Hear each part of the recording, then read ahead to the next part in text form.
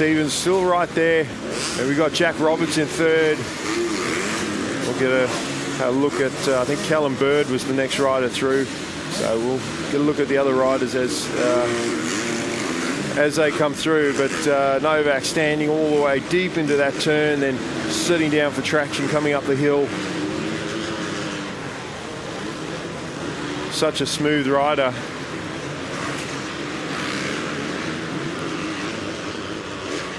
And he's got the speed as well. And Stevens still right there, but Novak edging away. He flies over the finish jump. Roberts in third place there behind Stevens. Then Rory Clements moving up. Callum Bird, Banjo Lorenz on 50. Then Tyler Easel, he's made up a lot of positions. Ewan Moorcroft behind him. So Easel, our early race leader, got the whole shot and yeah, put it down. And you can look at the track position, how much time he's lost on the leaders and how many positions he dropped. He's done a great job to come through the field to where he is now. And Novak's got a great technique there going through those rollers. He just keeping the front wheel light, getting the weight back and monoing through, and he's doing that faster than anybody else. And now he's really opened up a lead over Stevens in second place and kind of running away with this one. So even having a bit of fun out front, throwing the bike sideways, he looks really comfortable. Now a little look over, and that's what those 180-degree corners are for, I guess, where you don't have to look behind you, but you can just give a little glance over. You can sort of see, okay, that's where the opposition is. I've got this. I'm pulling away, or hang on a second, he's getting closer. Maybe I need to pick it up a bit. So little mistake there, kind of stood the bike up out of the corner, put him a little bit off balance on the jump, but regathered it quickly and in control, and just another lap down, just clicking them off.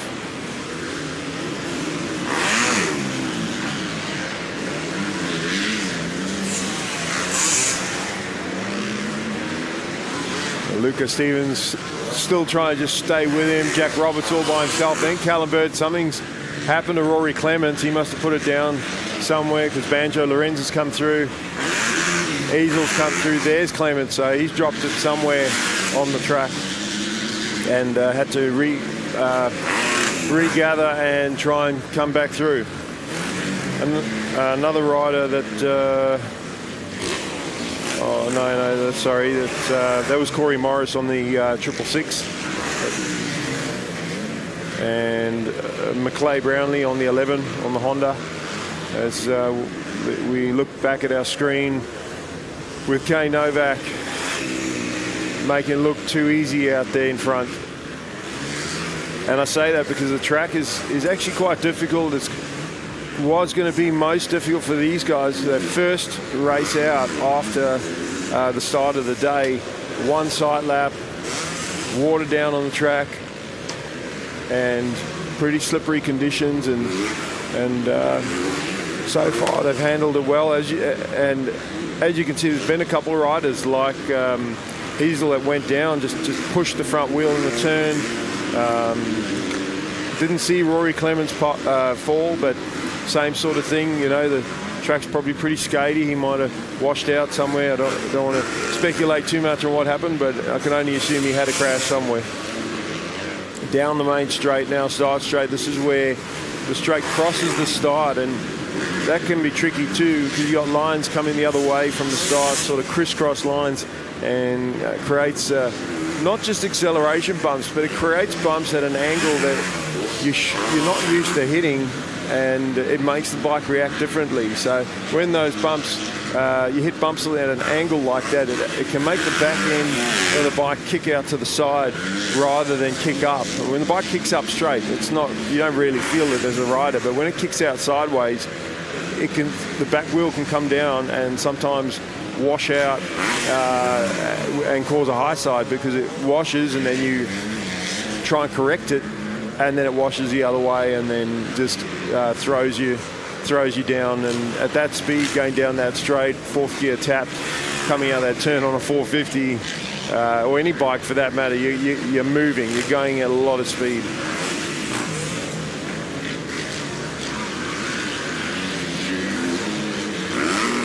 Clean set of heels here for Kane Novak. Around the outside, and again, using those outside lines, he done it right from lap 1. Even when he had pressure behind him, he was using the outside, not worried about anybody behind him, knew that he had the momentum of the outside, so he was comfortable with his opposition trying the inside. Again, they're not getting the grip on the inside, and it has allowed him, I believe, to pull away. And maybe I think Luca would have seen that and then started to mimic some of those lines so that he can try and match him, match that pace and just keep him within sight. As long as he keeps him within sight, any sort of mistake from Kane will give Luca an opportunity to try and make up that time.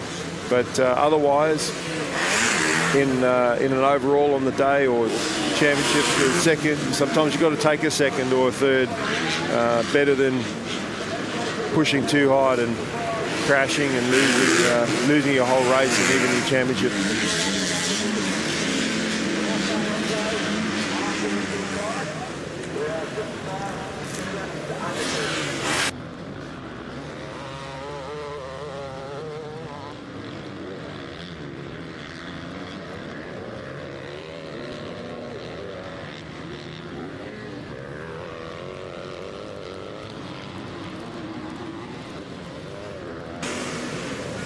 Over the centre jump he goes,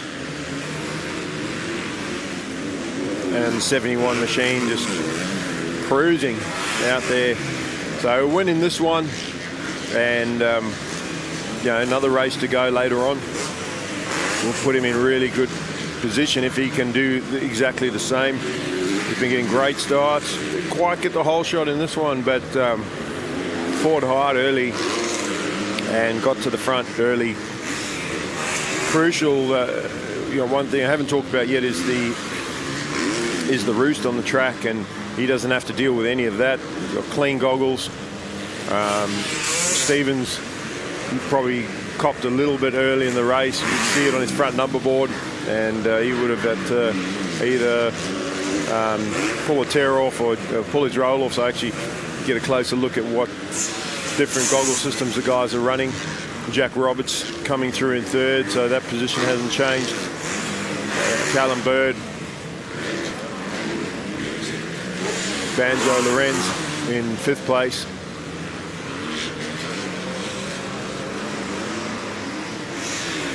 And then Corey Easel on the number 3. I was having a chat to Corey's parents yesterday, and I said, where did you move from?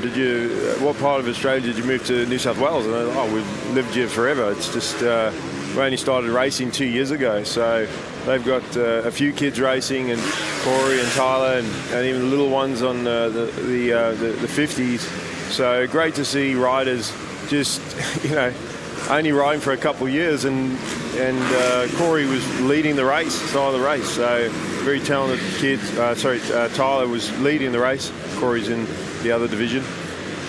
Tyler leading the race, only been racing for 2 years, and good style, good riding technique, fast. So those kids are only going to get better as they get older, even though they've started so late. You see Stevens trying to negotiate his way around some lap traffic, had to take some alternative lines he wasn't used to, and that would have cost him a little bit of time. I think Novak has gotten through those riders a bit cleaner, and over the finish jump he goes.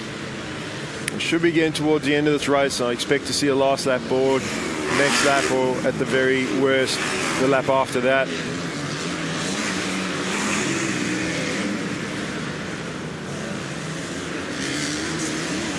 The first round of the New South Wales State Titles, or any championship, is also, you also suss out who your opposition are, who the main players are. I mean, most of these riders race against each other week in and week out, but you sort of know who the guy is and go, okay, he's the guy I got to beat, or he's the main contender. And one of the differences of the championship, which I think people have liked to change from the single event to the 3-round series is that it is a championship. It is different tracks. It's not just one race. You have riders that are good on a hard pack surface. You have riders that are good in the sand, good mud riders, and when it is a championship, you do experience, maybe not always get the mud. Sometimes events get lucky and there's no mud at all, but most times you get at least one muddy round to have to deal with, and those experienced riders that can ride in all those conditions, they're the ones that sort of shine through. Having the 3-round series also stops that sort of home advantage on a track.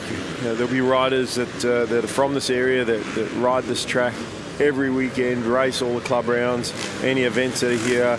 They know exactly where every bump's going to form, every rut, how the track ends up being by your first race or second race, or even third race as the track changes, and that's that home advantage that I was talking about. And whereas they've got to go from here, they've got to go to Port Macquarie, it's almost a completely different surface. It's not sand, but it's got some sandy sections. It's got a hard base with sand on top, but it does it ruts up differently, and again, you'll get your local riders from there. That some riders like Blake Bohannon in the 65-85, who's been dominant so far this weekend, that's his home track. So look out to his opposition. Doesn't mean they can't beat him there, but it's certainly going to be a tall ask. And Blake's done a great job coming to Lakes, and not that he's never ridden here before, he does know the track, but again, the different surfaces, he's one of those riders that can do that. So Kane looks really good on the hard pack surface here, our race leader, as he heads down the hill, and you can see he's in management mode at the moment, meaning that he's not pushing hard, he knows where second place is, and he's just maintaining that gap. There's our second place rider, Lucas Stevens, heading up the hill, and we are going to see the last lap board come out for Novak, which means that again he can just sort of manage it from here, and this is he'll be remembering quite clearly what happened yesterday, and I'm sure that he's going to be extra careful on this last lap and hopefully bring this one home.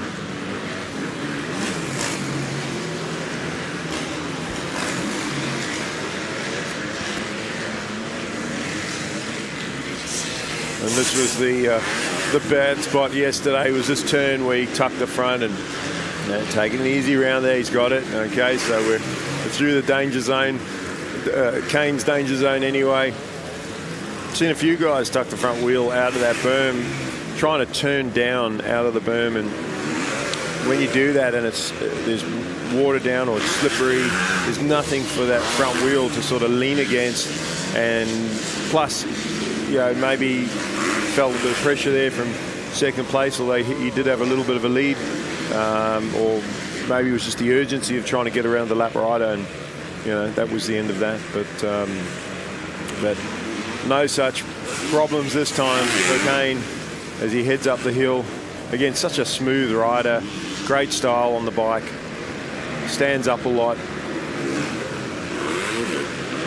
and other than a couple little mistakes here and there, and you can see just the body language just in cruise mode, just knowing he's got this one. A couple more corners to go to wrap up his first race today, and a great way to start, as I said before, not getting the whole shot, but riding with intensity, getting to the lead and clicking off the laps, and we'll get the checkered flag as he comes over the finish jump. Solid ride for Lucas Stevens. Definitely will be a championship contender, will keep Kane honest. As great sportsmanship as Kane just waits at the track exit for Luca to come shake hands, and you don't see that as much. in the pros. Sometimes the guys will stop and shake hands at the track exit. I'd love to see more of it, and even hanging around to see some of the other guys coming through. Jack Roberts for third there, so that's it's great to see. Great sportsmanship. The guys shaking hands and going, "Yep, good race, and let's do it all again." See you on the gate next race. And the next race after this MX1 C grade will be our premier,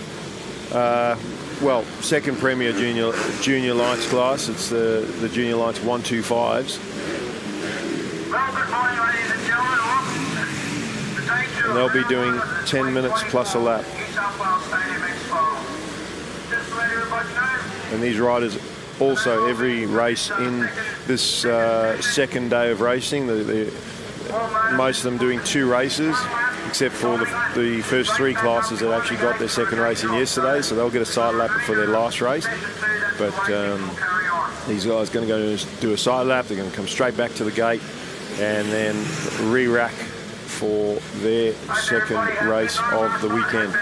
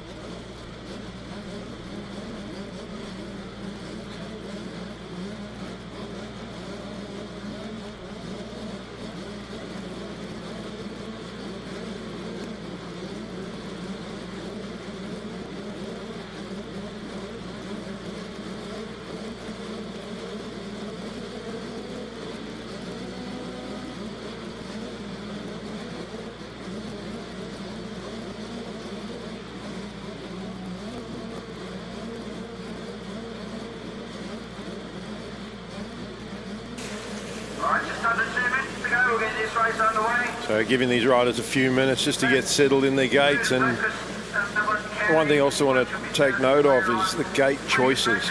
You see most of the riders choosing sort of the middle part of the outside of the start, and that's because it's such a long start straight. The riders carrying so much speed in that first corner, and from the outside they don't have to slow down as much. If it was a much shorter start straight, you probably find the riders would go for more of an inside gate, but you could see how the majority of them on the outside, those inside sort of five, six gates are empty. There's a couple riders and then an empty gate, and then everybody else. And obviously your gate choice is based on your position, so your riders that are winning and then in order of that. But we're just about to go here, so we'll see where the start comes from, and definitely from that outside as they head into the first turn. Still aiming for that inside line, and looks like the 25 of the number 25 rider, Kremer, on the gas with the early hole shot here. Some of the riders have changed their gear from yesterday. That's why I didn't notice Riley Burgess in that second place. He had yesterday he had the red gear on. He's got the blue gear on today. So, but seeing the 275, and he has been on point on his starts. Like, I think he got a hole shot yesterday in one of the races, but if he's not hole shotting, he's second or he's third, so he's right up there. And Max Compton showed a lot of intensity yesterday. He's in third place, so look out for him to try and charge forward. Jack Devison, another top rider, always has been in juniors, Husqvarna rider. We'll try and get a look and see where he is as our leader comes down. Clear track, clean vision in front of him, and Kremer looks good out front.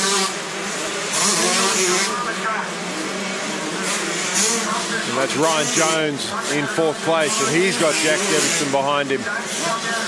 Heath Davey a couple positions further back. Geordie Taylor, a 111 Husqvarna. He can hold his own as well. Also one of the top junior riders. So that's Kremer out front, and he's taking full advantage of the track conditions being again a little bit muddy, much harder for his opposition to get onto his back wheel.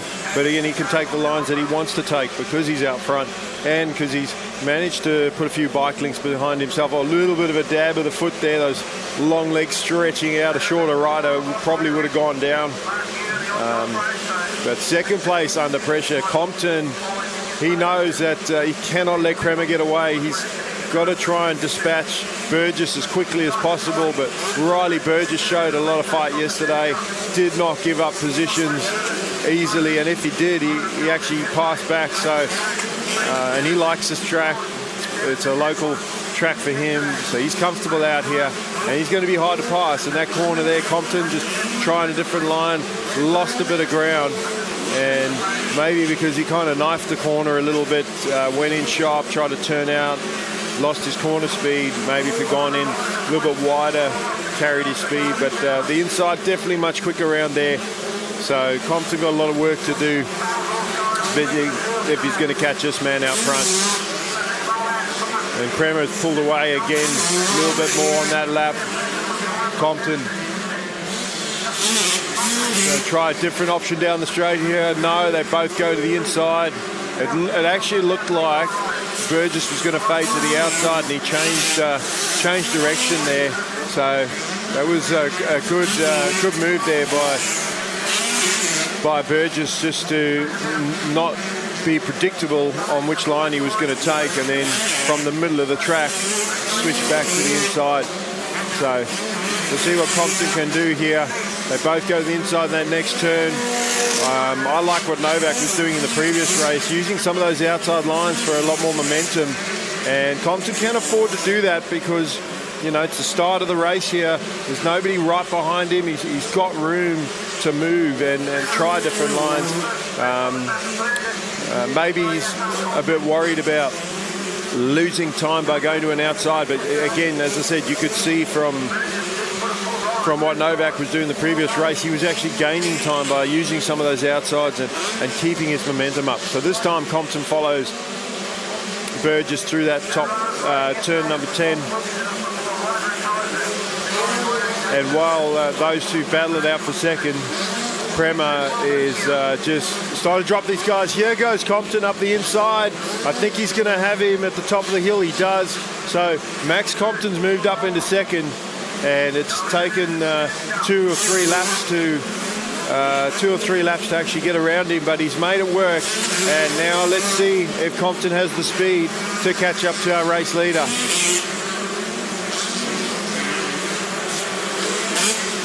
And you can see from the overhead drone shot gives us an idea of the distance between first and second place, and how much work that Compton's got to do now that he's got around Riley Burgess. And he's already put some space on him, and Burgess also has a good not a good lap, but a good space between himself and the 4th place rider, which I think is Devison on the 254. He's got around Jones. So Jones back there in 5th place. And Devison trying to close up on the leaders. Not a great start for him, but definitely a championship contender and can win these races. But as you can see, a lot of depth of competition in this class. And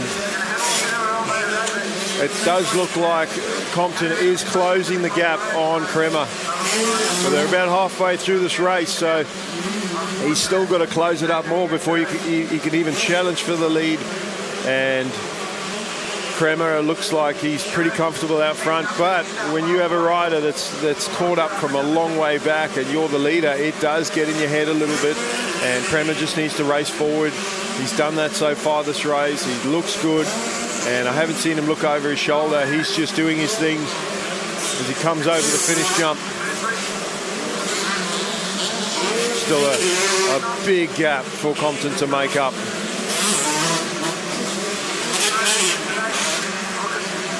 There's Devison charging after Burgess. He's got the same problem where he's got to close up that gap on Burgess. One thing to catch a rider, another thing to pass him. You saw Compton took him 3 laps to get around Riley Burgess. And not that Burgess was holding him up much, but Compton just a little bit.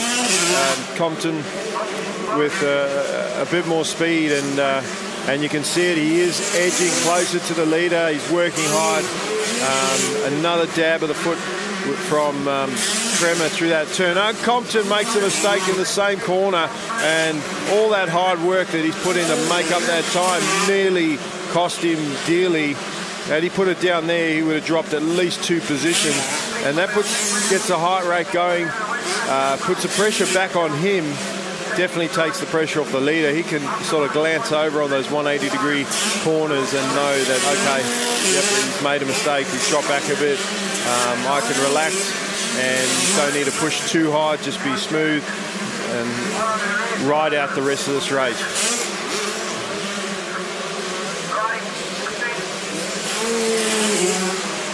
A really smooth ride here.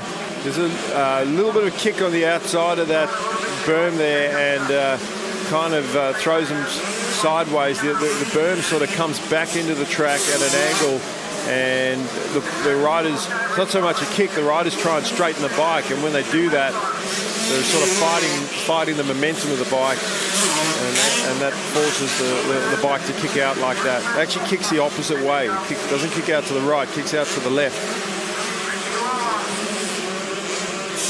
So I think Compton, after making that mistake, I mean, he was pushing hard, you know, it wasn't just a mistake for losing concentration. He was pushing to try and catch the leader, and I think the smart thing for him to do in this one would be to just keep riding hard, but don't push it too much to the point that you make another mistake and crash and lose position. So he's in a solid spot, second. He's still pretty good. I said earlier, sometimes you've got to take a second. Doesn't mean you should settle straight away, but sometimes you got to ride smart, and it's no point winning some races and then DNFing or getting a 9th or a 10th because you're just trying to win every single race out there. Something Devison's really, really good at. He's obviously can win races. He can come through the field And, you know, he's sitting in 4th place right now. As much as he'd like to finish further up, he won't be too bothered about a 4th place. I think that we will see a battle for 3rd shortly, because he has closed up. Riley Burgess has rode really well this weekend and hasn't really made any mistakes. He's just been up there the whole time in that podium podium position and top 5s. You see Compton going around the outside there of a lap rider, gets trying to squeeze through there, that gets around okay, no problems. And we'll see Burgess is going to have to battle to hold on to that position as we get towards the end of this one. And our wide shot there from our scissor lift, and it's just like a drone shot, gives you a good idea of the track. You can see the moisture in the track, the color, it's dark, and as it starts to dry up, you see the dirt getting a little bit lighter. Kremer now deep into the lap riders, and they sort of look over and go, who's that? Okay, no, that must be the leader. And that's the tough thing for the lappers. They're in a battle of their own. They don't want to give up positions to riders that are not in the race, not coming to lap them.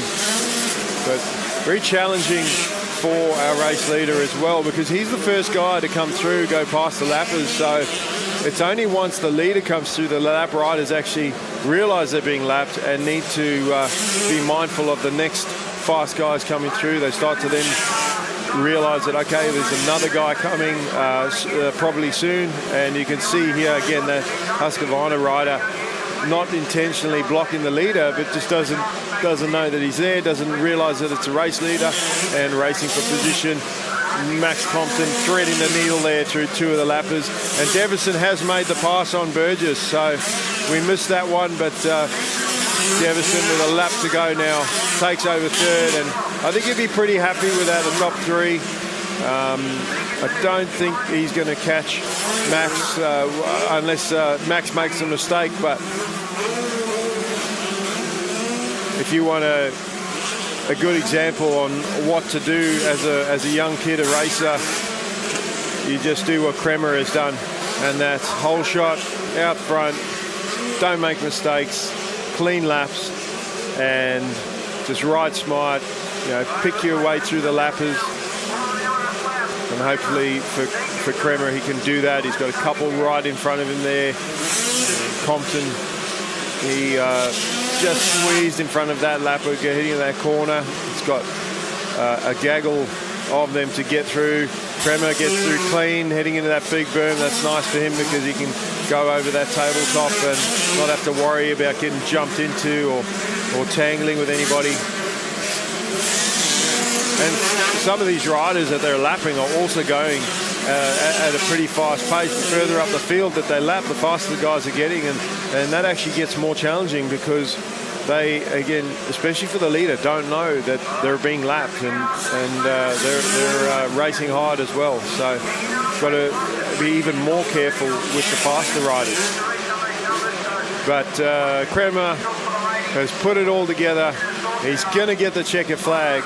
And he knows it, a big sort of sigh of relief there, nod of the head, and he's got it done. And that's his first race win for the weekend there.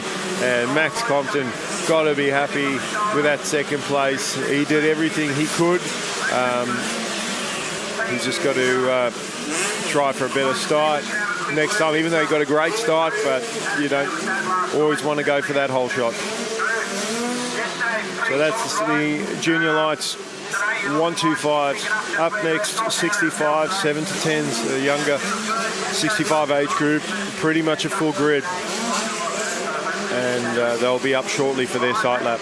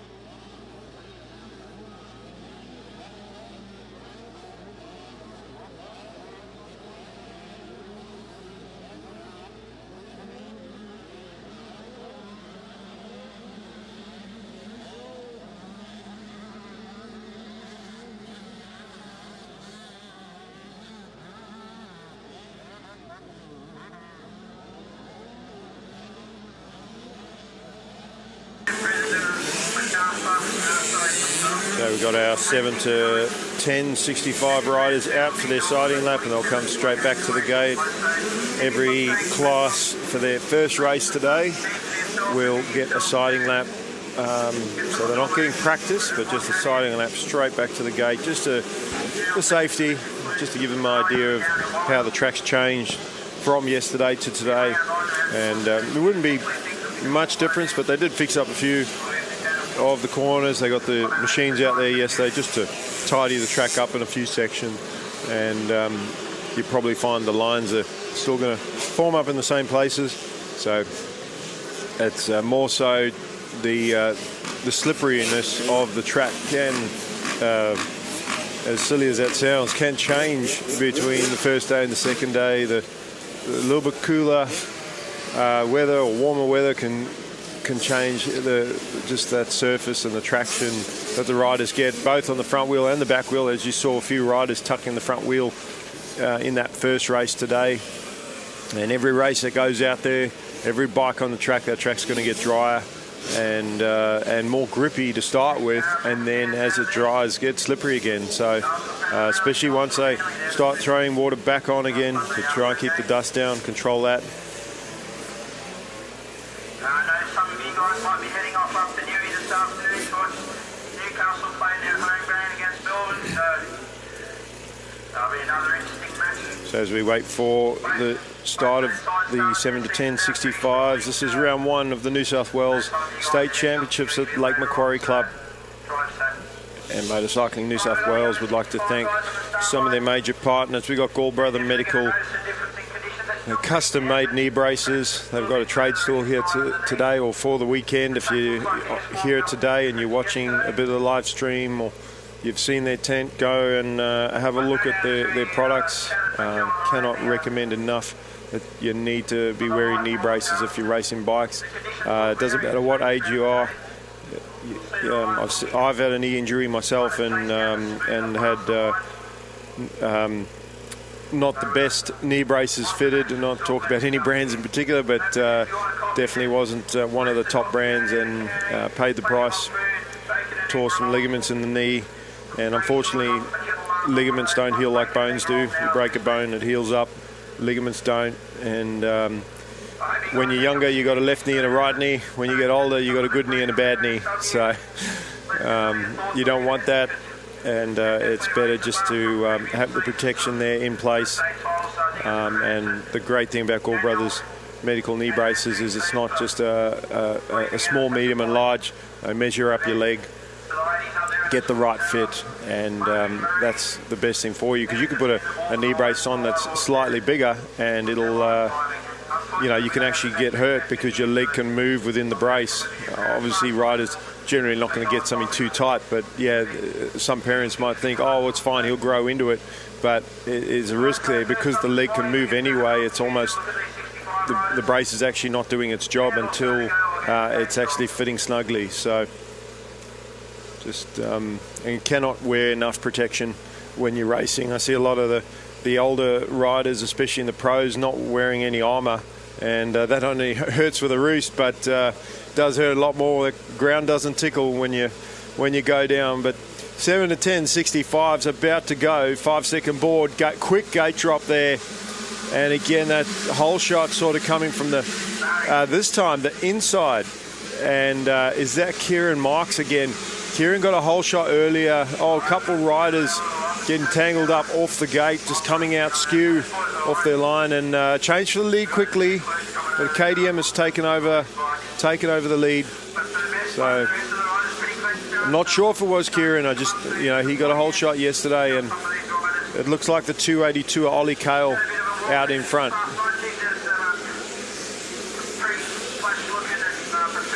So Ollie Kale, one of your championship contenders, and he gets the early lead in this one. Looks like Blade Regan in second place.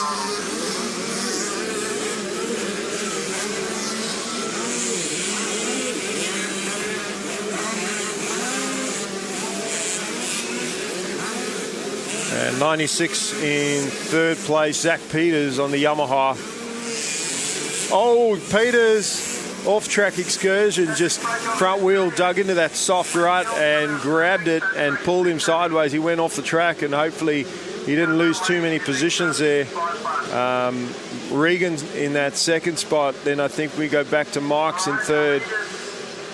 So another great start for Kieran Marks, and also for Blade Regan. And we'll see where Peters ended up after that little mistake. I don't think he crashed, or I couldn't see, just went off camera. But Regan having the pace of the leader, sticking with Ollie Cale as he heads into the rollers there. And Regan is actually closing up on him.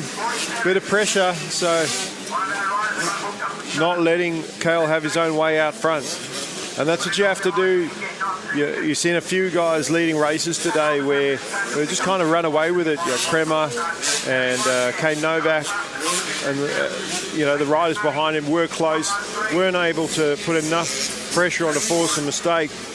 And as soon as you let that lead rider get comfortable, that's where they settle into their lines, and then they hit their marks a lot better because they know that they've got it under control. But if you can keep the pressure on and force a mistake, make them nervous. They can see you, on those as they come out of those 180 turns. The worst thing in those 180 turns is where you can't see the opposition because you think, is he right behind me, or have they made a mistake? Sometimes you think, oh yeah, they can't see him anymore, they made a mistake, and then next corner they're showing you a front fender because they're actually right there. You couldn't see them because they were that close to you. So not that you should be worried about what's going on behind you, but I can tell you that it's nervous when you got somebody up your backside in the race putting pressure on you. But Ollie Cale looks good out front. Go to that inside. We noticed a lot of the bigger bikes go outside in that corner to double that jump. These 65s probably could do that from the outside, but safer option to go to the inside, not only to protect the line, but they don't need to jump that jump. Like, there will be jumps on the track that you need to jump if you want to be competitive, to be able to compete for the win. But if no one in the class is doing a jump and it's a bit risky, there's no point taking that risk and potentially throwing it all away. See Stella Harding go through on the 268. She didn't get the start that she wanted in this one. And Liam Freeth on the 17. And Ollie Cale just looks like he's cruising at the moment. He has opened it up a little bit over Regan in second place. And Kieran Marks looks good in third. Oh, we're already into lap traffic now. That's not one of our leaders that is down, as Cale has cleared those lap riders.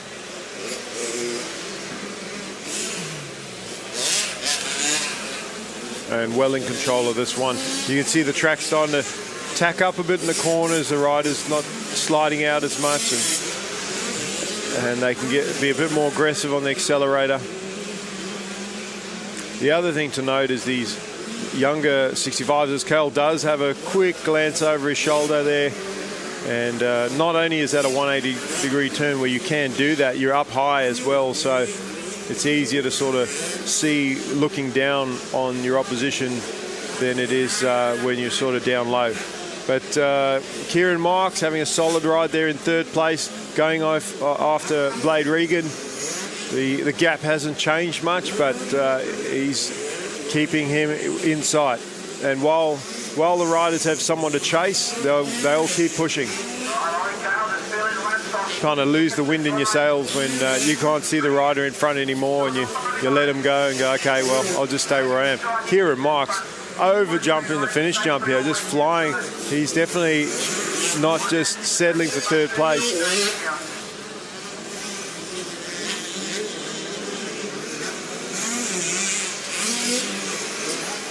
There's Zach Peters on the 96. Stella Harding on the 268. Liam Freeth on 17, Flynn Burgess on 275.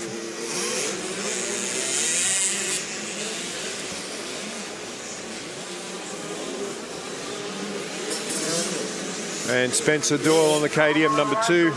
As we go back to our camera shot of our race leader, Ollie Kale, sort of rolling through the whoops there. Not much these 65 riders can do except power up to the jumps and back off at the top and try and keep that bike low to the ground.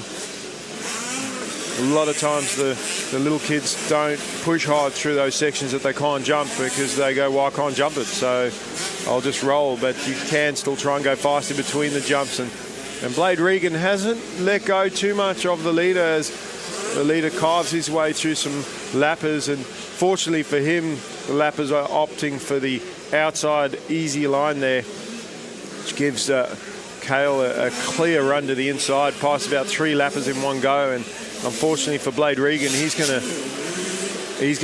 sort of gets hung up a bit behind those guys because they're bunched up in a difficult part of the track where the lines funnel together, and that's just going to give Kale an even bigger advantage here as he sort of rolls down towards the finish jump. He's going to get the last lap board.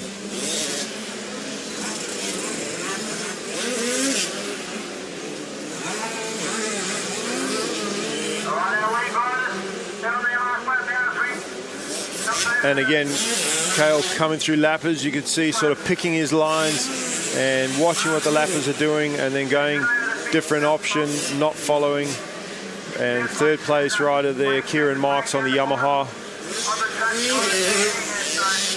Oh, we do have a flag waving, but I think that it's not one of our leaders. So the rider does look like they're up, but maybe in a dangerous spot there, so just getting that medical flag waving for caution. And when that medical flag is out, it's slow right down, get on your pegs, cruise, don't jump, wheels on the ground, and if you don't do that, you will be penalised. Officials really sort of eagle eye on those situations where we've got a medical. And if the riders don't slow down, you know, I've seen a dozen riders get penalised before in races where they think, oh well, everybody's doing it, so I can do it as well, and you will get penalised. So it's just not worth it. As our leader halfway through the last lap now, and it's really been really smooth, calculated. Heading towards the finish, goes to that inside again. Your lap riders choosing those outside lines, the more easier lines to go around.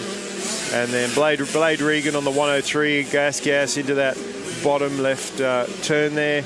Kieran Marks on the Yamaha, he's coming down that previous hill on the 427. And here comes our race leader towards the finish line, Ollie Kale. Take the win in the 65s. From memory, I think he won yesterday as well in his first race. So that's, if I'm correct, if memory serves me correctly, that's 2 wins for him. And Blade Regan, podium, second place, and did what he could do. The boys stopping to shake hands. Great result there. Kieran Marks third.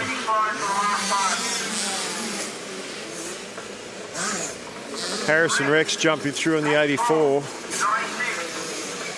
I'm not sure if Harrison was in that top 5. Zach Peters on 96. Stella Harding on the 268. And then Flynn Burgess on the 275. And there's our order there. So it was Harrison Rex, and he charged through after not a great start, had to work for it.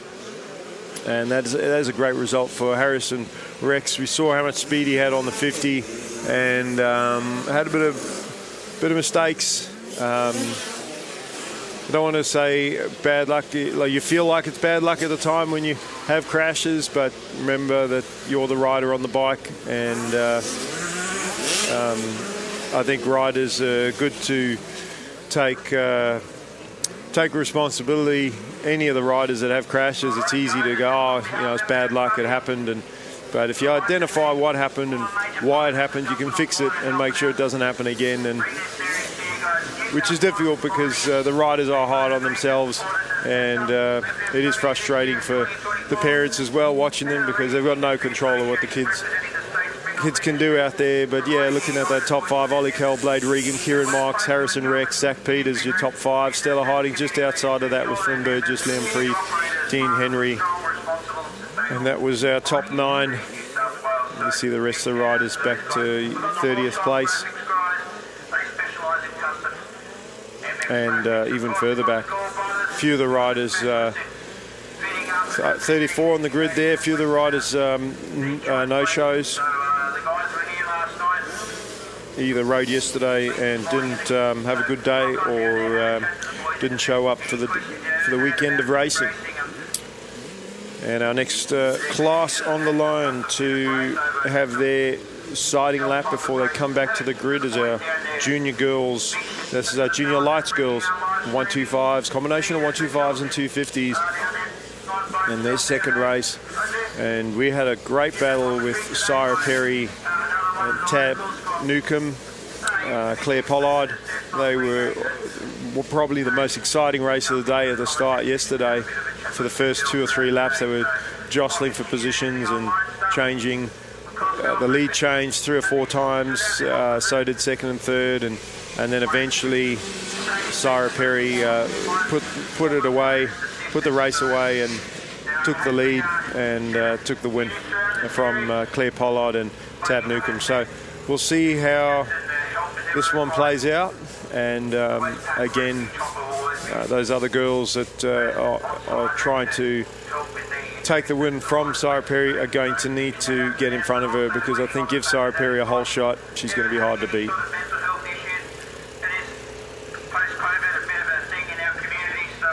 And we'll be going to an ad shortly and be back with the action from round 1 of the New South Wales State titles.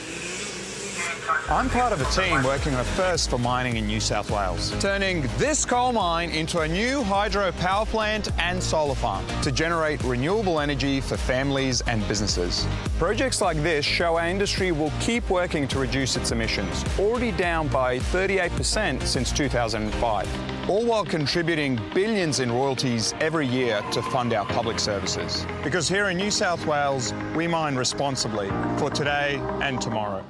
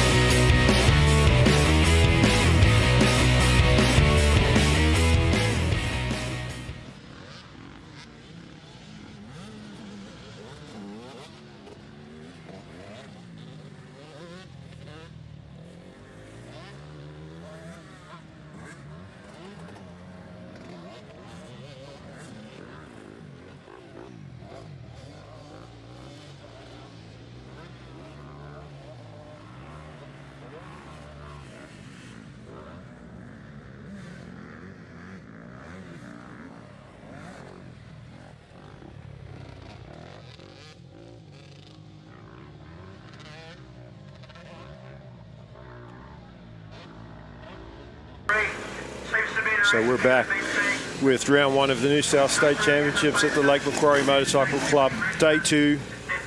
And Motorcycling New South Wales would like to thank some of their major partners. We've got Sideline Sport, and they're our streaming and production service for this event. First time, and I was speaking with the CEO, Daniel Rushworth, yesterday about the streaming service and what they are trying to do as an organisation to grow their event and the sport of motorcycling by investing in the event with the streaming service to bring the weekend's racing not only to the riders and the supporters of the sport, the families at home that can't make it here to watch the racing from that drone shot. Sorry, just having a look, you can see how the main straight crosses the start straight, and I mentioned those bumps that are going to form there. You can't see them from this distance, but you get sideways bumps forming, and definitely makes the bike react a bit differently, as we're going to zoom back in soon for the start of this one. And that is so awesome that we have this footage from Sideline Sport. Been fortunate enough to do the race commentary for you guys in the booth here, and we're about to get underway with this junior girls 125 250 class, and Sarah Perry on the outside, Claire Pollard with the more inside line, aiming for that inside. Sarah Perry railing to the outside, and looks like she's going to get it done and come up with the early hole shot. So takes a lot of confidence to just go from the outside and hole shot around everybody, and she's done that. Tab Newcomb in second place on the Kawasaki. Looks like Claire Pollard up there as well. Oh, we have a change for third position.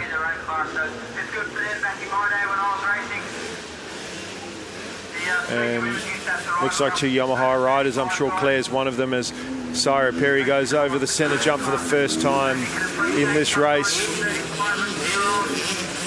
And already just a slight gap over second place. That was Claire that moved into third place. So maybe braked a little bit early for that inside line on the start, and Perry was just able to rail around the outside. As they go up the hill, coming up a tiny bit short on that step-up jump there. And Pollard trying to go up the inside of Newcomb, get a little bit sideways, and fortunately was able to control it using her legs to swing the bike straight again. But Tab Newcomb second, Pollard third, and Sarah Perry starting to check out. So that's not good news for opposition. They need to match her pace and keep the pressure on. But fortunately for Tab Newcomb, not only is she trying to catch first place, but she has got a charging Claire Pollard behind her on the Yamaha.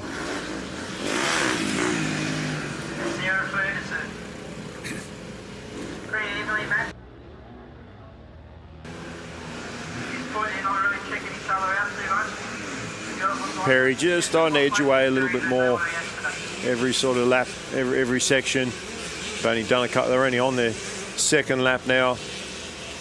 And Pollard going to work on second place. Heading through the rollers, just sort of jumping through, taking those outside lines like Novak was doing earlier, keeping her momentum up. Again, not phased by going to the outside or worried about any riders trying to make a pass. I like that middle line there through that berm. Talked about it yesterday, how it allows you to sort of go across the face of that up ramp, almost a natural scrub where the outside kicks back and doesn't allow you to do that. You might gain a slight bit of speed by railing the outside all the way, but you lose it with the height of the jump. Again, Perry going to the outside. Coming up short again on that up ramp. I don't think it's that she doesn't have the bike power, but just got to hold it on a little bit more there. As Pollard tried that inside line, almost worked. Got to be a little bit closer than that. There's fourth place on the Yamaha. We'll get a look at who that rider is as they come over the finish. We've got Perry, Newcomb, Pollard. And a bit of a gap back to the number 16.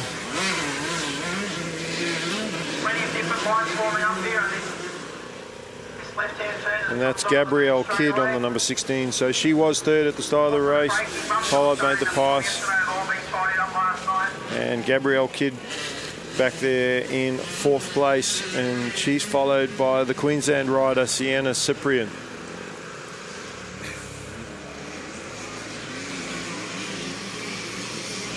And that gap sort of stabilised between first and second. So Perry just sort of managing the gap now, riding smooth.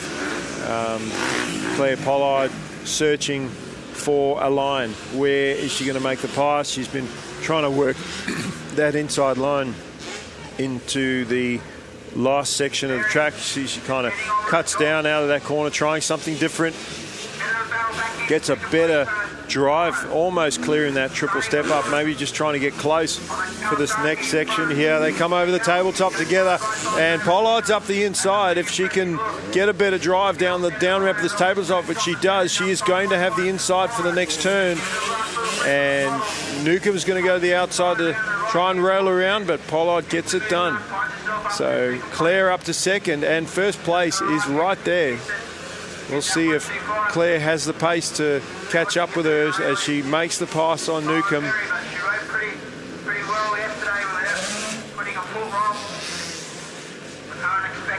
Claire still opting for that inside. You saw the 65 riders doing that, going for the inside, the shorter line, not to jump. Pretty even though, going outside and doubling, and Newcomb actually went outside and didn't double, probably because Claire didn't and didn't want to jump into the back of her, but actually lost a little bit of ground because of that. So can Claire Pollard close up the gap on the leader? Again, Sarah Perry looking comfortable out front, just trying to keep the gap the same. Keep an eye on that second place. I'm sure that if Claire was to mount a charge, that Sarah would then have to, well, she'd have to respond to that, because if she doesn't, she's going to find herself in a battle for the lead towards the end of this race, and no one wants to have a last lap battle. But Tab Newcomb keeping the pressure on. She is going to the inside here. The outside line still working really well at the start of this day. Riders able to keep their momentum up.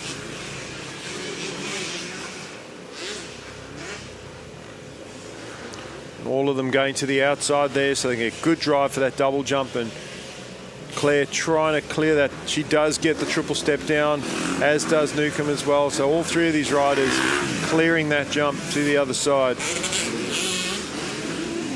And not sure what happened there, but Sarah didn't jump that tabletop. I'm sure she's been doing it before, maybe a little mistake, and she, it looked like, just from this angle, looked like Claire was pushing the front going into that turn, and it was just the angle of the camera. It looked like the angle of the bike was not was a bit too much heading into that turn, but no problem there. As you see Perry again coming up short on that step up jump. Good to see her get the power to get right over it, and Claire working that inside, and that could potentially be a passing option if she can get close enough. It's not the only passing spot on the track, as you saw her make the pass before the centre tabletops, that section heading up the hill. But she's definitely closed up a little bit on Sarah for the lead, and you see a little mistake there in the corner. Sarah's lead coming out, so she's definitely feeling the pressure, but doing a great job out front. And we'll see if she can respond, and it actually looks like she has. She's opened it back up again, and that gap sort of yo-yoing backwards and forwards as Pollard now has got a decent gap there now over third place. So Tab Newcomb, maybe a little mistake, and has lost touch now with second place. So the positive for Tab is that there is a decent gap back to that fourth place rider, which looks like Sienna Cyprian has gotten around the number 16 of Gabrielle Kidd. So Kidd back to fifth place. And Claire Pollard, she's got her spots on the track where she's definitely faster than the leader, and she's closed right up on Sarah Perry now. And again, not close enough to use that inside to make a pass. She's got to close up a bit more, but Sarah Perry's been able to use these outside lines and get away with it, and she's got to be careful as we get towards the end of this race. Claire getting a little bit further over that step-up jump, trying that inside again, just not quite close enough. But a couple more laps to go in this one. There is still time, and she has closed the gap. So So she'll feel like that she's in the driver's seat here, and Sarah Perry is going to feel the pressure as we get towards the end of this one. A little bit of a twitch of the handlebars, and you can see those acceleration bumps. The front wheel just sort of twitched in the rut there, and that could have ended badly. Oh, and Perry drops it, so the pressure getting to her. She's trying to pick the bike up. Those 250s are one of the heaviest bikes. She's now trapped under the bike, and that is the absolute, well, not the absolute worst, but really not a good situation for her. Nobody around there to help her. And Claire Pollard, the hard work has paid off. She put the pressure on the leader you saw Perry make a mistake in that turn earlier where the front wheel almost washed out. She dabbed the leg, and that time it did. And I've seen one of the Lakes crew running over to help her up, to pick the bike up, get the bike off her leg.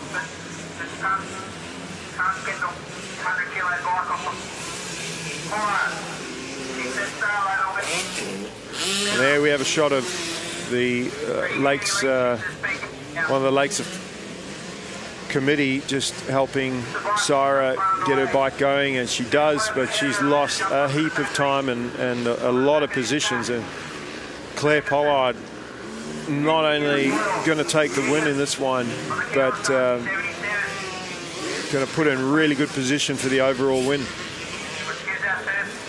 Tab Newcomb, everybody moving up a position there.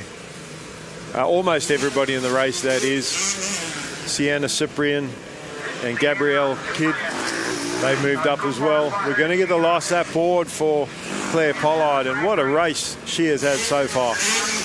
Just got stronger as the race has gone on. Now she's in position where she can just cruise, no pressure, and a massive lead over second place. So Tab Newcomb on the Kawasaki, about to get the last lap board, the 77.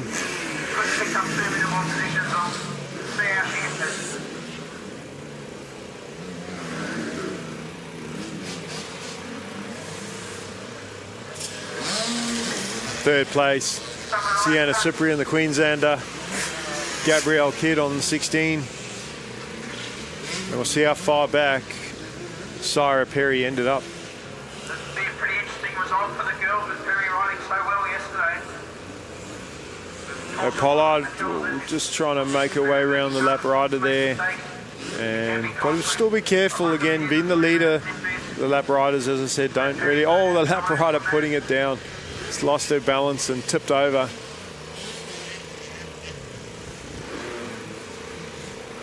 And here comes Sarah Perry across the line.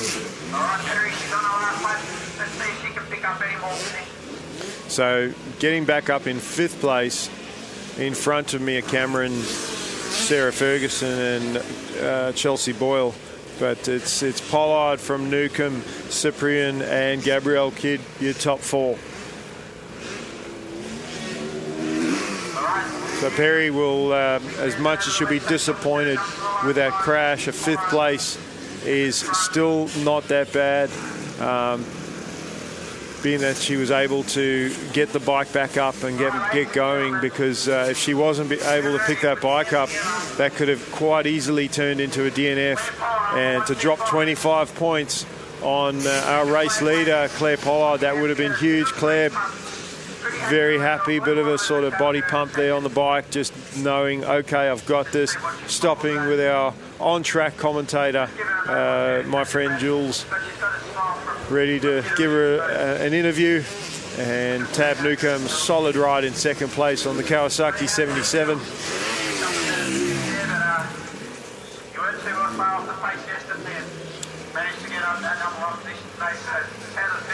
Third place should be the Queenslander, Sienna Cyprian on the Husky. That's there she goes through now, the 4:59. Then Gabrielle Kidd will be Sarah Perry, Mia Cameron, Chelsea Boyle and Sarah Ferguson. Speak to you. The rest of the day, keep the good work going.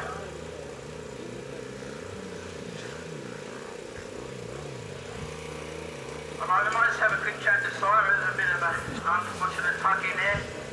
We'll just have a little bit of a chat to her, see how she went. She's definitely been nice all weekend. We'll just give her a moment to catch her breath. As she rolls on in, the girls will just pat each other on the back. We'll just give her a moment to catch her breath. So we're in day 2 of the New South Wales State Championships, round 1 here at Lake Macquarie Motorcycle Club. And it's been a great weekend so far. Awesome weather, fantastic racing, and the club has done an awesome job with the track in the upgrade of their facilities. Very picturesque, great viewing for the spectators. You can see 90% of the venue from pretty much any vantage point, and they are the opening round. The track itself, they've done a lot of upgrades, resurfaced the track, brought a lot of dirt in. That's allowed for the multiple lines. And we go from here to round 2 at the end of April 20. And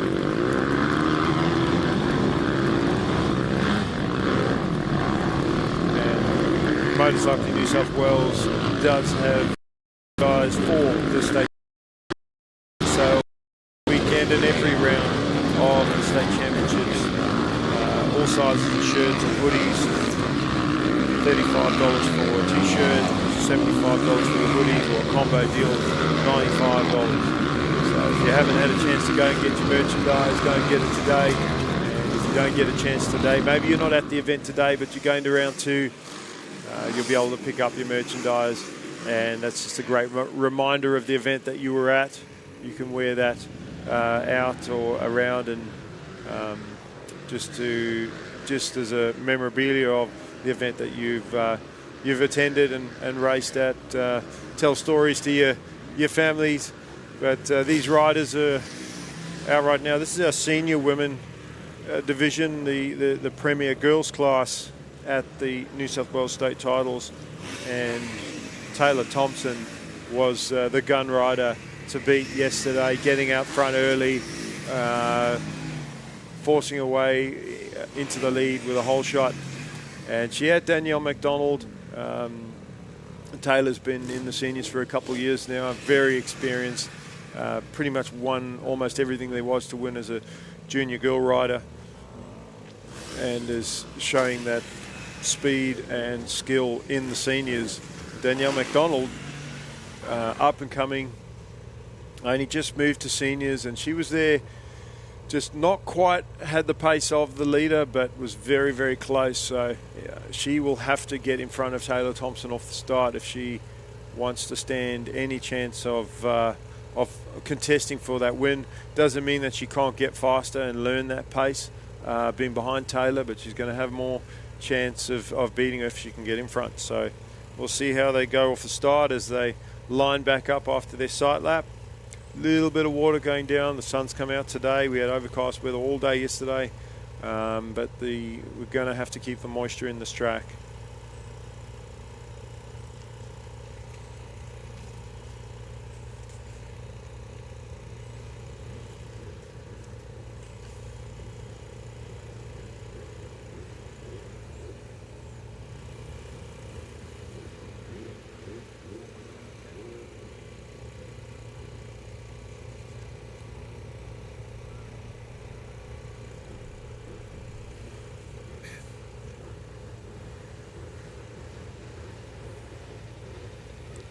So the clerk of the course just making sure all the riders are ready.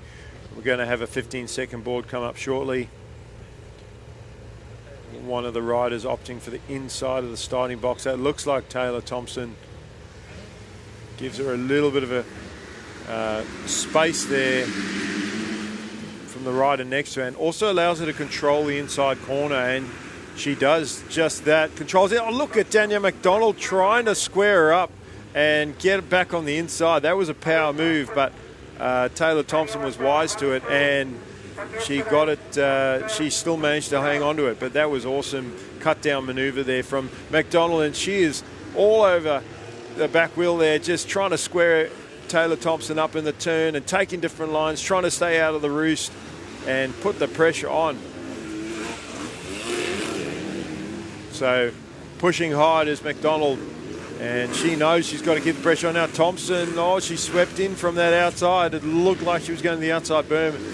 McDonald's eyes would have lit up thinking that, and then Thompson moved back to the inside and shut her down. And that wasn't just to cover the line. She's actually gone in from that wide line to get a better sweep into that turn. So we're in the commentary booth here for the senior women's. This is their second race. I've got Lee Gainford here with me. Lee is one of the top coaches here in New South Wales, and he's joining me in the commentary booth, hopefully for at least some racing, so he can give me his insights as to what he thinks about these riders, the races, the track, and everything about round one of the New South Wales State Championship. So Lee, looking at these two riders out front, we've got Taylor Thompson, Danielle McDonald. You would know these riders. Tell us a little bit about yourself. You've been New South Wales team coach, taking riders to Australian titles before, and you run schools all over New South Wales. So don't mean to take some of the stuff you're going to say away from you, but tell us a little bit about yourself, Lee. That's okay. Thanks, Mikkel. Thanks for the opportunity. I've been coaching for a while now, much like yourself, and really stoked to be seeing some really top-class talent on display this weekend. Obviously, in this class, Taylor, she's been one of the form women in motocross and off-road for a little while now. Just made the change to that Husqvarna, which is obviously suiting her pretty well. And this kind of technical track, great for her, great for Danielle. Both really good, fast, technical riders. And that's coming through fairly loud and clear here as they pull away from third place. Yeah, look, exciting. I think it's really exciting to see Danielle McDonald in that second place. She not just settled in, but she's actually pushing hard. You can see the aggressive riding style, throwing the bike around. Unfortunately for her, Taylor Thompson is just putting in perfect laps right now, not making any mistakes, taking that main line, and Danielle McDonald is exploring the track, trying different outsides, insides, and unfortunately sometimes that costs you time when you try a different line not to follow, but there is an advantage there. Sometimes you find that a line that you never saw before because you're trying it, and that's an advantage for the rider in second place, because they can then use that line to catch up and close up. But it's sort of 50-50, and right now Taylor Thompson is starting to get away slightly. So I think the start was crucial, and Danielle nearly got it. She nearly made an early move, and that would have changed the whole dynamic of this race. At the moment, she's got a lot of work to do if she's going to catch Taylor Thompson. The start's important in any race, but gee, here today, it's a fast track with a couple of really good fast lines, and then if you're trying to make up time like Danielle is here, Taylor's just inching away little steps where she went through the rollers there just a little bit cleaner. The turn after the rollers just a little bit cleaner. Danielle, a little bit of a bobble coming out. That adds a bike length here and a bike length there, and gee, it's hard to make up to someone like Taylor. Well, a few of those mistakes creeping in, and that's not from a lack of skill. It's because she's pushing hard. Yep. I actually think that Danielle is going quicker than she did yesterday, because she is trying to keep the pace of the leader, where yesterday Taylor did get away a little bit. Not much, but she started to pull away as she is in this race. And it's only now that she's starting to edge away. The first couple laps, Danielle was right there all over her. Actually, it looked like she had slightly more pace because she was pushing so hard, but then, as I said, that resulted in a couple little mistakes. You mentioned the bobble in that top corner, top of the hill before the finish line here. You mentioned Taylor getting a cleaner run through those rollers, maybe a slightly better option, monoing through, where Danielle looked like she was trying to jump them, but wasn't getting them clean and coming up short and bouncing, and that just slows you down. Yeah, absolutely. You know, and just keeping that leader just in sight, the leader knows that you're right there. You know, you saw that in the last girls' race where Syra made a mistake. You know, it's if Danielle can just keep the pressure on, keeping in Taylor's rear vision mirror there, so that if there is a mistake, if there's a bobble, she's there to capitalise. Yeah, well, you saw Taylor sort of thread the needle through those lap riders. Both our leaders getting through the lap riders cleanly, and they're lapping up pretty early in this one. It's only like the third lap. It might even be the fourth lap. They've actually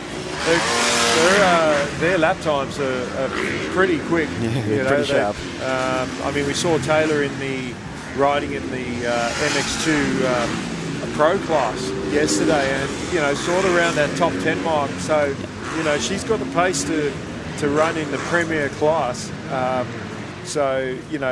And that's just a testament to her skill and speed and maturity as a rider. But that's why I think it's so impressive about Danielle McDonald being such a young rider, the pace that she's got, and the racecraft as well. As I said, that first corner, she squared up Taylor and nearly dived back up the inside, and it was, she had no fear of consequence of what was going to happen there. Slightly better run for Danielle, but still clipping the tops of those rollers. If she can just down ramp them, she's just going to carry a little bit more speed. But that gap sort of is stabilised. She hasn't lost any more ground.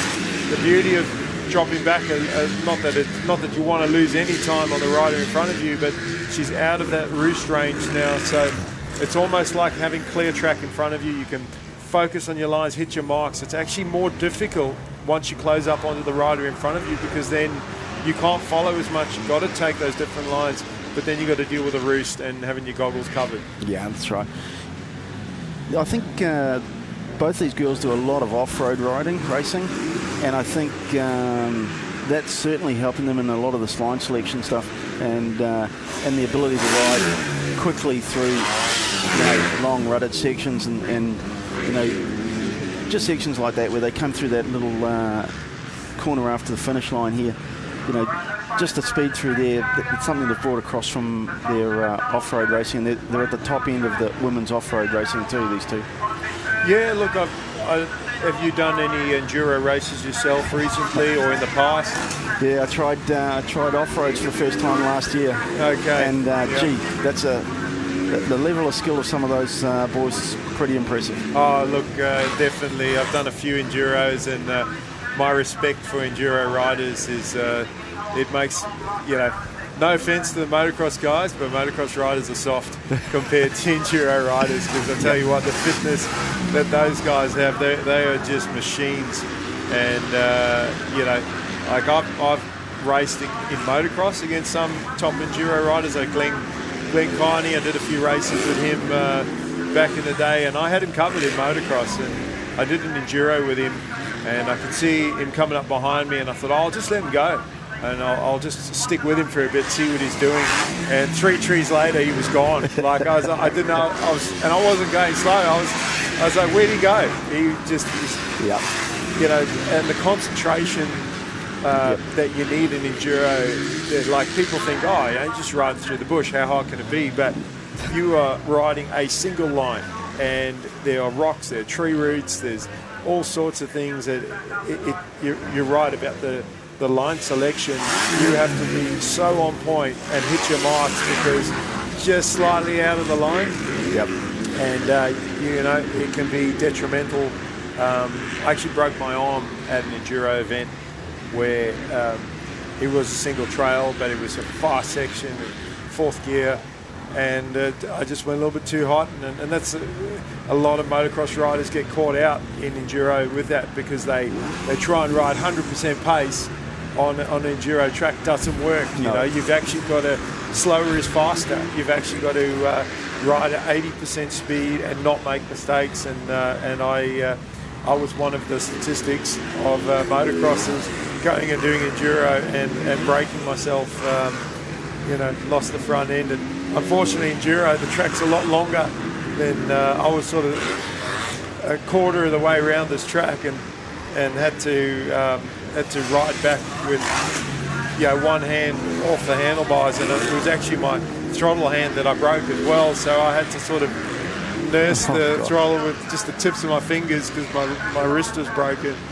And luckily there was a fire trail not far ahead of where I actually crashed, and I was able to get on and ride back to the pits. But those boys through the bush and line selection at speed, it's just top notch. Yeah, absolutely unbelievable. And that's why these girls, they're going really quickly around here, and they've got their eyes up, looking at the track ahead. Yeah, so we've got our last lap board out for our race leader, Taylor Thompson. Danielle McDonald again, she hasn't let her go. Taylor's still got to sort of weave her way through a few lap riders at the end of this one, and be careful with that. Although she has a gap, she can afford to ease off the pedal a little bit. She can't afford to make a mistake or run into a lap rider, so she's got to be careful not to follow in some of those corners. Hopefully for her she can get through cleanly in some of those turns as you see she goes past Samantha MacArthur there and another rider on the outside, getting cleanly past two of them and just having to follow there a little bit behind the number 13, that's Kira Collins. Yeah, she's still getting through those rollers nice and clean though, isn't she, Taylor? Yeah, and she has a quick glance over. I don't know if you saw that. She saw her, okay, there's my opposition, Danielle. So as much as Taylor is focused forward, she's aware of the challenge that she's had, but she's executed both races so far. And I don't know if you've ever raced against Taylor at all, because a lot of the club events and stuff, they combine the vets and the women, but I've had the displeasure of racing with Taylor, and fortunately the last time we raced I was able to get the better of her, but I was on a KTM 450 and she's on a 250, and man, I was only a nose ahead of her going in the first turn every time. I pretty much had to go across the front wheel to close her off to get the start. So top notch from Taylor Thompson. Really well. Danielle McDonald, like I said, a really exciting prospect to see her coming through, and she's only going to get faster and stronger as she chases the girls in those senior ranks. Yeah, she came to Rockhampton for the HAMX titles in 22 and did her knee, unfortunately. She was easily the fastest junior girl up there, and that doing her knee, that really put her off. But she's certainly bounced back. She's working with Jess and Jeremy and that Jess Gardner off-road team there, and it's obviously the training they're putting in. She's looking really sharp now. Yeah, look, I mean, most training is beneficial. I'm trying to think of any training that would be beneficial other than maybe someone that gives riders the bum steer because they're not maybe experienced enough. But the other thing is that a lot of these top riders are so naturally talented, and I don't think we give the riders enough I guess praise for the talent that they have, and coaches will definitely help sort of around that skill and make them even better and sort of improve that. But it's I guess what I'm trying to say is that us as coaches, we can help the riders, but the talent, we didn't create that talent that they've automatically got, and I'm sure Jess and Jeremy will be able to nurture Danielle a bit with the experience that they have. I mean, Jess has had multiple championships in motocross and enduro.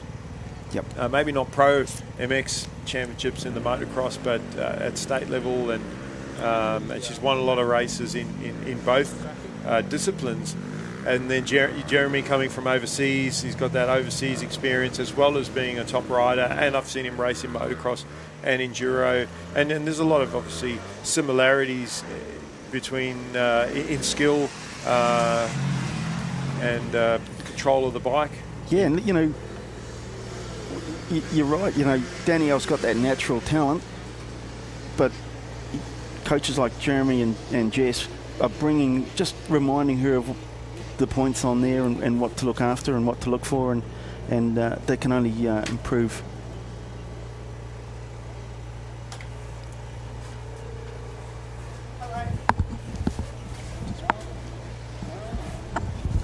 And we'll be going to an ad in a second, and then when we get back from that, we're going to interview our race winner, Taylor Thompson. So we'll go to an ad break first.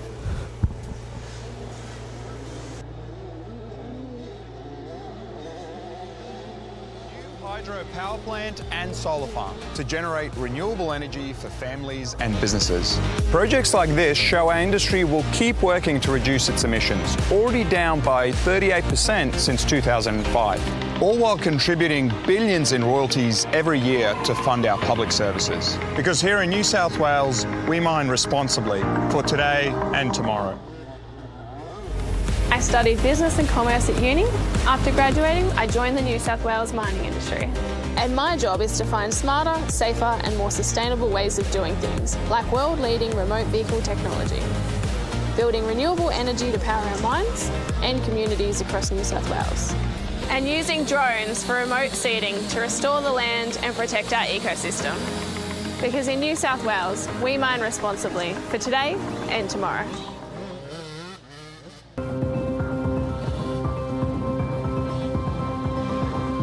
The Westpac Rescue Helicopter is here for our community. And this holiday season, we will be ready to respond 24/7. Please stay safe and thank you for your support. To donate or for more information, visit rescuehelicopter.com.au or call 1800 155 155. Okay, so we're back after the ad break at round one of the New South Wales State Championships, day two, and we've just seen the Premier Senior Women's class finish, and I'm sitting here with Taylor Thompson, a race winner from her second race. She won yesterday in pretty much the same fashion, got out front, and pretty much run away with it in the end. So Taylor, congratulations on another race win, and tell us a little bit about your race and the competition that you had from Danielle there a little bit in the beginning. Yeah, thanks, Mikel. The track's awesome. I just got the whole shot and, stuck to all my lines, hit my marks. Danielle's riding really good. Props to her.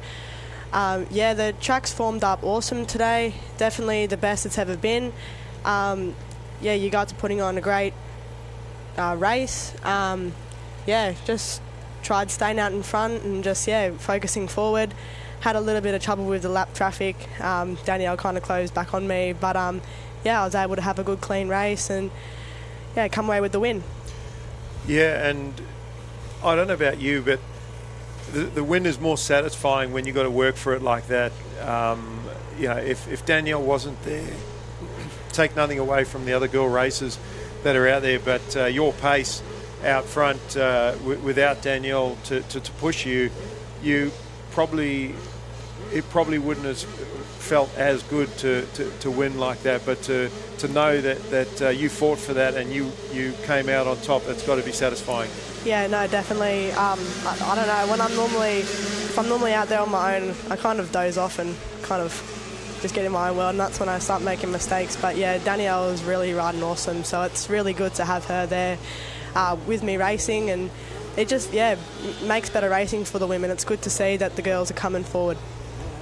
Yeah, well, right now we've got the 85 girls class out there, and that was Ada Harris that unfortunately tagged the back wheel of one of the other riders off the start, and the start of the race being the most exciting but also the most dangerous part of the race, where everybody's bunching up, and this is only a grid of a half a dozen or so riders, and it can still happen like that.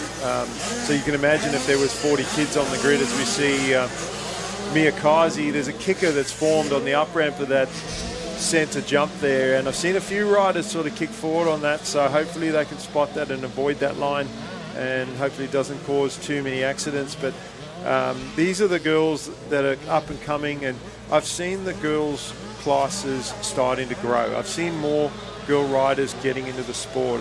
And what do you think as, you know, an ambassador, I guess, for the girls? You know, you've had a strong career as a junior girl rider. You raced Pro MX last weekend, and congratulations on that second place in both motos, I believe, at Pro MX at Wonthaggi from memory, from watching the live stream. I wasn't down there personally, but you know, you weren't far off the leader, and so you know, a bright future for yourself still in that senior girls. I've yet to ask you about whether you've got any overseas ambitions as well, but what do you think is needed for the girls in these younger age groups and in the sport to grow?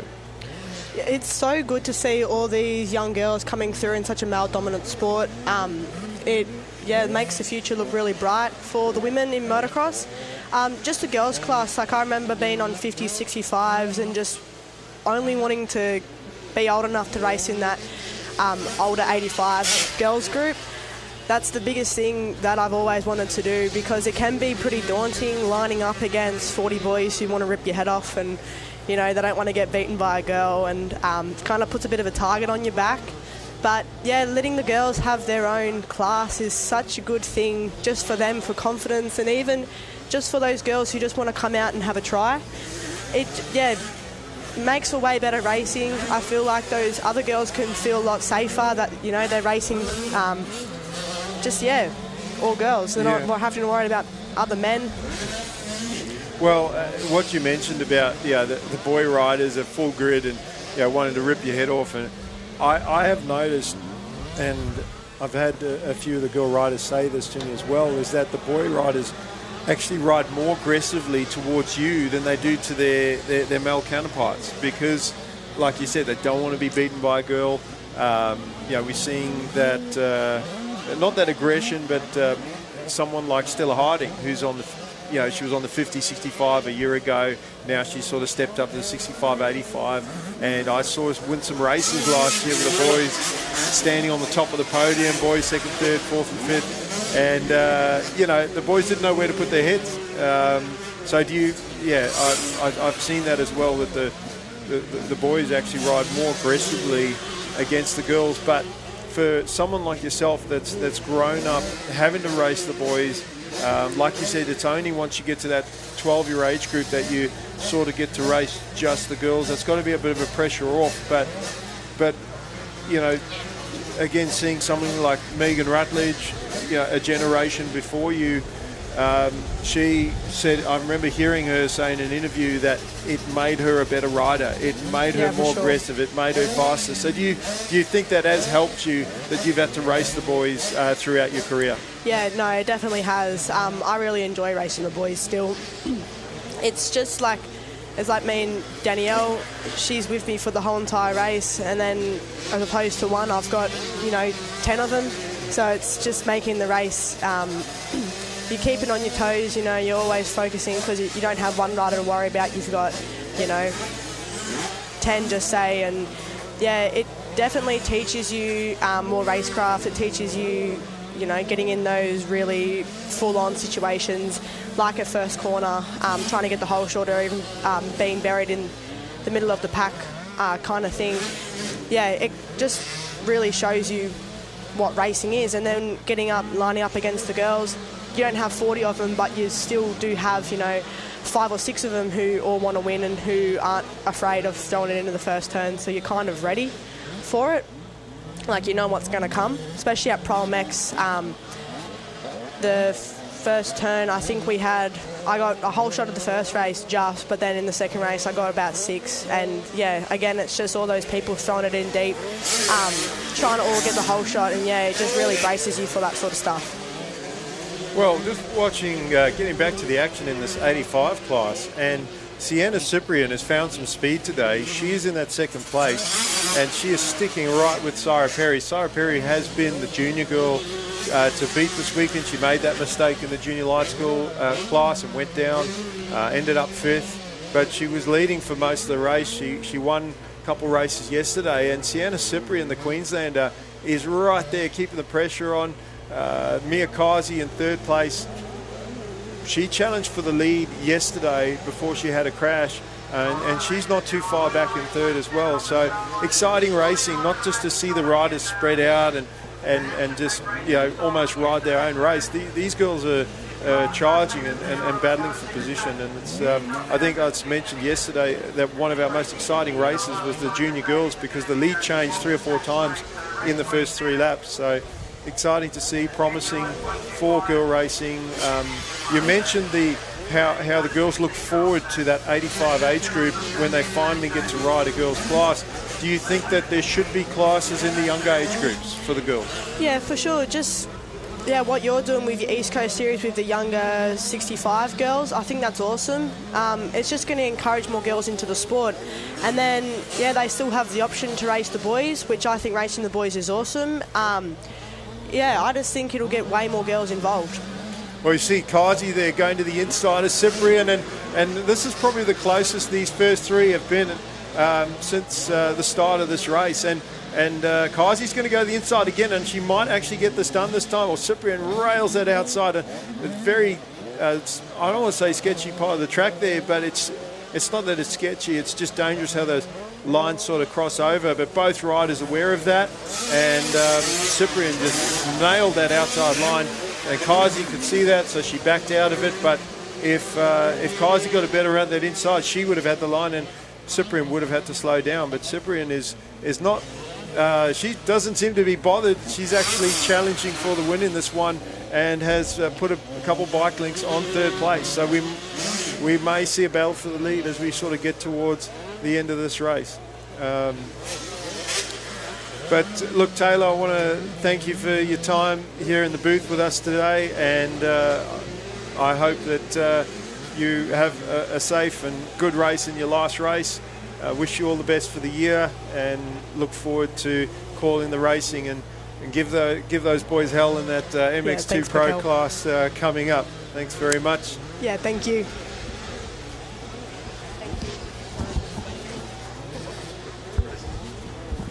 And that's Taylor Thompson, winner of the the senior women premier class of the girls here at round 1 of the state titles.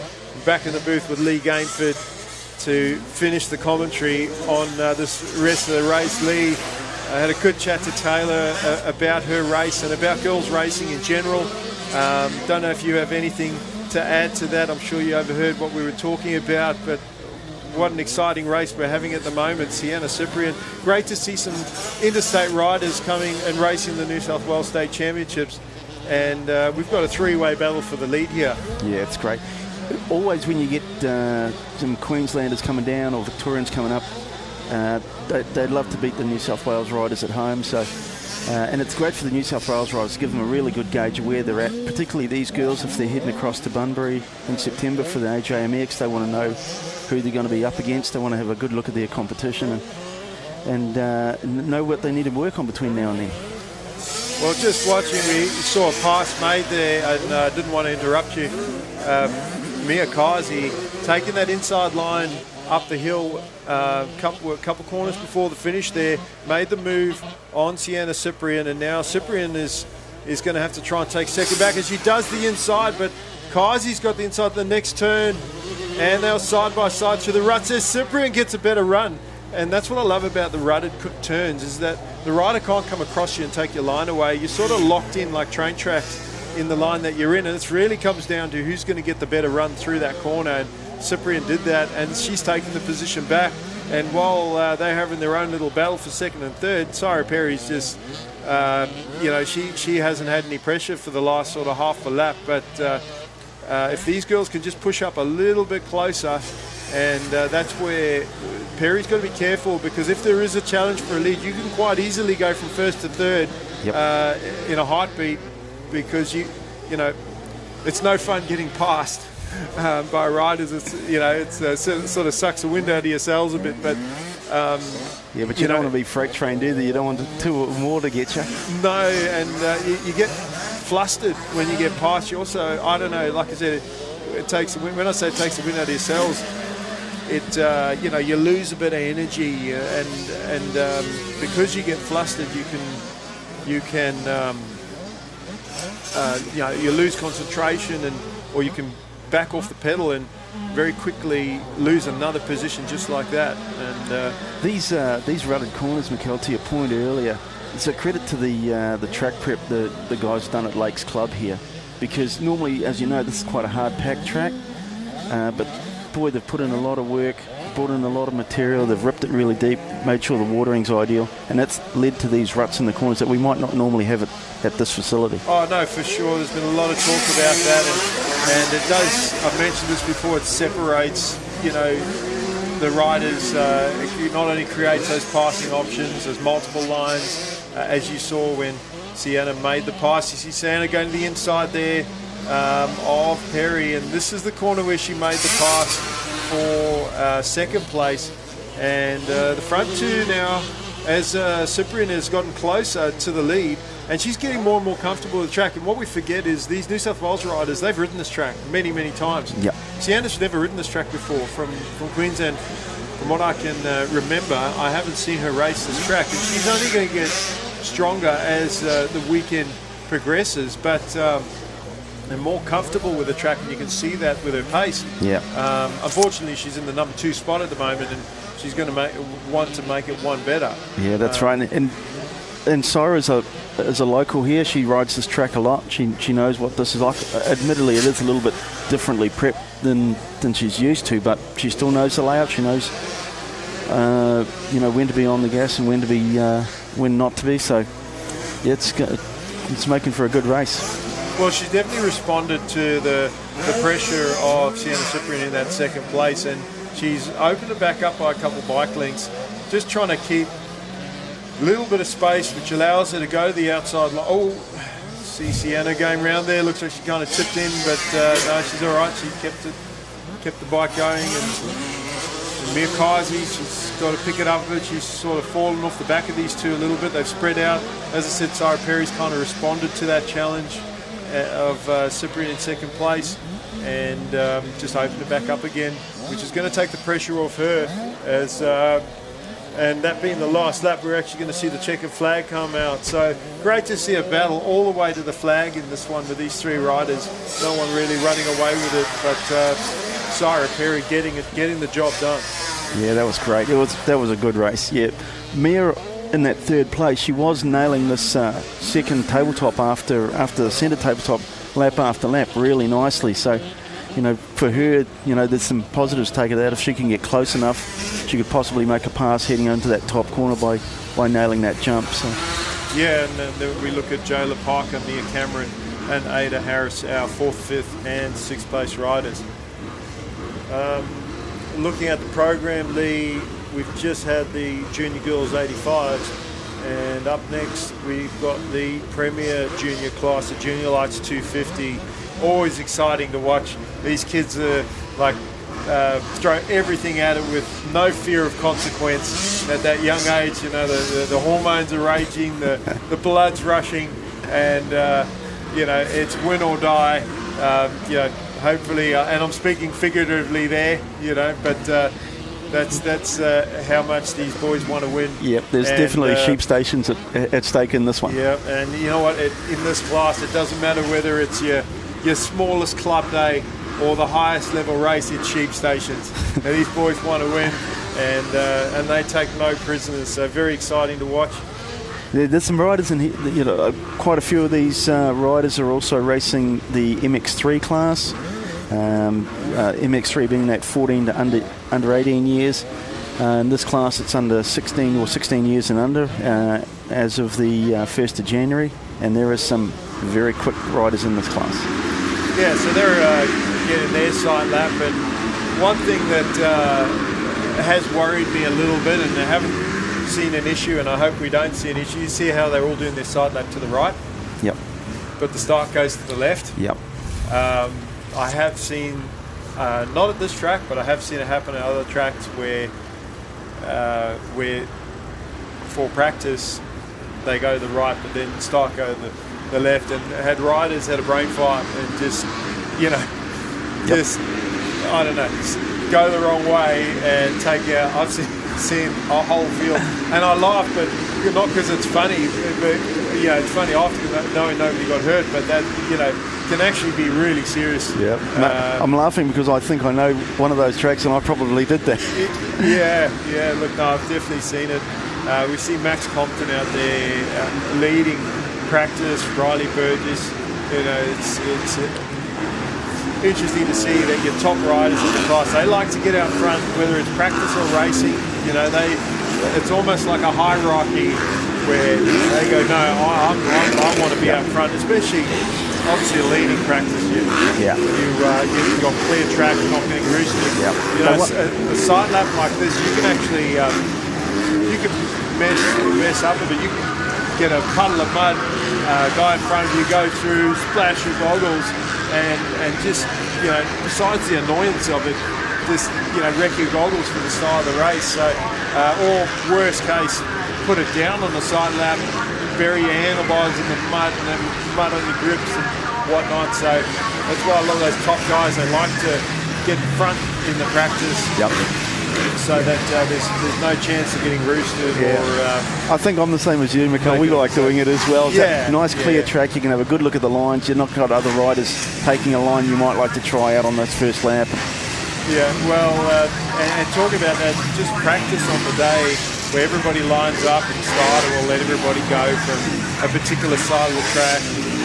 Let's say they let them go from the left. All your top riders, I'll make sure they park on the left, and so that they get to go out first in practice, and they all bunch up over there and push and shove to get that position, and when the starter lets them go one at a time, you often see the guy 5 bikes over just go at the same time, and then the starter gets annoyed, and they do that again. It's just for that track position. They're clean goggles, clear track.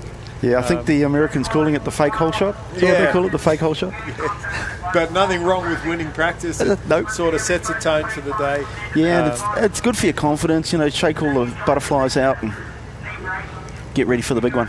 Yeah, that's it. And again, you're also not just staying clean from a dirt perspective, but not getting caught up either. When you're in the mid-pack with everybody, even in practice, a rider can come across you and end your day early. But again, we're talking about the start and how you look at this grid, it's just over half a grid full. Everybody, even your guy in gate 40, is preferring to go gate 40 than go to the inside. That's right. They're favouring that outside. Talking about the long start straight. Being a longer start straight gives them, they don't have to brake as much going into that turn. They're carrying a lot more speed.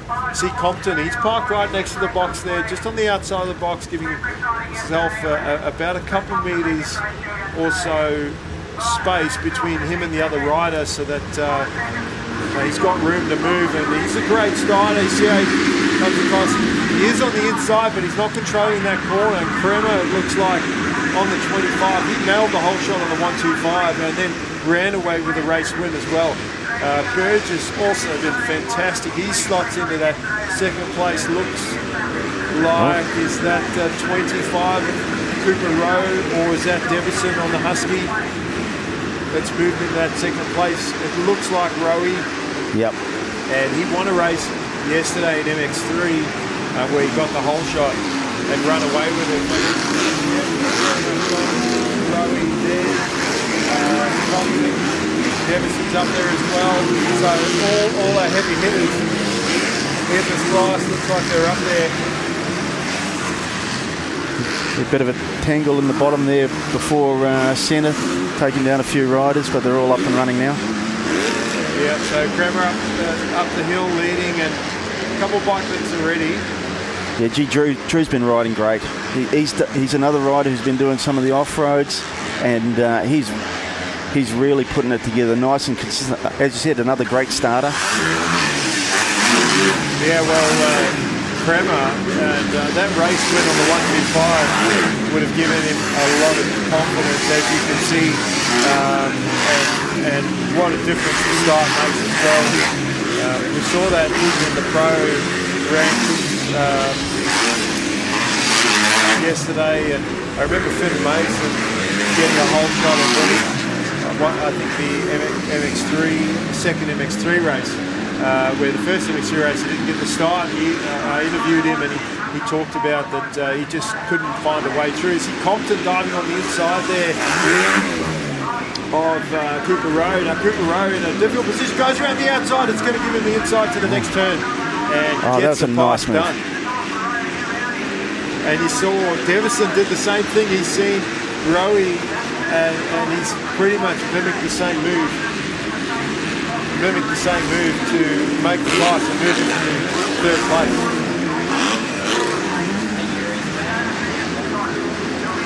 Yeah, this is certainly a great battle, these four. So now that Rowe's got clean track in front of him, he will be able to take the lines he wants. See how the officials have put those pegs back up. Some of the riders knock those pegs over, those white pegs. Once you run over them a few times, they do come out, and I guess once the pegs get knocked out, well, there's nothing delineating the edge of the track. So riders can then go, well, there's no pegs there, so I'll go where I want. And you can almost see them making a line on the inside and the inside of the track there. But a very close battle here as he's got around top.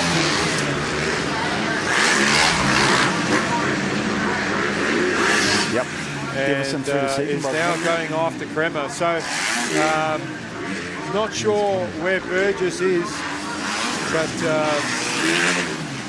Denison's moved up in a second. He's made a pass. There's Burgess. He must have made a mistake because pretty sure I saw him up near the pointy end of the field early in the race. And these front four have been putting on a great show for us. It's been exciting racing so far. Yeah, fair old gap back to fifth place. Oh, and fifth's gone down. And that, I think, might have been Jones. Yeah. On the 299 machine. So he's been in the top 5 all weekend. Again, very competitive class. Any one of these guys in the top 5 can win a race with a whole shot and a lead. They're all very evenly matched in pace. I mean, Devison's definitely shown that he is the guy to beat. He's been able to sort of make his way up, but then again, yesterday, trying to push through the field to catch up, didn't get the greatest of starts in one of his races yesterday, and actually crashed and went back again. So, you know, even if you are slightly faster than the other guys, doesn't necessarily mean you're going to win the day, especially if you put the bike on the ground. And it's Rowe from Devison, and they were actually first and second yesterday in the MX3 class, pretty much exact same, almost identical race where Rowe from Devison, and that's the way they finished. So, you know, it'll be fresh in their minds. I don't know about you, but I always feel more comfortable being in front, having clear track, being able to take the lines I want to take, not having the roost, where other riders feel more comfortable chasing. Yeah, like I'm the same as you. I prefer to be in front. You know, you can control it, take those insides and protect where you need to, and you know where it can bite you a little bit is when you come up on lappers and you're the first one to hit those lappers and they don't know they're getting lapped. You can get held up a little bit, but you know, it's worth the risk if you're in mind. Yeah, I was just watching Rowe go through those rollers, and he was monoing the first 3 rollers, and then with that momentum, speed, there's a look over his shoulder there on the big step up jump going, who's that behind me? Just wants to know, I guess. I mean, personally, I'd rather not know. And if you did look back and see that it was Jack Devison, you'd go, oh no, you know, not the guy I want in second place. But Rowe is one of those riders that seems to be very calm. When he's got someone behind him. He does sort of ride the lines he wants to ride. He's very smooth. See Compton diving up the inside of Kremer there and making the move. Yeah, the 2 nice gas riders having a battle. And the one thing about Rowe being in front and seeing Devison there, he's actually pushing a bit now. I saw him scrubbing those last few jumps towards the finish line. They're quite hard. Looks like they're going around a lap rider. They both have to go to the outside line there. Nothing in it between first and second, and then a bit of a gap, and then again third and fourth very close as well. Rowe taking that inside line, the defensive line, and Devison with a little bit more momentum. So good that Rowy's protecting the inside there, and we'll get to see what he was doing through the rollers again. Like I said, very smooth, just monoing through the first three, and then doubling just those last couple. Going the outside that time, didn't land cleanly, so used that momentum speed he had, and I actually think it worked for him. He actually looked like he actually gained some time by doing that. So a lot of the riders going to the inside thinking it's a shorter line, that it's going to be faster, and holding the momentum to those rollers and taking that outside line.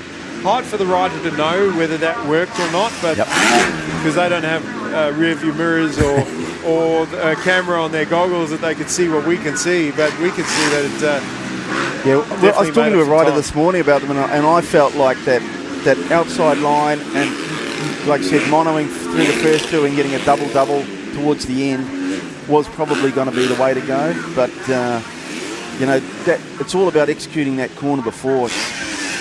It got really chopped out yesterday. Yeah, well, he's actually spread it out a bit now, Rowy, and he's hitting his marks, not making any mistakes as he gets past another lap rider, and unfortunately for Devison, he's had to run a bit wider in that turn because of the lappers, so Rowy getting a better run there through past the lappers. We'll see if Devison is able to actually close up that gap. That'll give us an idea of his pace, whether or not he's got a little bit more pace than Rowy or not, because yesterday in the MX3 we had a similar position and Rowy couldn't actually close it up, but with that little mistake with a lapper, Max Compton, who has gotten stronger in the races, a lot of the riders show their intensity at the beginning of the race where they're trying to get to the front, and Max Compton seems to have intensity all the way through the race, not just at the beginning, but seems to be very, very strong at the end of the race, and that will give him some energy. Seeing, like I talked about, losing energy when you get past or when a rider catches up to you,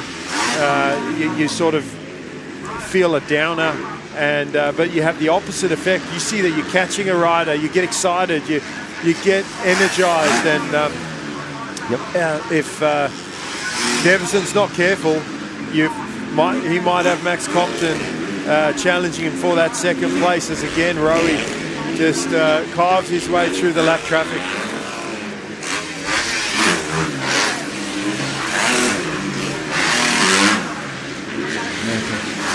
And Kremer has dropped back to fourth place after having the early lead. I was talking to Maxie yesterday, and they've spent a fair bit of time training in Queensland. He's looking really, really sharp on the bike. I think 10th overall, roundabout at Wonthaggi in the MX3 class. So, well, there's Ryan Jones. He's our fifth place rider, and then a couple riders after him. There's Burgess in about 7th or 8th position.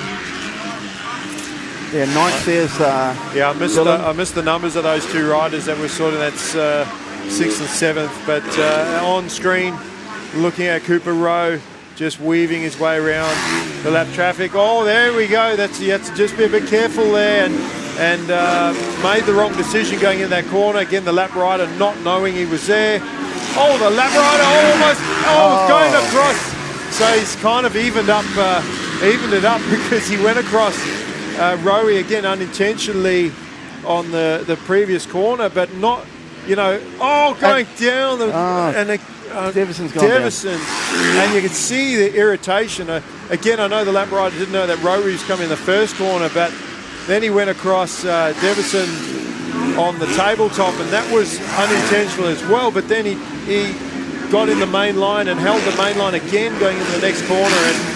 And again, as much as the lap riders, don't know the leaders are coming, they've also, once the leaders are there, need to be wary to stay out of the main line. And that was unfortunate. That was really unlucky. Look, the onus is on the overtaking rider. However, once you start getting lapped, that lappers, you're going to have other leaders coming up on you. You just need to be aware of your surroundings a little bit.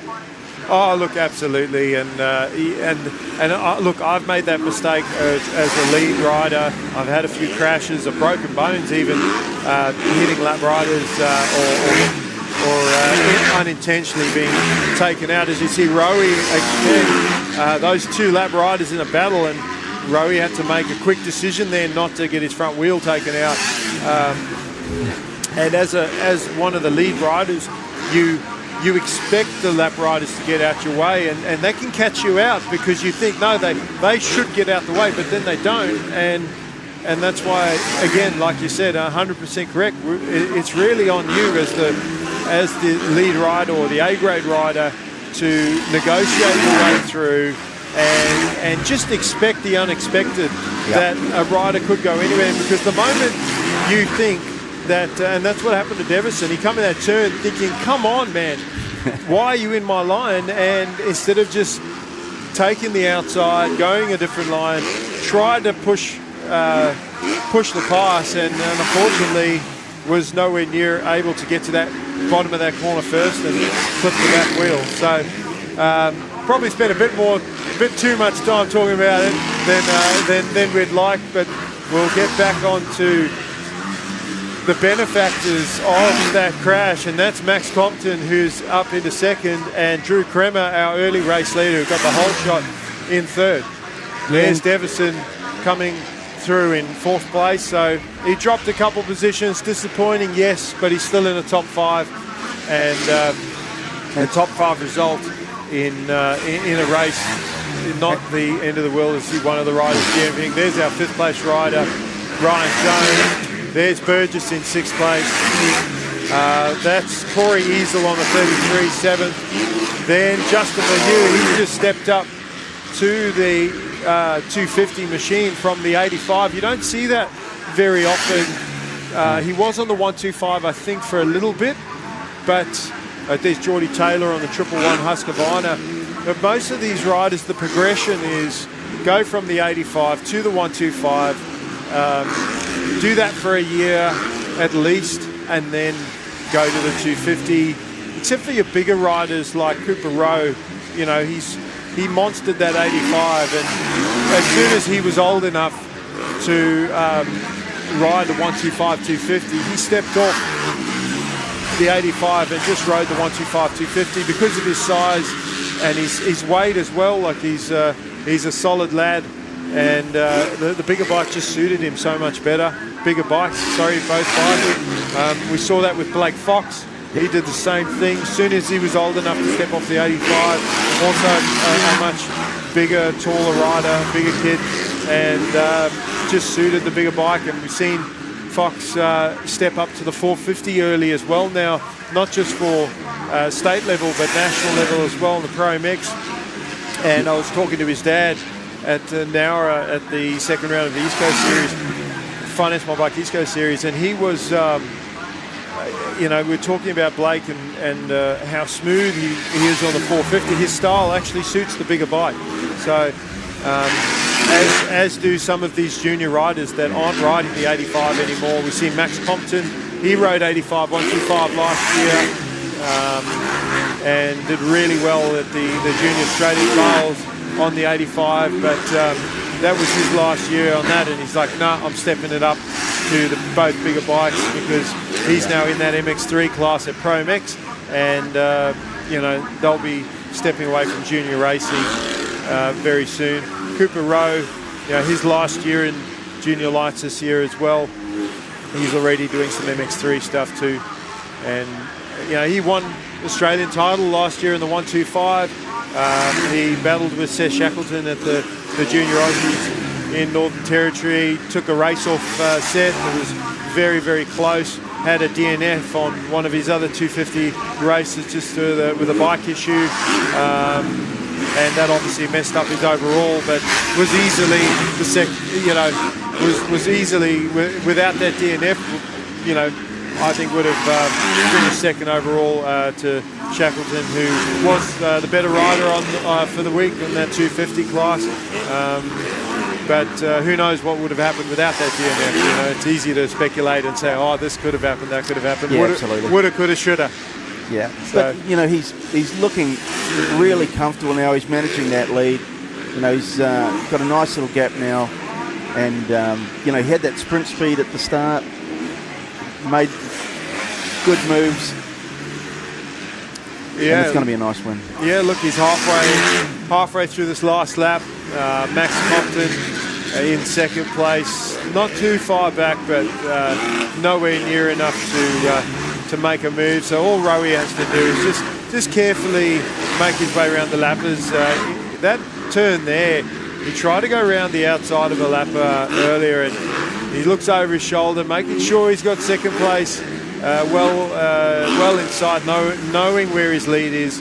But, you know, he was actually very lucky that when he went around that lap rider didn't know he was there. And the lap rider rode that berm high, and Rowie had to actually jump on the brakes and then cut down to avoid a crash. And that could have been, that could have ended his race win. Yeah, to your point, a lot of those lap riders, they're within their own battle for points. You know, Rowie's kind of lapping right up into the points now, so these lap riders, they might be battling for a position. Yes, he gets a checkered flag there, and we'll wait for second. He's going to come through. Max Compton. Should be Kremer in third, and Devison in fourth place. Ryan Jones fifth place. So there's our list, top 15 riders. Top 22 actually, and then did not start. Jack Burton, he was racing yesterday. He's a podium contender, and he had a fall yesterday and decided not to line up for the second day. So we wish him all the best and hope that he's well. You see, look what a great shot that is there, Lee. There was 4 of your top 5. Ryan Jones has just turned up. There's all stopping, shaking hands, and the camaraderie, you know, is great to see from these guys. Yeah, these guys know each other really well. They've been racing, as you said, all through 80s and 95s. You know, they know each other really well. And there's some mutual respect there that, you know, okay, Jack, that was a bit unfortunate with the lapper, but, you know, Rowie will take the win, and, you know, Jack will bounce back. Yeah, as we saw in that race, I think they all had dramas working through the lappers. And, you know, again, it's not just about the guy that gets the whole shot. It's not just about the position that you're holding in the race and the speed and the skill that you have.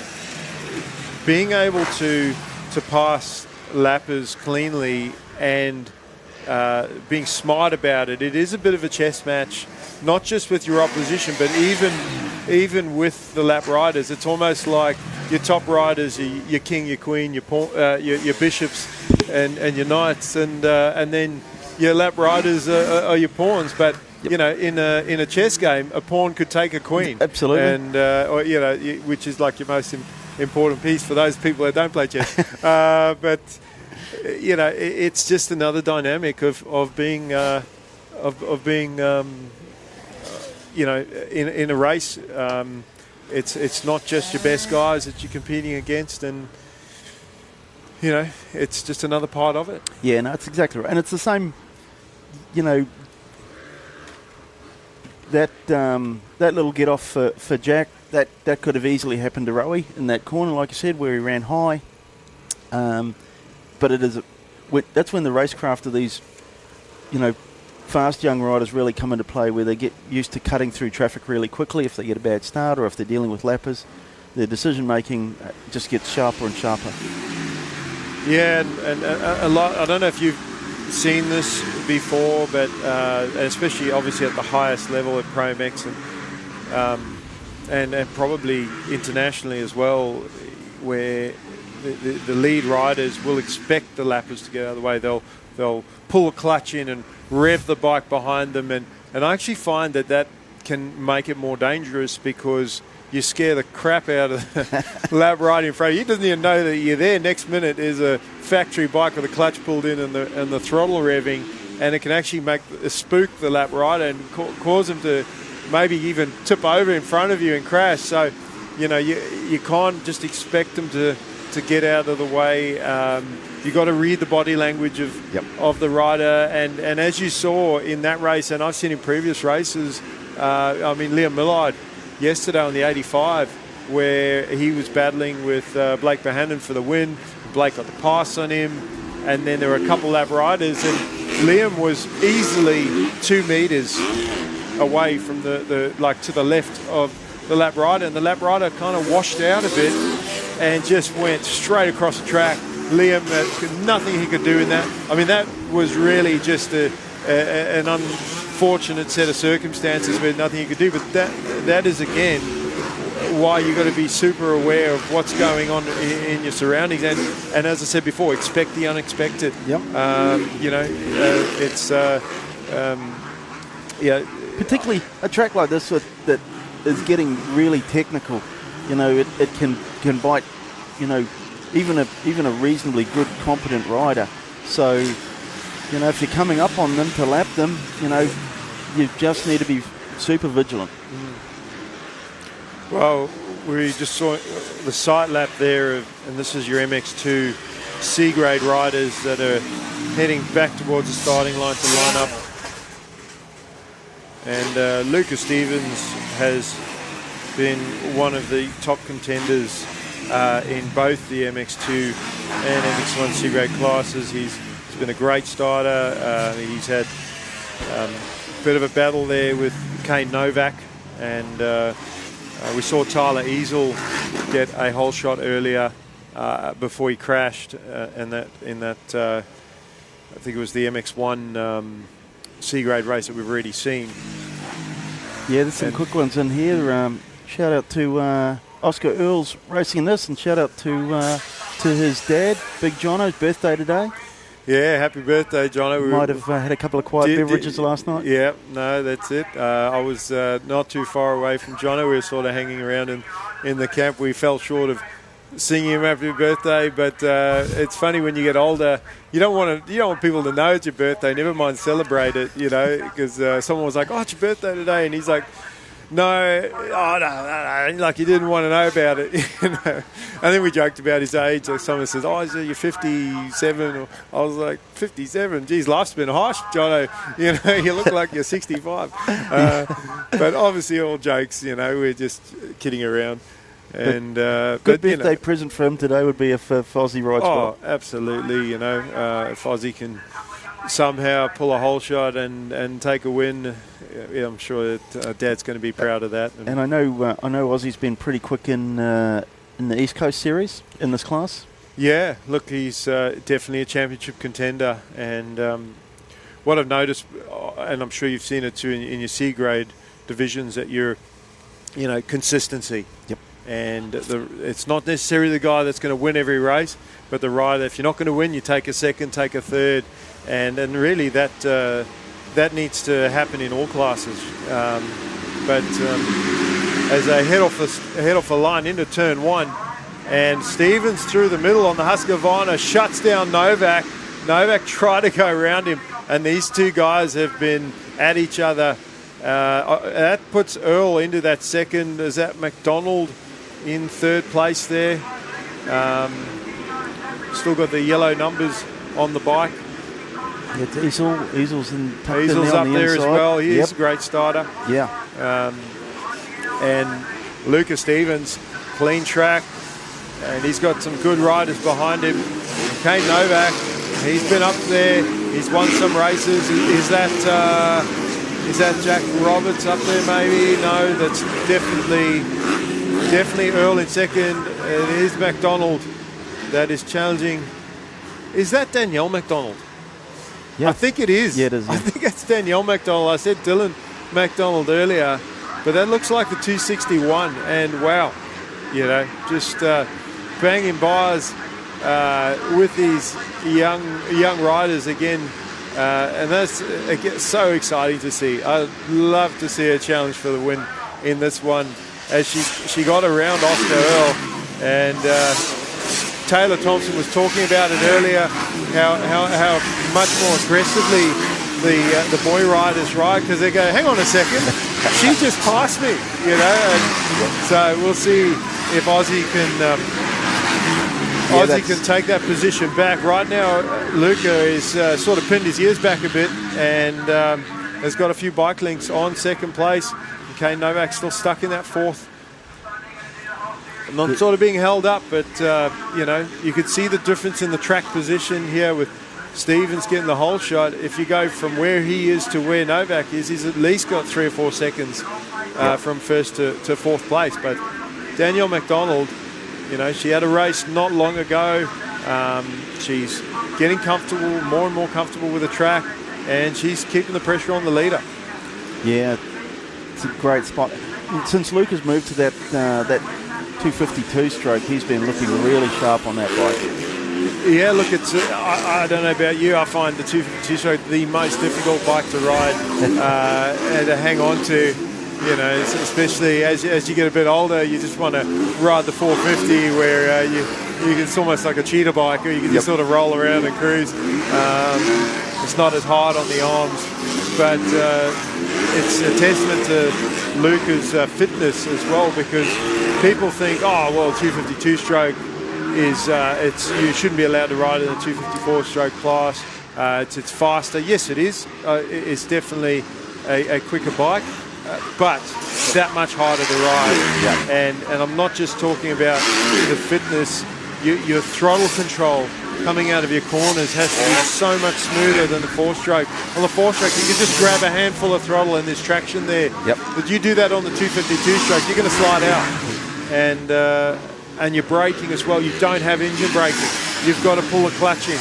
You've got to use your front brakes and your back brakes to pull up for the turns, where the 4-stroke, you could just back the throttle up and pull the front brakes a little bit, and that settles the bike going into the turn. So, having to pump the clutch, pump the front brake with a finger or 2 fingers, depending on what your preference is, that works your wrists and pumps the arms up quicker. So your hands and your wrists doing a lot more work. Your forearms pump up quicker. So you've got to be that much fitter. You've got to be that much more skilled as a rider, and that's another reason why the junior guys. Luca looks over his shoulder and goes, "Who's that? Who's that behind me? Giving me a challenge." And so we'll see if Danielle's able to close up. And she's definitely, these front two have pulled away a little bit from Oscar Earl in third, Kane Novak in that 4th place.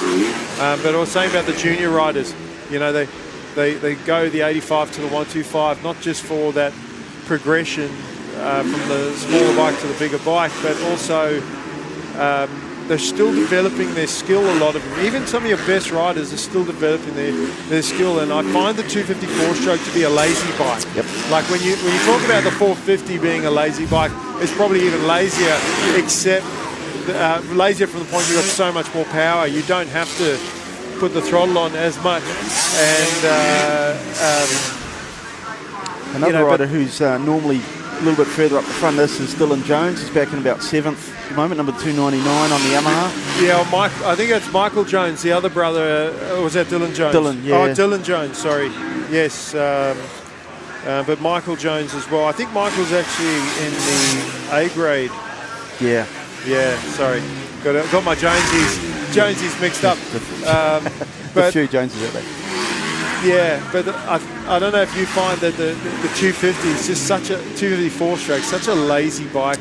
It's a lot softer on the arms than the 450 even, and the only thing is these kids are revving the bike so high that you've got to stay up on your maintenance, otherwise you're going to have problems. Again, Luca looking over his shoulder. Maybe not so much to look who's there, or maybe he didn't see who was there the first time around. Maybe just to sort of go, is Danielle a little bit further back, or is she still in the same spot? So, and he's got a nice little gap there, so he's in management mode. Just hit his marks, make sure he's getting those ruts just nice and clean, and downsiding the jumps he needs to, and just maintain that nice position there.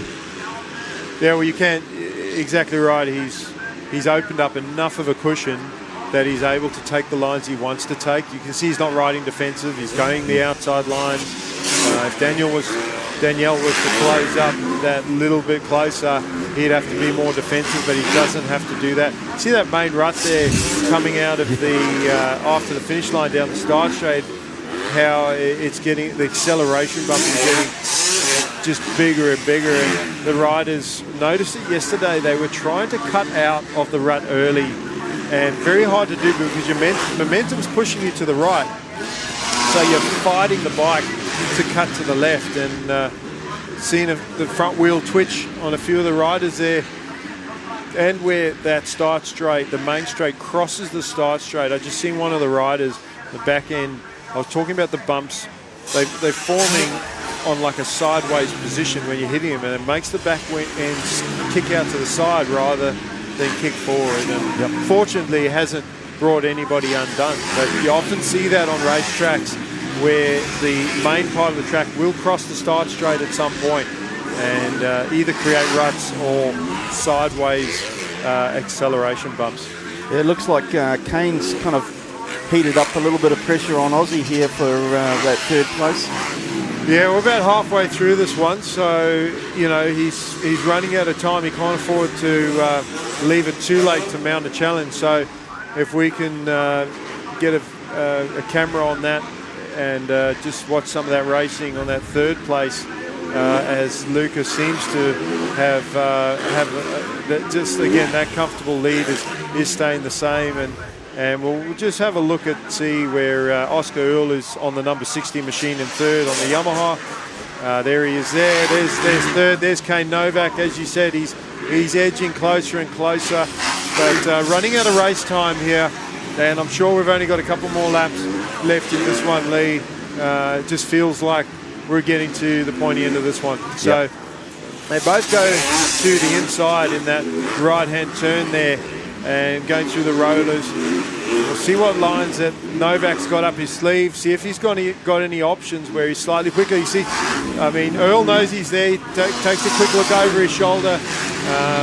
Again, I don't know if it's to know if it's the rider, wanting to know who it is, or to see how close the rider is, but this is probably the closest that Novak has been all race, and he's going to the outside. He's trying different lines, trying to carry that momentum. Earl gets that inside line cleanly, and there was really no line there on the outside for Novak. He lost a couple bike lengths trying that different option. Probably wanted to choose a middle rut rather than going into no man's land there on the outside of the ruts. Yeah, no, I agree. We really needed to just keep it in a little bit tighter, but he's back on him. And like I say, he's only got a few laps left to get up on Aussie and press for that position. Yeah, I mean, I do like the fact that he's trying different lines, and look at that lap rider, looking over, slowing down, getting on his pegs, and staying out of the way. I mean, he just kind of held his line. He didn't actually change lines. So fantastic job there by the lapper, getting out of the way. But man, this is close racing with third and fourth place here as we see our leader going over the finish jump, and Danielle McDonald sort of comfortable in that second place, but tight battle for the lead. So we'll see what Novak's got up his sleeve. Will he go to the outside at the bottom of this corner here? He's sort of been following in the inside. This time Earl goes to the outside, and Novak, he might have just left the door wide open, and he has. It's come right in, Kane Novak, and you don't need to give him an invitation like that. He's taken third place.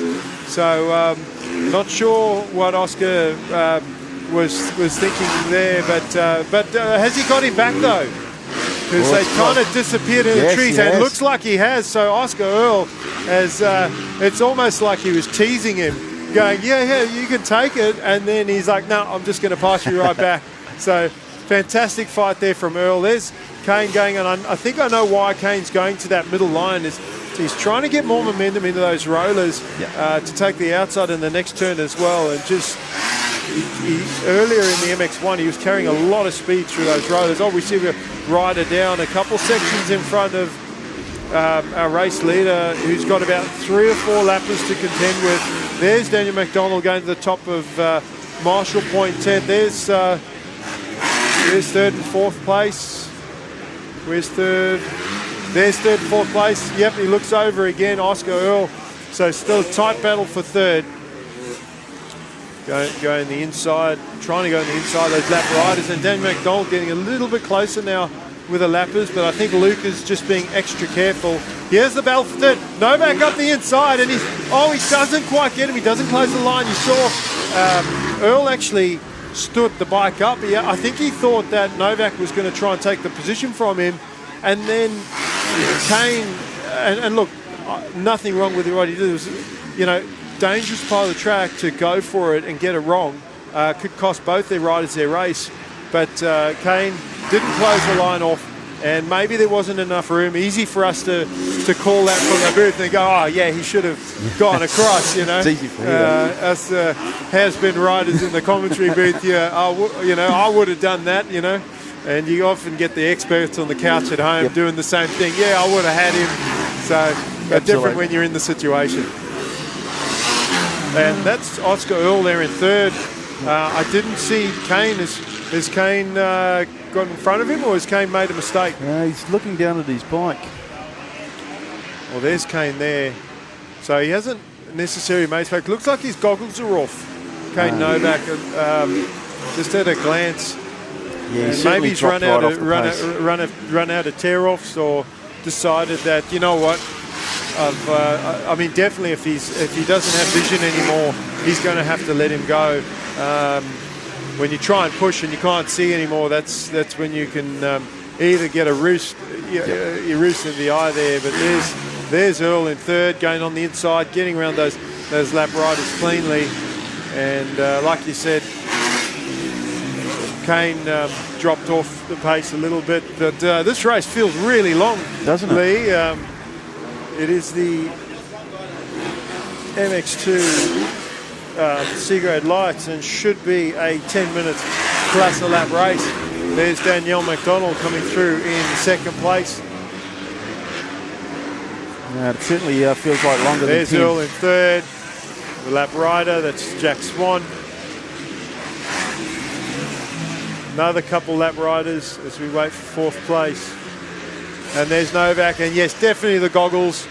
Goggles are off, and this is not the type of track that you can, as I said, fight for position. But he has to be careful, because Easel and who's that fourth place or fifth place rider? I think it's Jack, isn't it? Roberts. It might be Jack Roberts. So Tyler Easel on the 3, and he's not very far behind Kane Novak. So Novak can't afford to sort of rest up too much, because then he's going to have to, without goggles, fight for that position. As they go up the back there, there's not a lot of ground to make up there. No, Kane is rolling around.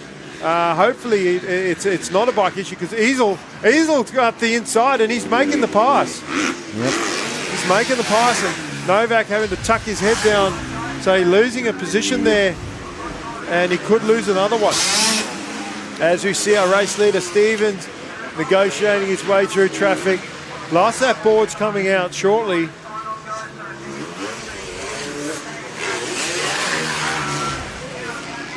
There's Novak. So he has dropped another position. Dropped another one, yeah. The good news is for him, there isn't anybody else coming for a long way back. But he'll be disappointed with that, because he's a potential championship contender and a race winner. And to drop that many positions further back. And I was saying about Lucas Stevens earlier that he's been really smart all weekend. If he hasn't finished first, he's finished second. And he executed the start in this one. We haven't talked a lot about him. We were talking about the battles going on behind him. And he's, like I said, executed, done what is required. And I spoke yesterday, it's a common thing to say, a common phrase, should I say, that you can't win your championship in the first round of the series, but you can certainly lose it. And Lucas Stevens is putting his best foot forward at the moment. Yeah, absolutely. And it's a 3-round series. You've got 9 races. And consistency, delivers championships. So you've got to put yourself in a good spot every race. The start certainly helps, though. That whole shot. It's been well managed, obviously, but that start really helped him. And again, another sort of applause there to Danielle McDonald in that second place, and look how she challenged for the lead with Taylor Thompson in the MX Women. As we see our race leader heading towards the checker flag. Job done for Luca Stevens, and he has done everything right, ticked all the boxes. He's going to get the checker flag. Danielle McDonald second, and we will see Taylor Thompson in the MX2 A and B class. So, those two girls competing against each other in fist pump there with Luca Stevens, and Luca, sort of putting his head up, going, "Oh, thank goodness that's over." There's Oscar Earl, and he'll be happy with that podium, I think. He was looking a bit tired towards the end there, Ozzy. Look, again, it just felt longer than 10 minutes plus a lap. And sometimes what can happen is the leader can cross the finish line at 9 minutes and 50 seconds. And a 10-minute plus a lap race, which essentially, ideally should be a 12-minute race, could end up being a 15-minute race with that extra lap that you have to do. Yep. And then from the perspective of running the event, that 15 minutes race could end up being 18 or 20 minutes by the time your last rider comes through. So it's really just dependent on when that leader crosses the line. It'd be great to have a countdown clock at the finish that's sort of going, 10, 9, 8, so that when the rider comes past, you can actually see, I better slow. If I just slow down by like 2 seconds, I'll get the last lap board this time. Yep. But it's easy to say that. It's yet another cost. There's Lucas Stevens, Daniel McDonald, Oscar Earl, Tyler Easel, Kane Novak, Callum Bird, Banjo, Lorenz, Dylan Jones, you mentioned earlier, Rory Clemens, and Ewan Moorcroft, our top 10. And we're still in the first races of today's program, Lee. So, still got some sight laps to go. Yep. Or we'll just have a look who's on the line. Yes, so in front of the gates. And that is our 65, 10 to 12, our older 65 age group. So we've only got 3 more races of this second round.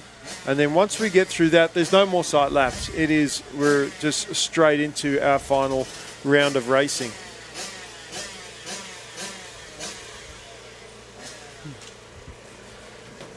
Yeah, some good riders in this next 65 class too, isn't there? Yeah, well, Blake Bohannon has he's sort of put it out there to his opposition that he's the guy to beat, yep. And both on the 65 and 85. So.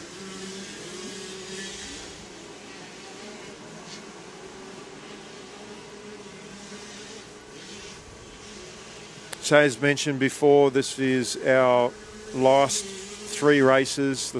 We've got the 65s, the 12 to 16 85s, then the MX2 Pro class, A and B class, and they're our one of our premier classes for the event. After that, we are straight into our third round of racing and no more sight laps. And I think, obviously the riders want sight laps. I get it. They got no practice today. Their practice was yesterday. It is good and safe for them to do that. But what I find is the riders, and you can't blame them. Obviously, the worst that the official can say is no if a sight lap is asked for. But what I think the riders and parents don't realise is that if the event gives the riders sight laps all day long, we'll never get through the program. That's right. Yes, they need them today for their first race because they practiced yesterday. They need a look at the track. But, especially at this level, at state level, yes, you're going to get some club riders from the local area that are going to go state title at my local event. I'm going to throw it out there and see how I go, which is great. Like, you're not going to know how you're going to fare until you actually go out there and try. But at this sort of state level, I'd actually like to see the riders ride to the conditions. I think we're seeing less and less of that. And I mentioned crashes earlier, that a lot of riders, when they crash, they say, "Oh, it was bad luck. I had bad luck. I crashed and I that corner. It's like, no, you know what? Take some ownership. You know, you crashed. You're the guy on the bike. Yes, there are instances like we saw with the lap riders, and even then, some of those situations can be avoided. But there are times where it's completely out of your control. We saw a couple riders go off the start where crisscross lines came together and rider crashed. And yes, there are some unfortunate events where things happen. But it's easy to blame the other rider. It's easy to blame the track. It's easy to blame the bike, or the fact that the track conditions have changed, and the track's always going to be good at the beginning of the day, and what will happen is the track will get better up to a certain part of the day, but then it's going to get worse. And when it gets worse, that's where you have to adjust as a rider and go, okay, the track is getting worse. I can't ride like a maniac like I did in the first race, in your third race of your day. I need to actually be smarter and maybe back my pace off to 80%. And I don't think a lot of riders have learned that yet. No. And then they crash, and it's the track's fault, and it's the club's fault, and it's the event's fault, and it's the, whatever. So, and what they also have to realise is, you could see the track starting to dry out. There has to be water go down on that track. But if we put water on that track and then the riders ask for a sight lap and we give them a sight lap, the track just dries out again. But then you give that class a sight lap, the next class expects a sight lap. You give them a sight lap too. You've basically undone all the effort that you put into trying to keep the track wet. Yeah, that's right. I believe in sight laps if there has been changes to the track have been made, but this track hasn't had any changes. A bit of water, I appreciate one sight lap because of yesterday to today maybe, but then there's been no track changes. You should know the track. Well, again, ride to the conditions, and I mean, you were talking about enduro earlier. I've never heard enduro riders ask for sight lap, and they don't even get practice. No, they don't care. Their practice lap is their first lap of the race if it's a big loop or whatever. Sometimes it's obviously stages, but anyway, we've got a 15-second board up for this 7 to 10.65 race, so we'll see who can grab that all-important hole shot. And looks like a KDM, a couple KDMs out there. Is that Duke Sharabim up the inside? Almost. He didn't quite have the hole shot, but nearly got it. Is that Chandler?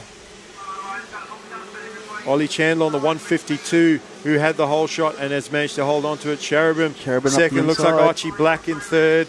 Sharab tried to make the pass up the inside. Didn't quite get. Archie Black trying to go up his inside. Now he does have the line and will take over second place. But where is Bohannon and where is Sprowley?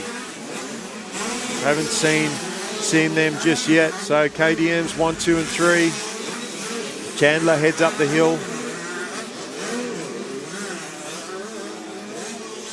Oh, and that deep rut on the inside. It had a hook in it yesterday. There's Sprowley, I think, in fourth place. And just seeing a rider go over that centre jump, hitting that kicker again. And the riders have to be careful of that one. They've got to take note. If they hit that kicker once, you don't want to hit it more than once, because the second time you may not be as fortunate. Yep, now that you know it's there.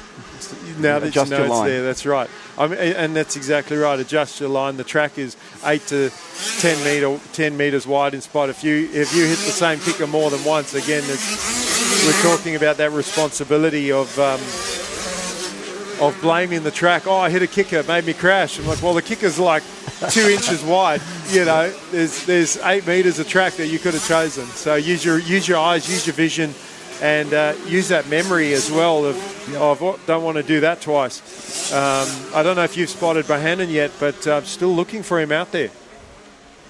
Yeah, it wasn't in those first few riders, so must be kind of working up from a I think I've seen him in about 6th place. So yeah, we'll see Ollie Chandler trying to run away with this one. Run in the outside. Has he already moved up, Bohannon? I saw a blue fender going in that second corner. It's definitely a Yamaha there. It is. Blake has fired his way all the way through to second place. He's got Kai Sproul there with him, but Bohannon has just marched his way to the front in this one. Didn't get the start. and has just gone past basically the best riders in the class. So we said earlier about him showing these guys that he is the guy to beat, and he's just done that. Yeah, he's certainly in these first few laps where riders are bunched up. That's when you really got to cut through, and he's definitely done that nice and clean. And yes, it's great to get a whole shot and win a race, but more satisfying to be able to come through. Not that you want to do that every single race. As he goes to the inside and almost had to stand the bike up there. The two lines came together. That inside is fading out to the right-hand side. And now he goes to the inside, and Cale just leaving the door wide open for Bohannon to just... And we've seen a few riders go up the inside there and not back themselves. Yep. And Bohannon he went straight across. Yep. It wasn't dangerous. No, he took the line away completely. That Ollie Chandler had no choice but to jump on the brakes and not jump that jump. Yeah, that was a really slick passing move. Really nice. But also goes to show that when you've got the lead, and we saw that where Oscar ran wide in that turn earlier. Kane Novak went up the inside, and Oscar was able to make the pass back. But yeah, you've almost got to ride with eyes on the back of your head and not necessarily cut from left to right and block the rider in front of you, but you also can't leave the door open like that. No, you've got to protect your insides. But, gee, this is a nice ride from Blake, isn't it? Well, you know, I spoke to him yesterday. We had a little interview in the booth here, and talked a little bit about last year. He was coming back from that wrist injury. We high-sided at the Port Macquarie Club just at a club day, and basically wrecked his year. His confidence was down. He wasn't the same rider at the AJMX last year in Northern Territory than what we've seen him previously. And but man, has he bounced back hard and come out firing this year. And just see the confidence that he's riding with, and he's dropped these guys. You know, he's not only come from sort of 5th, 6th place off the start where we thought we'd seen him. He has carved his way and yeah, just left everybody for dead. Yeah, certainly great rider. You know, he's on the as you said, he's on the return from injuries. You know, he's probably got a pretty good plan in place. Looking forward to Bunbury in September, where he's. I'm sure he'll put in a very solid performance. Look to come away with a position near the top of the podium there. Well, we often talk about main opposition, and you know, I like to ask riders this all the time. I say, "Who's your main opposition?" You know, kids that I work with, and they'll think. You can see them thinking about it, like, "Who's the best rider?" And it's a trick question because my answer is injury. You know, I ask them what. I don't say who. I say, "What's your main opposition?" And they think about the rider, and they. Like in this case, any other rider in this class would go Blake Bohannon because he's the guy to beat. As you see a lap rider down in the corner there trying to find neutral. Ollie Chandler in that second place, looks like. Sprowley still in third. Sharab right there going on the inside. And then Archie Black getting hung up. And that's where your vision's got to be a little bit better, where you should have seen the rider down before he got to that corner.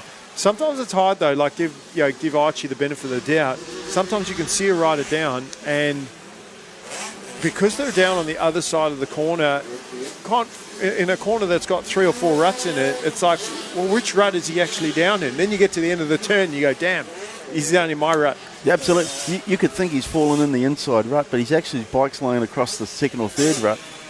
Yeah. And then you don't want to go too wide because you don't want to let your opposition that's racing you for position. And see Blake there, he could quite easily go to that outside line and double that jump coming out that turn, but he's going inside and going single, and it's actually not any slower than going to the outside and doubling. And so not only and he's not doing that to protect the line either, but he's figured out that is just as quick as going to the outside and doubling. He's not risking himself by trying to double, coming up short and casing out or losing control. As we see Duke, Sharabam and Sprowley still battling out. Sharabam going to the inside. So we do have a battle, and I think he's going to get him. So that's just what we're talking about leaving the door open there. So intense battle for third place there. Ollie Chandler all by himself in second, but Sharabam and that's only going to push him closer. So third and fourth place, and that's the 4:11 of Duke Sharabam and the 2:80 of Sprowley and Chandler, and their battle has pushed them closer to second place. So we've got a three-way battle for second as Bohannon unaware. Here we go. Here's our battle for second. Chandler. And the pressure of the challenge. Like, Sharab was in the most difficult spot there. He's trying to pass for second place, but he knows he had Sprowley right behind him as well, and he just knifed the front end coming into that turn.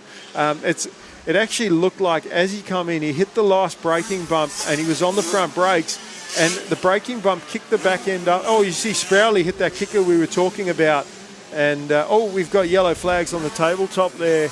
A rider down in a very awkward position. No serious injury, but good job with the flag. He's letting the guys know. Now we see the last lap board coming out. These guys are actually halfway through their last lap, coming up for some riders further down the field. I'm so focused on that battle. The race, how quickly has this race gone by when the other race were like, man, when's the last lap board coming out? Absolutely. Yeah, it's gone by really quickly, and just a nice, clean, professional execution here by Blake. Just really nice. Yeah, well, you won't want to do that too many times. You'd probably prefer to get a whole shot and ride clean to the win as Kai Sproul coming through just behind Ollie Chandler, and then Archie Black. There's Jamie Ross, a quiet but solid ride there in fifth place. There's Sharab and Newby, and that's the worst thing. Last lap of the race, and you've dropped. He literally dropped 3 positions because he was running third, challenging for second. Essentially, maybe even 4 positions because he was challenging for that second place. So, really unfortunate for him. That's racing, though, and anything can happen. Yeah, absolutely.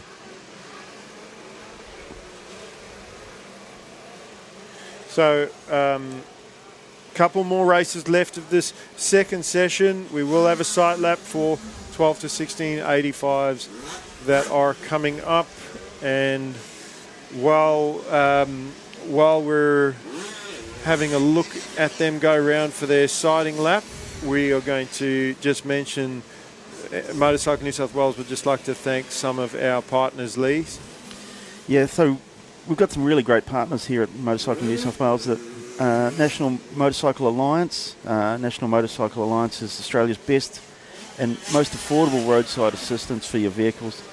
Pay just $57.50 annually for your motorcycle, or $70.50 for your car. Visit motorcyclealliance.com.au or call 1300 We Ride to get started. Well, just before you get on to our next partner, Lee, roadside assistance, it's not normally something that people take up. And the Motorcycling Alliance, it doesn't sound like roadside assistance for your car. And that, honestly, I've had a look at roadside assistance. I've got it with my current insurer, but it's more expensive than that. And I didn't actually realise it was that cheap that you can get it for your car. I think I might be cancelling my roadside assistance option and taking it up with the National Motorcycling Alliance, because that's very economical. And it's not only at the right price, it's really great to support, companies and organisations that support our sport. Absolutely. No, that's just what I was talking about there earlier, about the riders are so used to going left off the start, and we nearly had a very ugly situation there of a rider going to the left, thinking, just used to doing that. So, just thankfully the riders were spread out enough that when he went across, we didn't have anybody tangling up. We actually had a couple riders. Another rider, he went through and he turned around. But just obviously a sighting lap, this one, and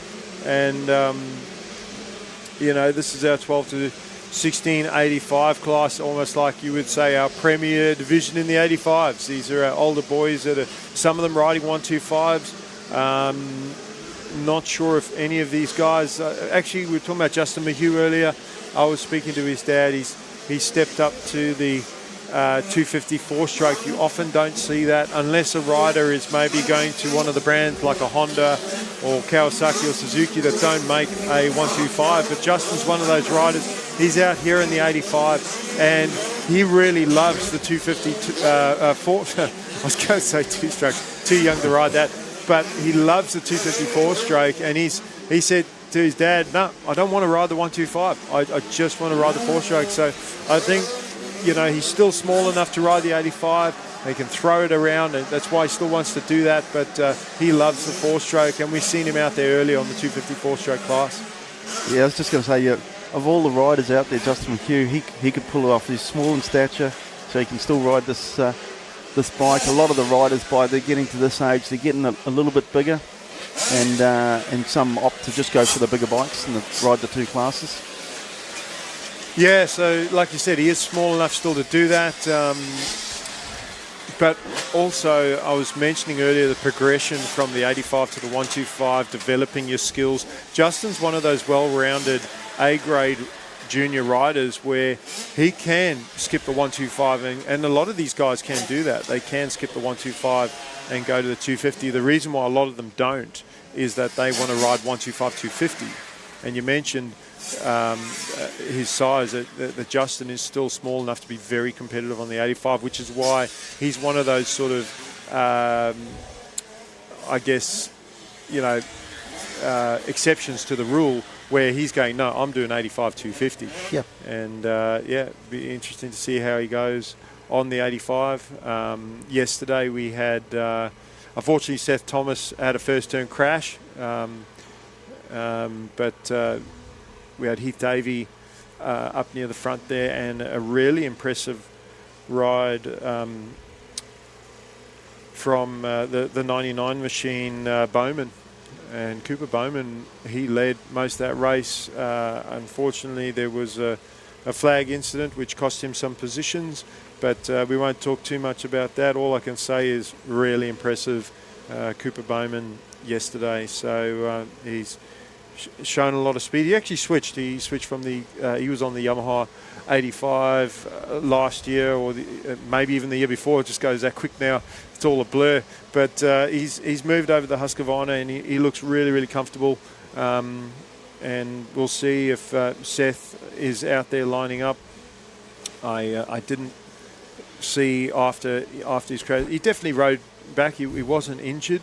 And he's one of those riders that can win at the highest level, Australian title level. Yeah, so I think Seth's out there. I saw him on his bike earlier in the pit, so I think he's lined up.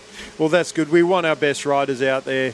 Yeah, we want it to be a race of a challenge, not just riders riding away with it. He's at Bowman down the centre, like and he's been so good on the starts as well. I think that's Thomas on the outside, Davey in second place, or trying to hang on to second, and swooping around the outside is Seth Thomas. So great to see. Oh, Cooper Sprowley, he got a second place in this first race yesterday, and that is devastating for his overall today and championship to be down, but at least he's got the rest of the race to try and make up positions. But a fight for the lead straight away. Bowman looks over, don't need to be doing that. Cooper Bowman, he pretty much led the whole race yesterday from a whole shot, so he knows how to lead. But Seth Thomas is just so explosive at the start of the race. You saw him go around the outside of Heath Davey in that second turn off the start, and you know, maybe there wasn't enough room for Heath to go across and cover the line. Again, you don't want to be banging bars early in the race and tangle up and go down. Last thing you want to do, but great to see three of the fastest riders in this age group up the front. We are in for a treat in this 85 race today. Yeah, this certainly looks well placed now. These three, we wanted to see them at the front battling like this. That's what we've got. Well, I've seen Justin Mayhew there. We mentioned him earlier. He's in that fourth place. And he is sticking with his front three. He's got the pace to do it.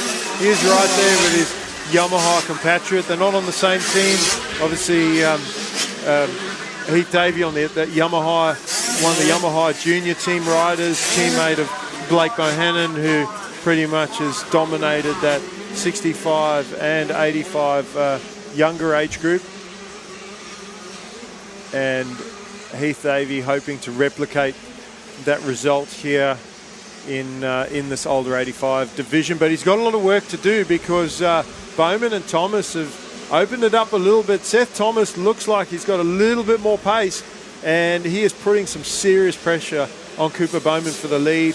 And Bowman is weathering it so far, but Thomas, if he can get around Bowman, I think that you might see him put a couple of hot laps in and gap. He is throwing the bike around, and he's local to the Hunter region, which is even harder for these other riders because he knows his way around this track. The different lines, you can see him switching backwards and forwards, and all the two lines sort of come together down the hill there. So Cooper Bowman doing a great job protecting here. He's running that very inside line up the hill, at the front wheel up halfway up the hill, and then goes to the outside though, where you see Thomas and Davey actually able to seat jump that double out the corner up the inside. Pretty good.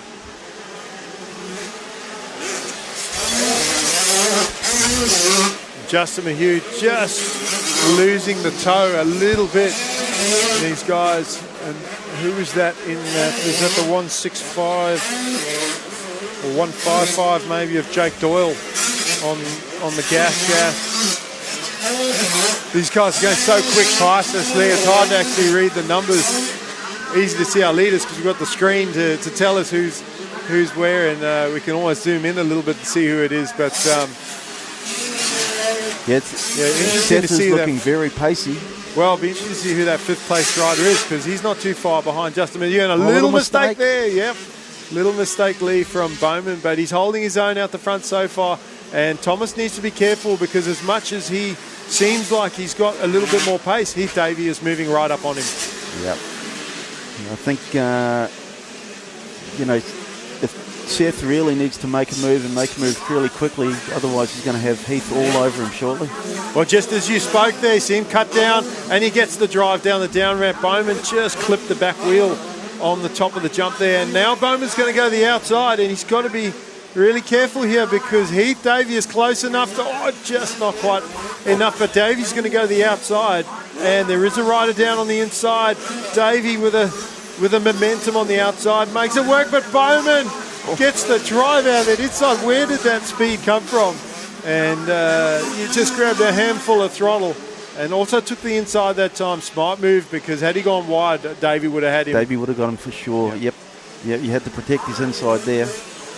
Now, Davey's best opportunity to pass Seth would have been while Seth was in second place behind Bowman. That's one of the beauties about being in third in a battle. As that rider in second, we saw it with Seth Cherubim, where he went down in front of Sprowley because he was sort of that piggy in the middle, and it cost him. But now that Thomas he's got out in front, he is just he's put in a hot lap, and you can see the riders scrubbing off the side. To no avail, have the officials put pegs on the inside of that roller, and the riders are just scrubbing off that inside edge. It was almost like you know what, we give up. Just if everybody's doing it, that's fine. So, but Bowman now, and a little mistake from Davey. Now, Davey is a championship contender, and as the points run, he won the first race yesterday. Seth had the crash in the first corner, ended up ninth. So if Heath can get into second place, he doesn't need to. Yes, every point counts, and yes, it's great to win every race. Now he's trying to work this outside line again, and he kind of got around last time. And this tries to drop the elbow and the shoulder. He tried to lean on Bowman on that outside, and Bowman just he's like, nah, sorry. And then we sort of lost camera shot of them. Not sure if who come out on top, but no, Davey He just leaned on him a little to say, I want that position, and he now has it. So will he try and catch up to Thomas and keep the pressure on? I don't think he's just going to let him go. I think he's going to try and close up a little bit, but he's got to be careful not to crash himself and throw away that points lead that he already has. I know it's early in the championship, but it's 3 rounds. It's 9 races. It's not 10 rounds. You know, that's right. you still got to ride smart, and it's a short championship. You cannot afford to throw it away early. And Bowman, let's see if he can learn something from Heath. I don't think either of these riders could have learned anything from Seth, because the moment he got into the lead, he took off so quickly that Bowman sort of stood the bike up in the corner there. As they came out of that rut, he just lost his balance a little bit and had to back off as he stood the bike up. Lost a bit of ground to Davey. But as soon as Seth made that move for the lead, he realised he had to sprint because Heath would be coming. Absolutely, and we've just seen Heath jump almost over a lap rider there. He went from the right-hand side to that tabletop, and that wasn't by accident. He saw the angle of that rider. He knew where that rider was going to lift off that jump. He didn't pass him till he was in the air.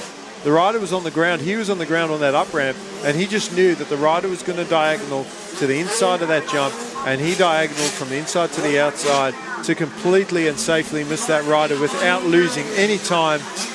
You see a lot of good riders sometimes jump on the brakes to be careful, and he didn't do that. Yep. He calculated that move, and you know, when a rider jumps over another rider, most people think, oh, that's so dangerous, and it can be dangerous depending on what the rider in front of you is going to do underneath you, because once you're airborne, you have no more control anymore. But that was very well calculated. Didn't lose any time and got back by the lap rider, and that's a vision thing as well. You know, definitely seeing the lap rider early, seeing what the rider's going to do. You can see Thomas there. He loves that outside. I mean, it got him second place early in the race off the start around Davey, and he's still using it. Goes around the lap rider. Again, we're trying to keep the moisture in this track. Some tracks, though, like Lakes, have that advantage of hoses around the track where they can sort of keep the moisture in. You see the spurt of dust coming off that up ramp. They can't really water those up ramps, Lee, because of how slippery it makes it. They sort of kind of water the tops of the jumps, or stripe water, to put water on the track but not make it too slippery. And again, that's what I was saying earlier about the sight laps. Like if everybody's asking for sight laps all the time just because you're putting water down, some tracks don't have the ability to water the track mid-race with hoses. Some tracks only have a water truck, and they've got to take a break to get the water truck out there to water the tracks. Yep. I don't see any of... I bet you there'll be nobody on the start line asking for a sight lap, although they are going to get one because it's their first race of the day today. Yep. But what I'm saying is, I don't think any of them are going to ask for a sight lap in the next race after them, just because there's hoses out there watering the track. They're not going to think anything of it. No. But like, how is that any different than a water truck going out there to water the track? There's no difference. There's water going on the track. Track conditions are changing. You're the rider. Adjust to the conditions, and that's what we're seeing by these guys. I mean, I completely understand if the watering has to be on point. They can't water the braking sections of the track. They can't water too much on the acceleration parts of the track. They've got to be careful there. They can't water on the up ramps and the down ramps. So if the club guys are on point with the watering, the track is as safe as it's going to be, but again, you still have to adjust to that as a rider. Yeah, absolutely. And you know, we've got to put the water down. Like I said, we have issues with dust. We've got to do the right thing. But yeah, like I'm saying, that little bit of dust on that up ramp, you know, that's just, it is what it is. But this is the New South Wales NSW state titles, so these riders can all ride pretty well. Adjust your riding. You know there's water going down.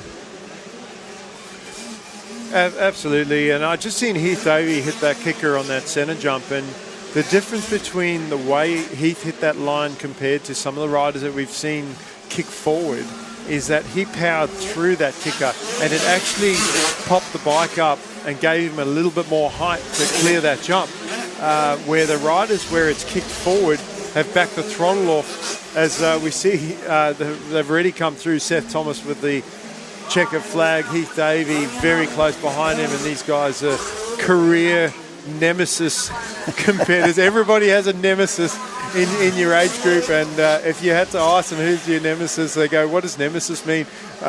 Who's your main opposition? I'm sure they would say each other. Yeah, absolutely.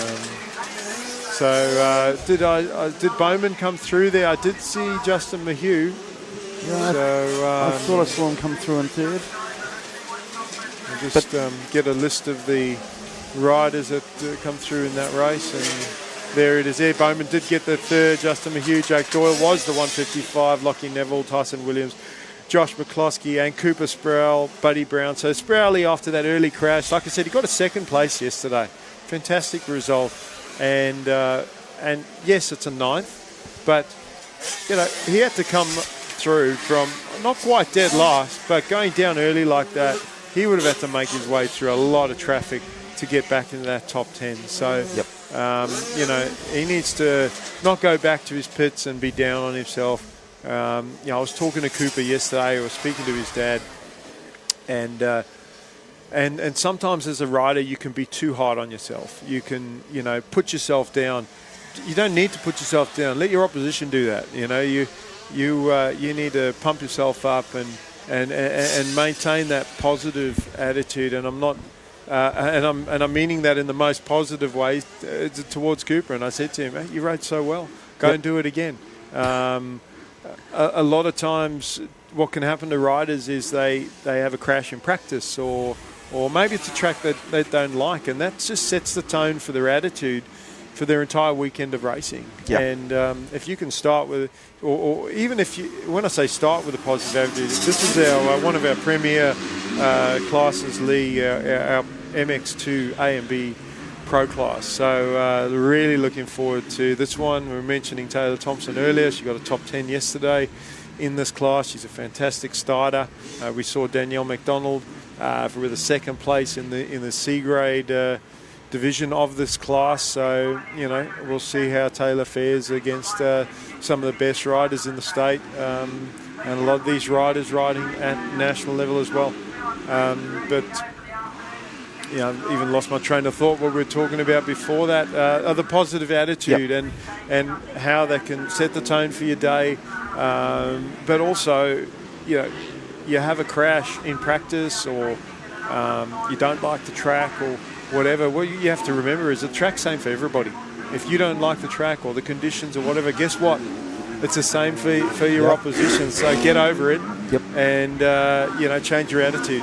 Yeah, you'll see it. There's riders, they'll come back and they go, man, I keep messing up this corner because this corner's hard, or this corner, or this set of jumps or whatever. Yeah, but it's the same corner for everyone, it's the same jumps for everyone. So let's look at how the best way to get through these things. Just nail those things, and then, like I said, we've got 6 more races after this round. Just kind of score points in each race, bounce back from your down, crashes or little incidents. Put some points on the board, head into round 2, refreshed, and it's kind of take our learnings from here and go forward. Yeah. I'm part of a team working on a first for mining in New South Wales, turning this coal mine into a new hydro power plant and solar farm to generate renewable energy for families and businesses.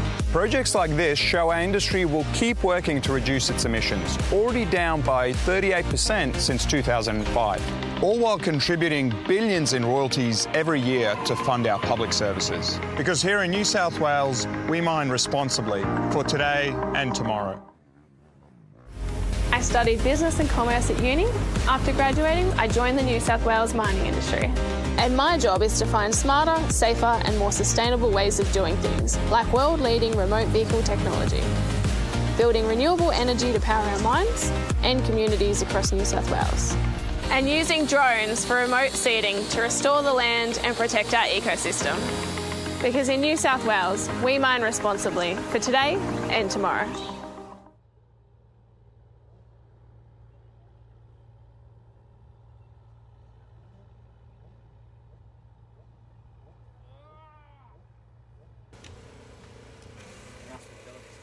So we are back with round one of the New South Wales State Championships here at Lake Macquarie Motorcycle Club. Mikel Constantino in the booth here with Lee Gainford, and we've been calling most of the races today. We've got my friend Jules Roberts out on the mic on track and making the race day exciting for the crowd out there watching, keeping them informed. It's only you guys at home that can hear us on the mics in the booth here. And we're just about to get underway with the MX2 A and B grade pro class, one of the premier divisions at the state titles, as we get ready to go. And again, most of those riders favouring that outside. Look at Taylor Thompson just on the inside of that starting booth there. We'll see if she can get the jump out of the gates, but that outside sweep line, an advantage because they don't have to brake for that inside line. Kawasaki rider on the outside, but a long way around. And Taylor again. A rider having hard on the brakes. Didn't look like they clipped the front wheel, but they did get closed off and just washed that front wheel in that first corner. Looks like Joel Campbell right there on the Husqvarna looking to try and make a move. Is that Fitzpatrick with the early lead? Runs a little wide in that turn, but hangs onto it. And Fitzpatrick was impressive yesterday. Looks like Novak's up to third place on the 70 on the Honda. So Campbell, he won this race yesterday. And that is our last sighting lap too for the day, Lee. We are just going to get straight into the third round after this race is done. But it looks like Fitzpatrick with the early lead, followed by Campbell, then Novak in third. And there's a Yamaha rider in fourth place. We're just trying to see who that is. But right there with Benny Novak. And Fitzpatrick putting some gap on Campbell in second place. So it might be yesterday liking the track. That is Jai Roberts on the 100. And he is such an exciting rider to watch. And it's got so much pace. Hasn't been able to get the starts that he wanted. Jai is normally very good about getting out in the front. Hasn't done as much racing as he would like, and but he's right up there, and he's done some laps around this track, Lee. It's Jai Roberts, hasn't he? And he's got that looks like the 57 of Ayrton Hibbert. And now Ayrton is one of those riders that has come out of juniors. He's gone into senior C grade. He's got the points. He's moved up to with his grading points is what I mean. He's got his grading points to move up, and he's in fifth place behind Jai Roberts, and he's right there with him. And he's just one of those riders that just has gotten better and better every single year. Yeah, I've been talking to Ayrton and his dad a fair bit. They've been up in Queensland training also, and yeah, he's done plenty of laps around here also. I just seen Ayrton go over. Taylor Thompson. Is that Taylor Thompson that's gone down in that left-hand berm before the centre jump? And a really bad spot to go down, trying to lift your bike uphill. Can't tell you how much strength it takes to lift a 250 with mud on it. And it was Taylor. So, you know, that off-the-bike training I was speaking to Damien Adams yesterday about. That's what's going to help the rider in that situation. Training at the gym, lifting weights, doing squats. She would have had to squat that heavy, over 100 kilo, maybe throw some mud on a 120 kilo machine up off the ground. Yeah, I know Taylor's been doing a lot of that off-bike training with Damo, so yeah, she's pretty fit, Taylor. Not the way you want to talk about off-the-bike training, but no. you know, it's certainly going to make her life hard. A lot harder in this race. So your top four.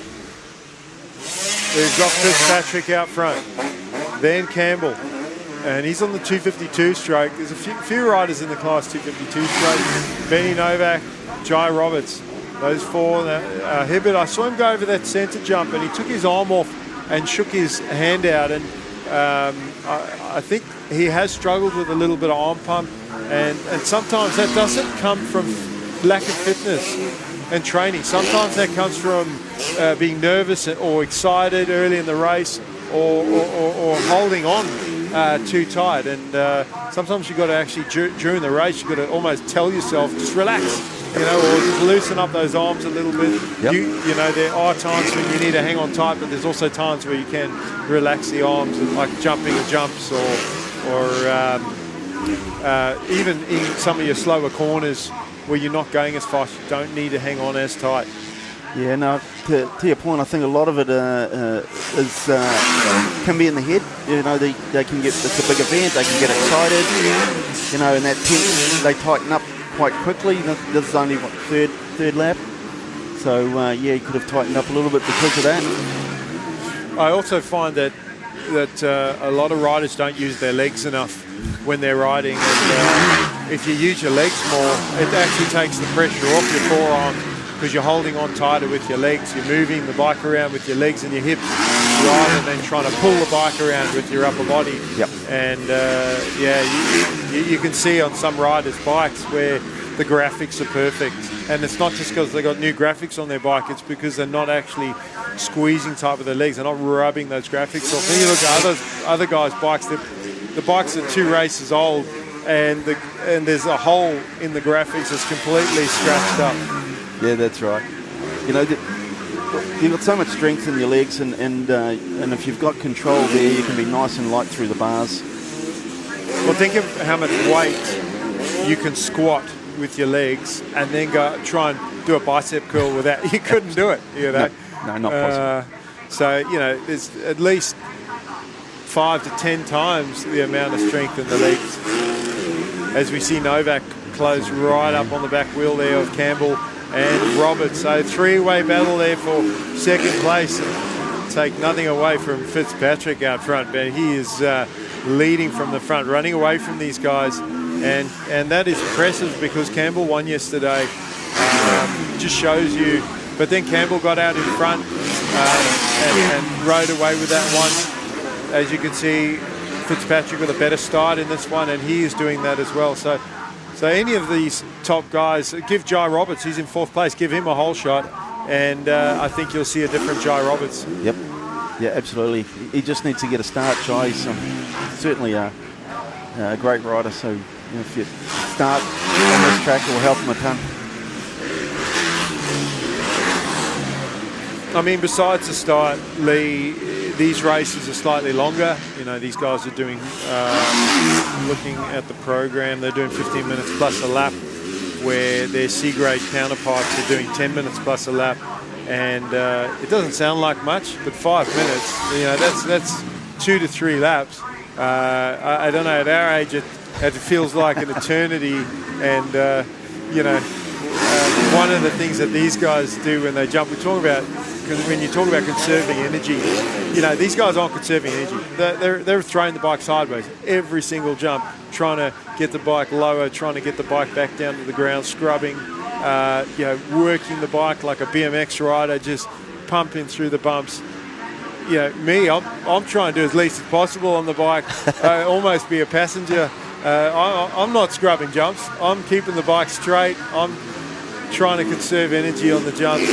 And, if I get a whole shot in a race, I want to see that last lap board come out on the second lap. I don't care about race time. Yeah, absolutely. I just want the last lap board to come out. Obviously, if you don't get the whole shot, you want the race to be 5 laps long so you can hopefully come through. But again, at our age, if you get a bad start, you don't care if it's only 3 laps. You just want it to be over. Yep, that's exactly right. Get it done as fast as possible.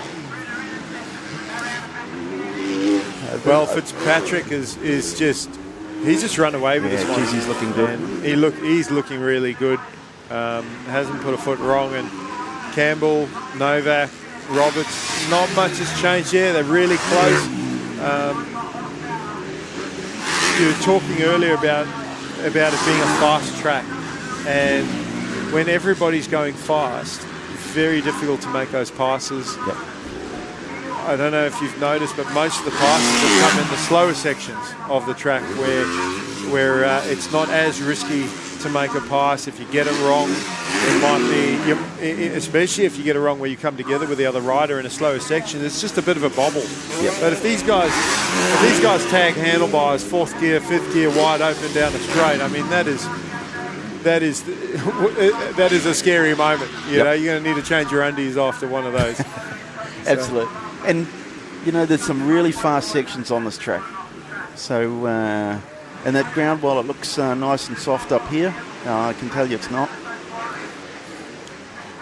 No, and when we talk about it being a contact sport, you know, people think, oh, you contact with the other riders, but the contact with the ground, you know, at the speed these guys are going in, and you've got to remember you're falling from height as well. Yep. It's not, even when you're just going down a straight or in a turn, you're falling from some height down onto the ground at speed. You know, when other athletes like footy players or even soccer, where they're not tackling the body, but they're still falling, they're not falling from the height that these kids are falling from. And I call them kids, you know, it's just older you get, the younger people get, or see them appear. But, yeah, and they're not going at the speeds. Yes, these guys have gear on, but, you know, gear is only going to help you so much. You know, we're flesh and bone. Our bodies are, we're not built to just be thrown into the ground like that. And and I saw Todd Waters at a race when we were up at Coffs Harbour for the first round of East Coast. He got tangled. He sort of clipped the back wheel of a rider, full throttle, 4th, 5th gear on a 450 factory bike, and he went down and cartwheeled. And Todd Waters is a unit of a guy. I don't even think he wears armour. And he got back up, and he didn't have to race, but if that was me, I would just be part of the start straight. You might as well just get the machine out and just spread me out. Spread me out of the start, forget I'm there. I don't think I would have walked away from that, let alone gotten up off the track. So that's, I guess, to be young again and, you know, to be able to do that. But there's a move here for second place with Jai getting through. Yeah, so something happened to Novak, and we see him coming through now. So Roberts has taken over second place, and I wonder, you know, I didn't really see anything on camera. I know we sort of got carried away with our own conversation there, but you know, I wonder if Campbell and Novak maybe come together somewhere, whether it be, you know, accidental or not, because Roberts has jumped 2 positions, and normally you don't get by 2 people that quickly. So, or what could happen is maybe you know, Joel made a mistake, maybe Novak went down. I'm only speculating now, but anyway, the benefactor of that's been Jai Roberts. Yeah. He's up to second place. And as you said, Jai's ridden a lot of laps on this track, and he's very good through the ruts. There's a lot of ruts here today. So, and he's on the 2-stroke. So, well, he's actually opened up a bit on Campbell, and we'll see if he can catch up to Fitzpatrick. I mean, Fitzpatrick's at the top of the next hill, so and Roberts, little bit of a sort of leg swag there on the inside in that rut, didn't quite get it clean. Campbell doesn't look like he's trying to challenge for that second right now. Looks like and he knows that he's probably got a bit of a gap back to third. Yep. A lot of these guys are in management mode, not management as far as you know, worrying about the guy behind, but more so, you know, you do in these longer motos have to pace yourself. Even if you have the fitness, you know, you can burn out, and if you or you can get to a point where you feel like, man, I'm starting to maybe I'm starting to get tired, or you can be very, very fit, do a lot off the bike training, but just the nerves of that battle in the race, the expenditure of that energy can take it out of you, and then you've got to go into that management mode, that pace, You could see Campbell just sticking with Roberts there, staying close, because we're not at the end of this race. We've still got a fair bit of time to go, and you know, if Campbell can have a little bit more left in the tank than Roberts, we might see a challenge back for that second place. Yeah, like you say, these longer races, these guys are probably training motos 20 minutes or longer so that they can do a 15-minute race. But you know, they've got 2 races today, so you know they can leave it all out on the track twice. You know, just really, you know, drain themselves. That go away with some good points today. Yeah, and it's also what I love watching is, you know, I watch the AMA stuff, the Supercross and the motocross, and more so the AMA motocross, you know, 30 minutes plus 2 laps. And you see the guys battling to the checkered flag. Not so much in the 450 class. You know, Jed Lawrence has sort of schooled everybody last year in that one, and you know, we'll see if he can continue that dominance into this year. But you know, we have even in the past seen guys in the 450, you know, going back a little bit, showing my age. You know, Ricky Carmichael, Chad Reed, James Stewart, especially James Stewart and Ricky Carmichael. They were sort of just that little bit in front in the AMA motocross. Chad's forte was more the Supercross. He won 2 titles in the AMA Supercross. But you know, I used to love watching Ricky Carmichael, James Stewart battling in that Premier class to the checkered flag, and it's awesome to watch. But one thing we don't think about is the fitness, not only to do a 30-minute plus 2-lap moto, but the fitness to battle with somebody at 100% intensity. I want to say 110%, but you know, we can all do math good enough to know that 100% is the maximum that we're going to achieve. But you know what I'm saying? That 100% intensity from start to finish. I mean, then you know that your fitness is at its absolute peak. You know, then you know that, you know, like, if you can do that, and other riders are having to manage the race, to manage their fitness, that you know, I don't want to sound harsh here, but you've got to train harder, you know, if you're in that position. Yep. Yeah, absolutely. It's you know, it's no good saying today, gee, I need to train a bit more for these races. Well, if we can get a shot of those guys in second place, as Campbell going to the inside of Roberts, they're going to be side by side now. Second and third place battle. Campbell can see it's the last lap, and he's putting some intensity to go after Roberts. He tried to force a pass up that inside. Roberts was just able to hold the position, and Campbell now, he's that little bit of reserve in the tank that we've been talking about him saving. He is going for it. He's trying to push past. Now Roberts has got to just protect that line and be smooth and not make any mistakes, but this is going to be the highest part of the race. Goes to the middle and side by side to the rollers. What is they're going to do going inside? Roberts tries to cut across, go the outside, and they are switching lines inside, outside. And it is exciting at the moment watching these guys. Great racecraft from both of them. And look at, he's cut down on the inside. He's going to have the inside. Oh, you see, he just comes up short with the back wheel. And the yellow flags, they've both got to jump on the brakes.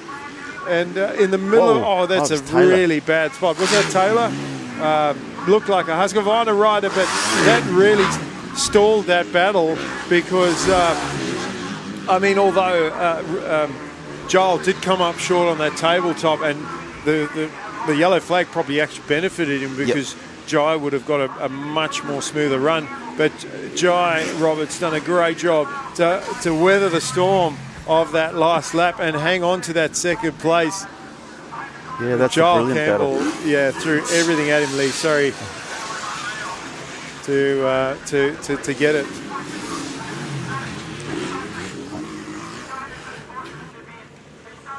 And Riley Fitzpatrick there, not quite sure what's going on there, sort of hanging by the finish.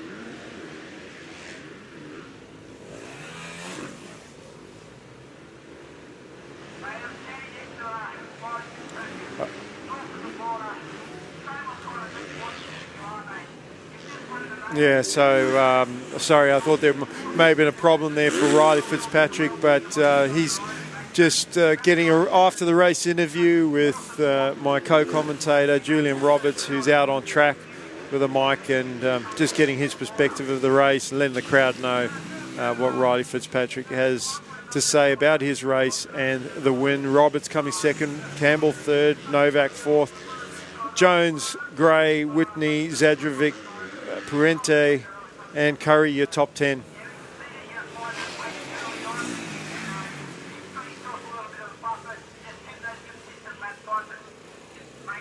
And that is the end of round 2 of today's racing. When I say round 2, we had round 1 yesterday. We are done with our sight laps. We will get straight into round 3. Start of round 3, which will be your MX3 class. And that is, we talk about our premier junior divisions, which is 125 and 250 juniors. That MX3 is like an in-between. It's your premier junior riders that are up against your 16 to 18-year-old, under 18 senior riders that have been in seniors for a couple of years. So they're going out for their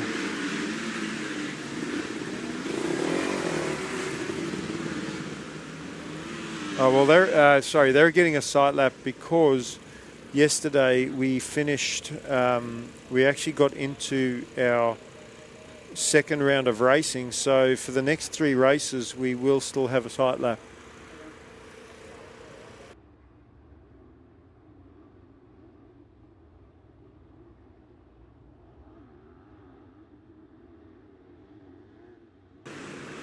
So we're going to go to ad in a second and be back with the action from round 1 of the New South Wales State Championships very soon. I'm part of a team working on a first for mining in New South Wales, turning this coal mine into a new hydro power plant and solar farm to generate renewable energy for families and businesses.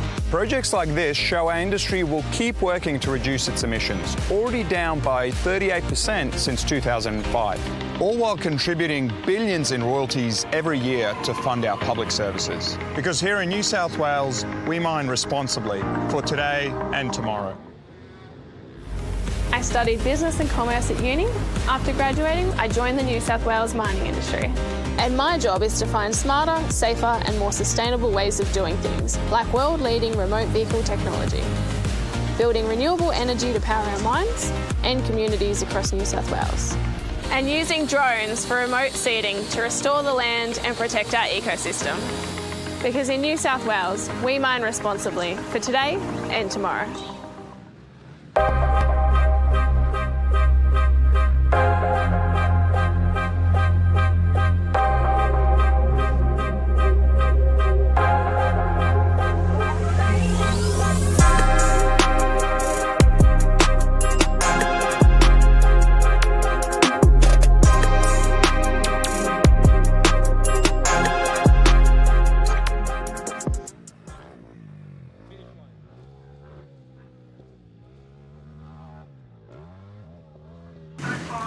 So we're back in the booth for the in-race commentary on the screen, and with me I've got Riley Fitzpatrick on the 185 Kawasaki machine, who just took the win in the MX2 A and B grade pro class. Now Riley,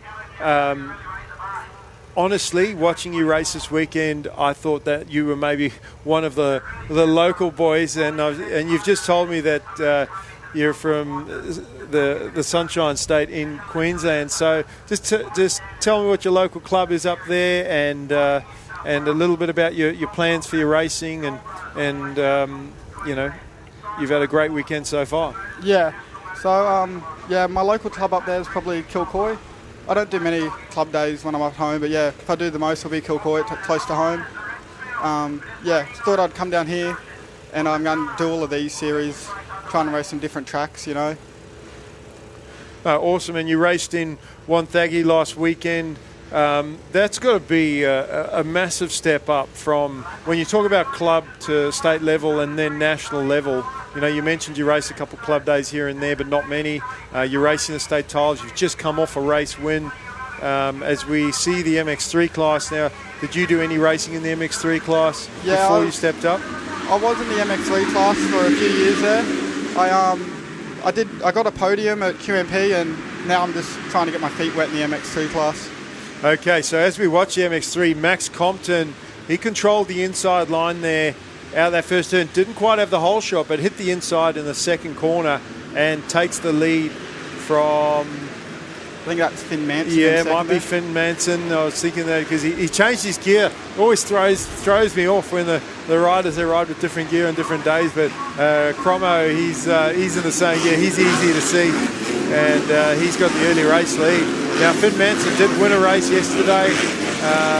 He got the whole shot and ran away with it. Such a big depth of competition. I think we've got Jack Devison up there in third, or so hard to see. Not sure if that's Devison or Cooper Rowe. We saw Cooper Rowe win first race in the MX3 yesterday with Devison second. So we'll see as they come past the finish line who's who. But Crompton with the early lead. Then Manson, and that is Devison in the third place. Where's Rowe? He's in about sixth place. So Kremer fourth, Dylan McDonald fifth, and then Cooper Rowe in sixth. So Rowe with a lot of work to do. Again, the depth of competition. Won a race yesterday, running in sixth. Look at how the start and the track position that Rowe's lost, being so far back. And was that your first hole shot this weekend that you just had in your MX2 race? Yeah, I hole shotted yesterday, but I went down the second turn. I had to come back from last. Got back to second yesterday. But I really put a lot of emphasis on like the first 3 laps out there today, because I seen them watering, and I knew that it's going to be hard to make passes with it being so slippery off the main line. So I just put a lot of emphasis into those first 3 laps. Yeah, and you can honestly say that the start in that race that you just done would have made all the difference and made it easier for you. And I was talking about that sort of Pro MX at national level, and the as we see a little foot dab there from Cromo on that inside line, but they're all taking the same line. So if he got hung up, so would have the next couple of guys behind him. But you know, is there a massive jump from state to national level competition-wise? Yeah, Pro MX it's pretty gnarly. Like, you know, if you have a bad race, if I have a bad race here, you know, I can still salvage some good positions. But Pro MX, you have a tip over a bad race, you go from being a top 10 guy to sometimes out of the top 20. And I know it almost sounds, you know, annoying talking about the start so much and how important the start is, but when you look at club level, you got 1 or 2 riders that can win.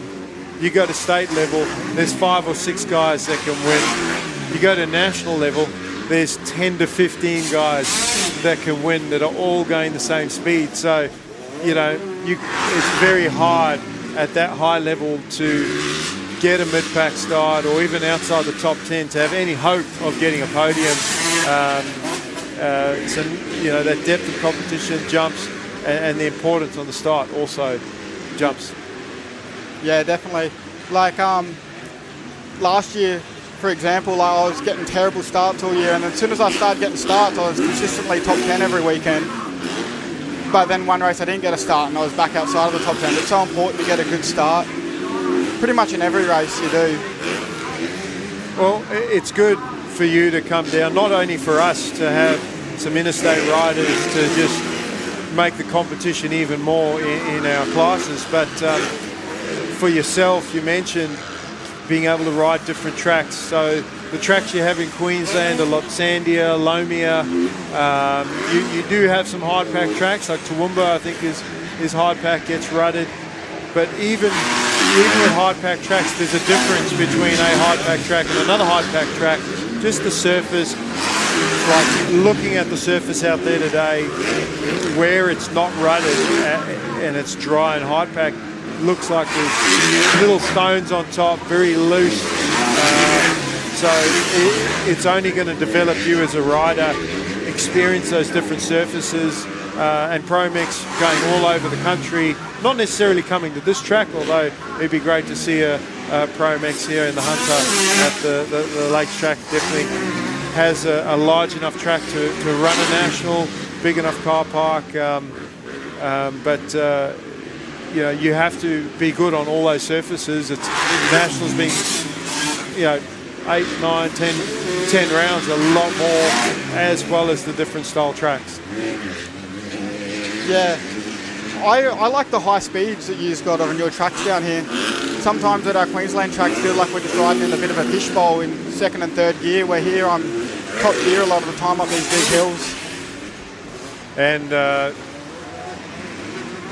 one of the riders losing it on that centre jump, not sure if that's a lapper or one of our leaders, but if we go back to the race itself, we see Finn Manson and Devison, they're on screen. And Cromo was out front, Max Compton. Just waiting to see as they come over. And Max Compton, he's out front, he's still our race leader. He's got a little bit of a lead, but Devison now, battle for 2nd place, going down the main straight. And Max Compton with enough of a lead that he can pretty much do his own thing at the moment while those two riders battle for 2nd and 3rd. Then we've got the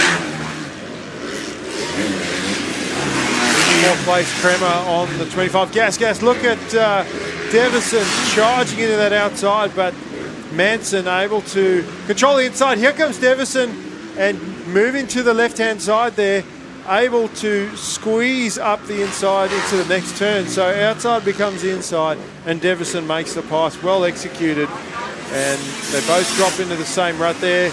Manson needs to try and regroup and not let Devison settle into that 2nd place, because now that he is, you can expect that he is going to go after Max Compton as they slow down for the flag on that up. Oh, Manson. Yeah, rush of blood there. The guy's jumping, and Promo, he didn't jump and clear, but yeah, it's. I think they realise now. And look, I have to say, as a rider, and I don't know if you noticed this as well, that when the flag is on the top of the jump there, you can't actually see it, and the flag is actually need to move down. Yeah, definitely. They need to move down, because you commit out of that corner. I'm not saying the sun's in your eyes or anything, but you come out of that corner at pace, and by the time you get to the top of the jump, it's hard to actually see. Now that the riders have seen that flag, and they wouldn't have seen that the lap before either. That flag wasn't out the lap before. So I honestly believe that was innocent. I don't want to, you know, obviously alter the position of the officials, but what I can say as a rider, coming up towards the upper of the jump, when the marshal point's at the top of the jump, very hard to see. Yeah, like both of them win a race, heart rates are high, and like with Manson more so, he's seen Devison half jump it at least in front of him, and you don't, yeah. Well, look, I think actually Manson was already airborne. Yeah. Devison, he's seen the flag at the last minute, hit the back brake, and just shaved enough speed not to make it. And Manson, honestly, they were so close. I honestly, yeah, it's one of those close calls. We won't talk about it anymore. But fortunately, no one got landed on. As you can see, the flag's back in for our leader. Young Cooper Rowe. Then we got Devison, Manson, and there's Kremer in 4th place. Now, where is 5th place? See Dylan McDonald there on the 28 machine. There's Riley Burgess. I hope that wasn't Cooper Rowe. I mean, obviously you don't wish it was anybody that, you don't wish it on anybody, but Cooper Rowe was in that sort of fifth position, and I haven't seen him come round, and they're pushing a Husqvarna off the track there, so I really hope he's okay.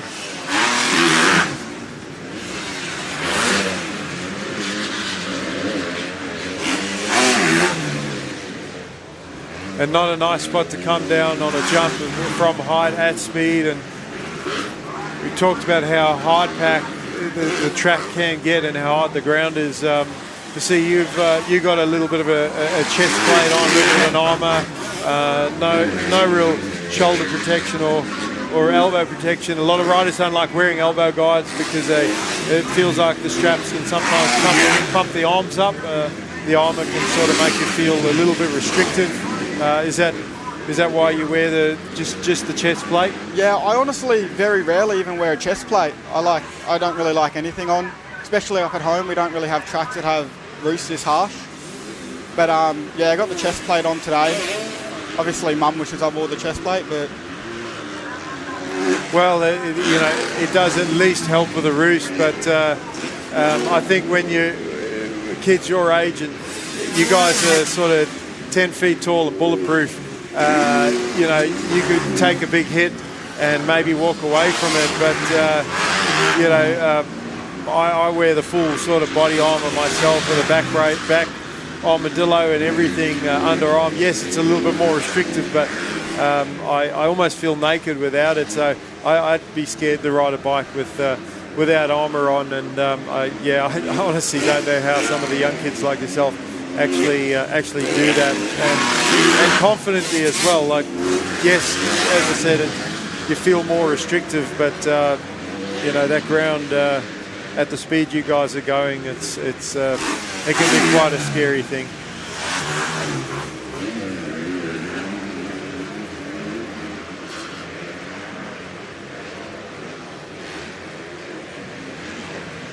And how old are you now, Riley? What's you're obviously in MX2 Pro? Yeah, 19 at the moment. 19, and what is your plan for the MX2 class? Are you going to stick that class out for a couple of years? Are you any plans to go up to MX1? Not yet. I don't feel like I'm really strong enough yet.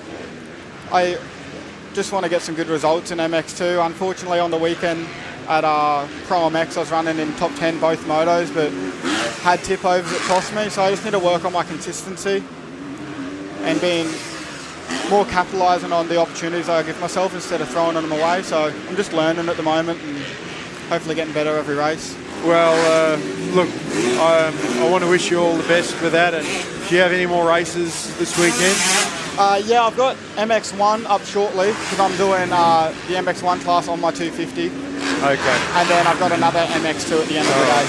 Well, good luck today, and hopefully you get some good starts and good results. And thanks for spending some time with us here in the booth, telling us a little bit about yourself. Best of luck for the rest of the day. Thank you. Well, thanks, Riley. And we go back to the action in this one. And Max Compton has put on a clinic. He's got himself into the lead and has established that lead. You see Jack Devison in that second place. And Jack just, I think, has adjusted. I think he put in a bit of a charge there on Max. Didn't really make a dent into that lead. So looks like he's riding smart in that second place, but still keeping himself within range of a mistake. So hasn't let up, still want to keep the pressure on. Never know what can happen, especially as we get into lappers and the last part of the race. Obviously, Devison a bit unlucky there in previous junior lights race where he clipped the back wheel of a lap and went down when he was battling for second. And these two riders have cleared the rest of the field. As Drew Kremer has made the pass on Finn Manson and moved up into third place.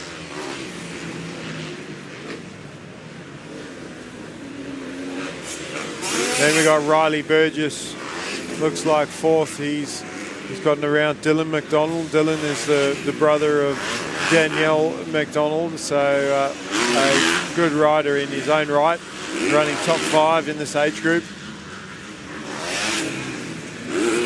And there's third place, Drew Kremer. He won a race earlier with a hole shot, and I'm sure he'll be happy with that third position as we get a drone shot overview of the spread, how spread out the riders are right now.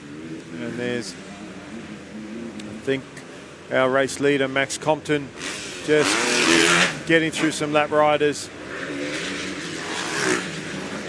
It doesn't look like he's let off at all. Doesn't look like he's trying to manage the race. Max is just been charging all weekend, whether he's been in the lead or second or third. It might just be his riding style. I'm sure to have that sort of intensity, that his fitness is exactly where it needs to be.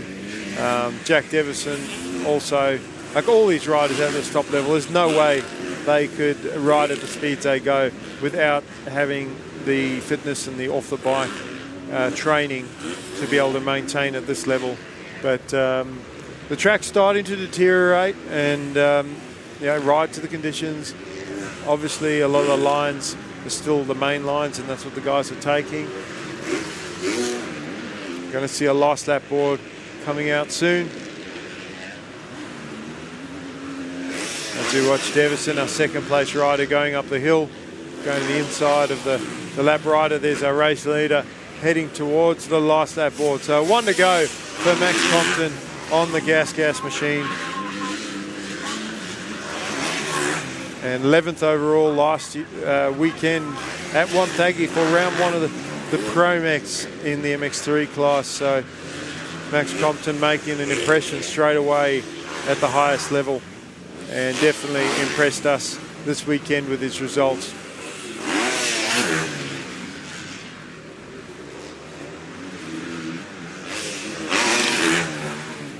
And half a lap to go for Max Compton. Still got some difficult sections to negotiate, as well as some lap traffic. So he's got a big enough lead now where he can actually sort of just be a little bit more careful. See him jumping through the whoops there, going around the outside of the lap rider.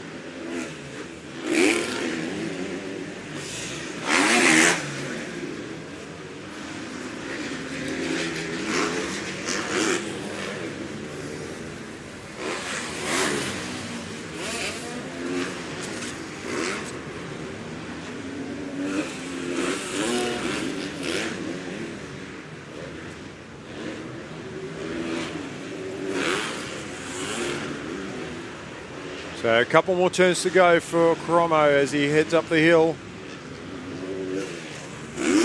And job done. Oh, and Burgess hit that kicker on that center jump, and you could hear the panic rev. It's caught a few people out. Checker flag waving. Couple lap riders coming in after him. I'll wait for Jack Devison, the Husky rider, to cross the line there in second place. Kremer for third on the gas 25. Then Finn Manson and Riley Burgess, a late race charge. And you see he put his head down, and that wasn't because he's unhappy with his riding. It was because he was going after Manson for that fourth place and didn't quite get it.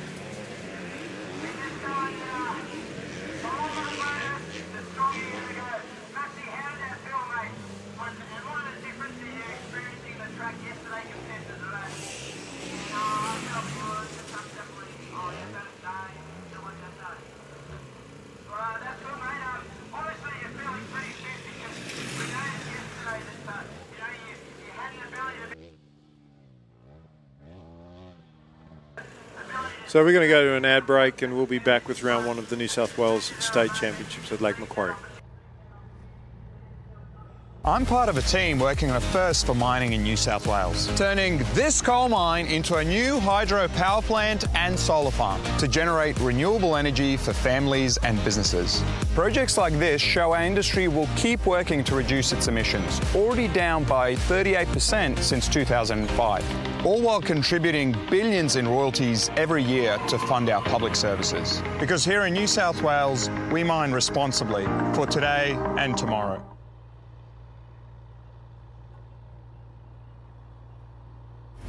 I studied business and commerce at uni.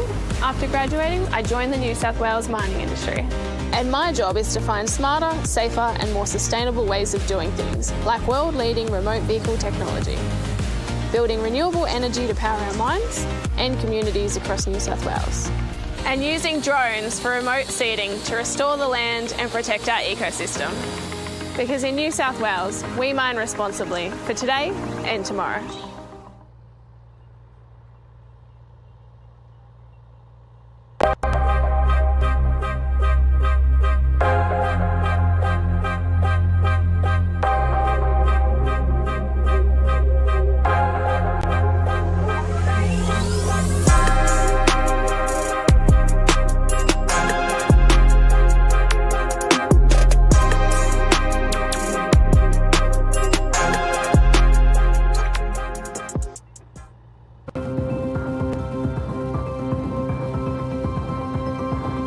The Westpac Rescue Helicopter is here for our community. And this holiday season, we will be ready to respond 24/7. Please stay safe and thank you for your support.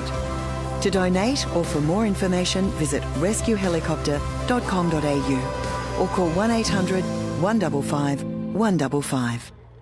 Our organisation represents the minery in New South Wales. We have nearly 100 member companies and we represent the mining workforce of over 30,000 people that work in mining in New South Wales. Over 800 people work in mining in the Lake Macquarie region and over 160 local businesses in the Lake Macquarie region are part of the mining supply chain. And around $200 million each year is spent by the mining industry in the region. It's an important part of the mining industry in New South Wales. It's an historic coal mining region with coal-fired power stations and coal mines located in the Lake Macquarie region. Well, our organisation and many companies in our industry support local community teams right across the state. And we have a long-standing partnership with the Newcastle Knights, obviously based in the Hunter region, that has endured over 12 years or more. Through the highs and lows of the Knights seasons, through the highs and lows of our industry's fortunes as well. It's an important demonstration of the partnership between our industry and sport and local communities, particularly in the Hunter region, and our support for this event today is part of that too.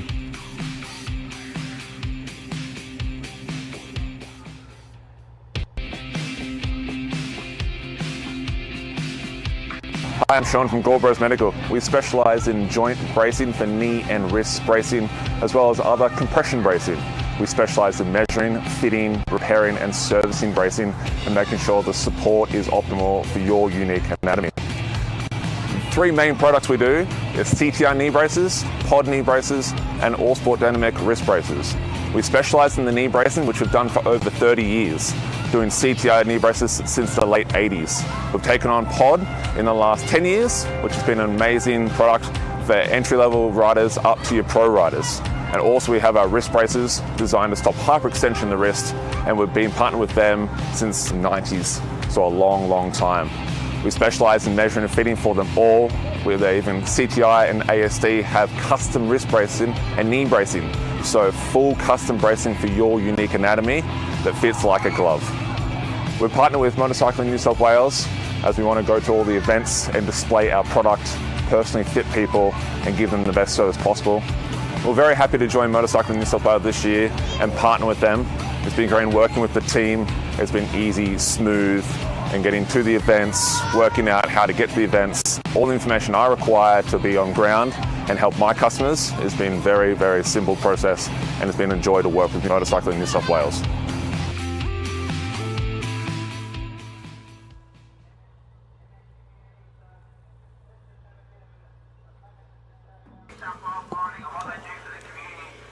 Okay, there's a little bit of track maintenance going on here, just sorting out one of the facer jumps, but I'm here with race winner Max Compton. Mate, great race, looking really awesome there. Obviously that start killed it and you managed to control the race from the front. How do you see it? Yeah, it definitely helps with getting the start. I just got the whole shot and then just maintained it from there.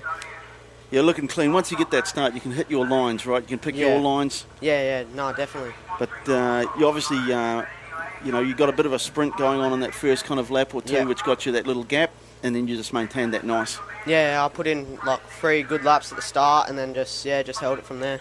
And you've been training a fair bit in Queensland and also in Victoria. Yeah, I've just been training in New South Wales with Kai Woods. Yeah. Yeah, we've just been training together, and it's paying off.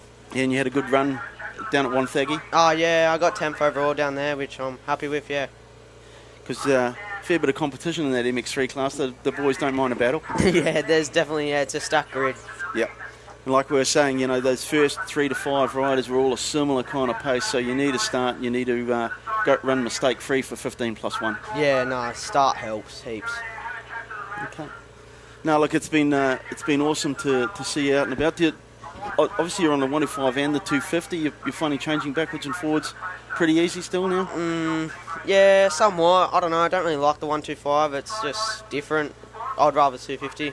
Yeah, you say that, but you're looking pretty good on that 125, mate. Yeah. I'm sure your dad will be saying that we need you near the pointy end in both. So, yeah. But look, the 250, obviously, races like that one, really nice. Sets you up, is obviously great for your points heading into round 2, but also setting you up for MX3 at Pro Nationals. Yeah, well, 2 weeks away is Horsham, so keen to get there. Yep. You build on that 10th place. It's obviously you're showing the pace. It's just like say if you're getting your starts down. Yep. Hopefully I can just get some good starts at Horsham. Okay. Look, we'll continue running a little bit of track prep here. There was an issue with one of the jumps here where we just kind of had to pull a kicker out of the face.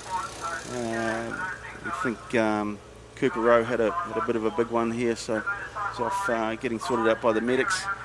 And it also gives us the opportunity to put a little bit of moisture into the track and kind of just kind of keep things moving.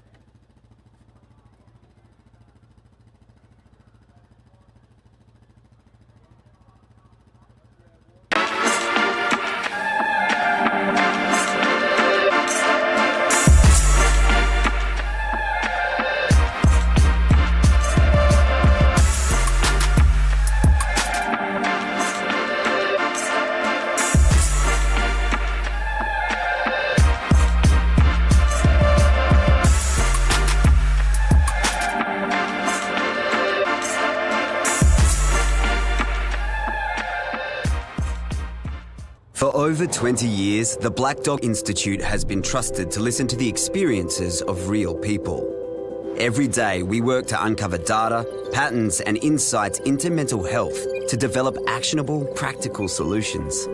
It takes pushing boundaries to be an international leader in digital health. Not only researching and developing the technology, but also making it accessible to everyone.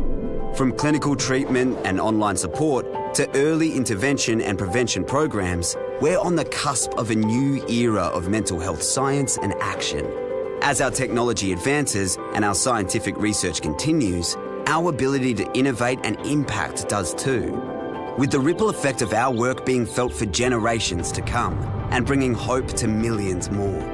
Together, we can continue to tackle the big issues in mental health.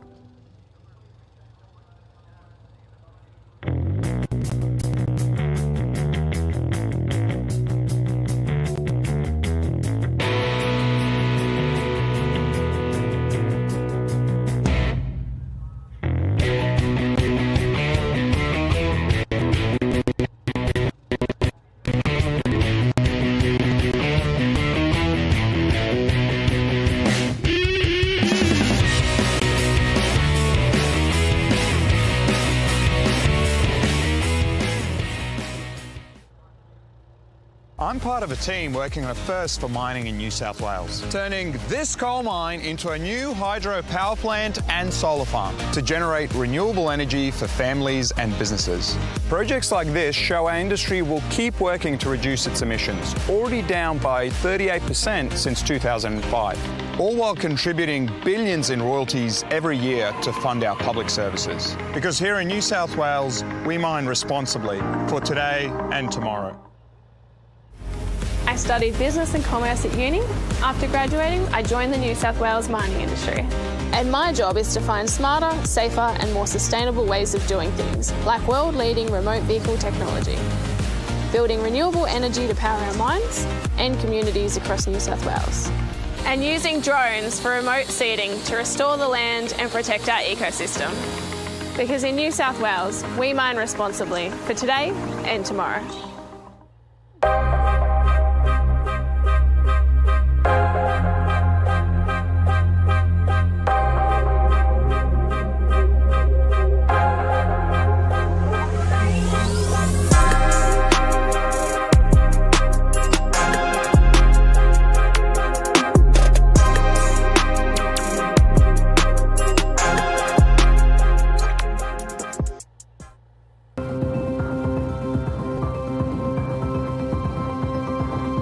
The Westpac Rescue Helicopter is here for our community.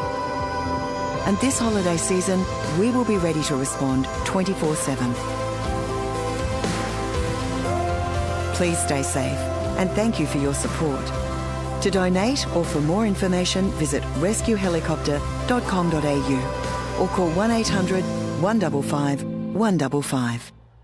Our organisation represents the mining industry in New South Wales. We have nearly 100 member companies and we represent the mining workforce of over 30,000 people that work in mining in New South Wales. Over 800 people work in mining in the Lake Macquarie region and over 160 local businesses in the Lake Macquarie region are part of the mining supply chain and around $200 million each year is spent by the mining industry in the region. It's an important part of the mining industry in New South Wales. It's an historic coal mining region with coal-fired power stations and coal mines located in the Lake Macquarie region. Well, our organisation and many companies in our industry support local community teams right across the state. And we have a long-standing partnership with the Newcastle Knights, obviously based in the Hunter region, that has endured over 12 years or more. Through the highs and lows of the Knights seasons, through the highs and lows of our industry's fortunes as well. It's an important demonstration of the partnership between our industry and sport and local communities, particularly in the Hunter region, and our support for this event today is part of that too.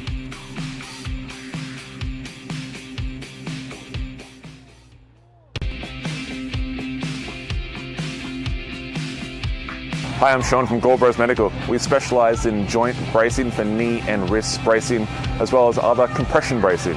We specialise in measuring, fitting, repairing and servicing bracing and making sure the support is optimal for your unique anatomy.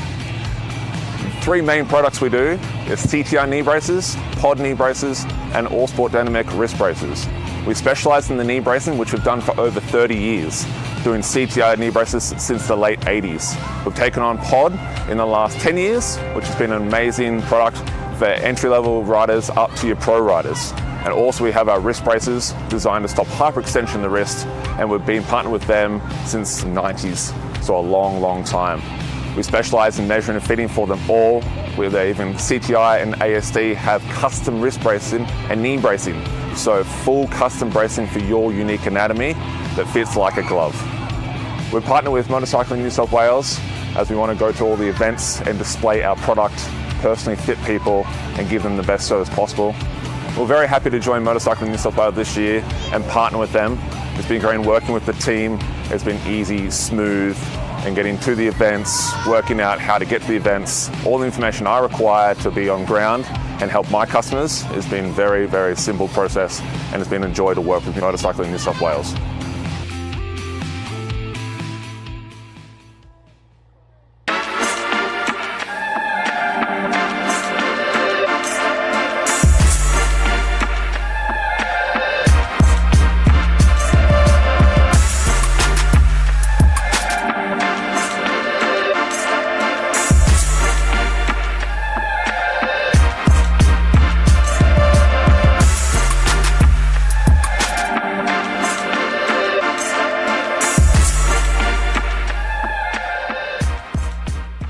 For over 20 years, the Black Dog Institute has been trusted to listen to the experiences of real people. Every day, we work to uncover data, patterns, and insights into mental health to develop actionable, practical solutions. It takes pushing boundaries to be an international leader in digital health, not only researching and developing the technology, but also making it accessible to everyone. From clinical treatment and online support to early intervention and prevention programs, we're on the cusp of a new era of mental health science and action.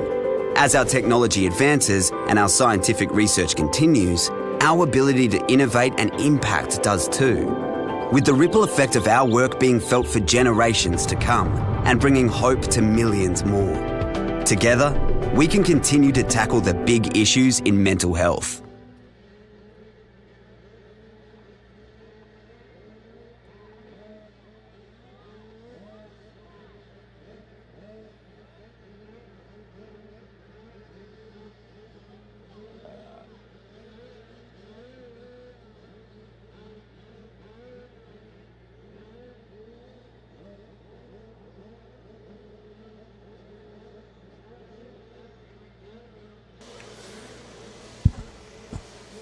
Okay, we're back on the start line here. We've got the 85cc to 150cc 9 to under 12 years out for their sight lap. These guys ran 2 of their races yesterday, so they get one quick sight lap this morning, and then they'll be back for the completion of their or the start of their next race series. So track's looking good. We've had a bit of maintenance. While that maintenance was going on, they got a fair bit of water into the track.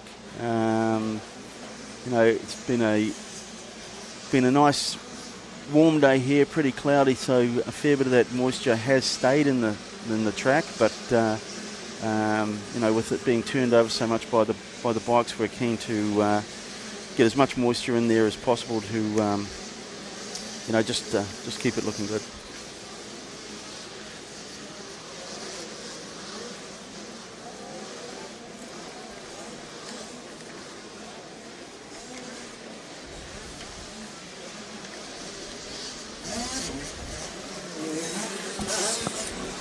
So we've got these riders just going out for a sight lap, 9 to 12, 85 riders.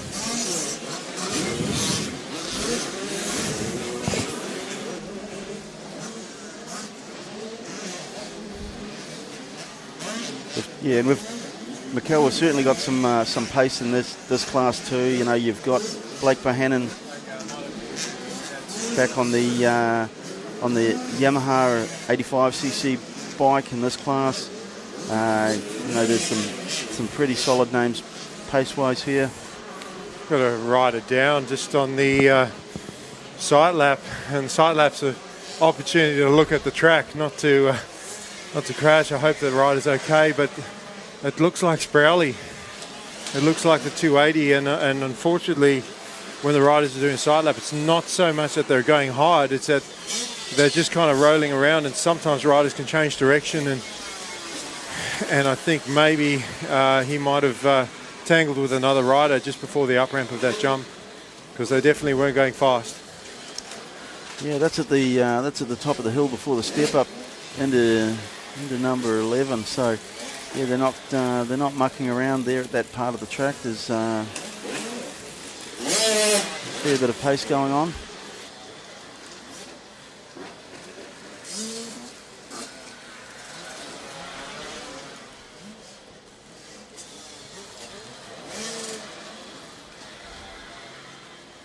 While the riders have been doing their sight lap there, obviously you've got the dads and mechanics hard at work prepping their gate spots just to give them the best opportunity to get off the start. We've seen in previous races how important it is to get a start here.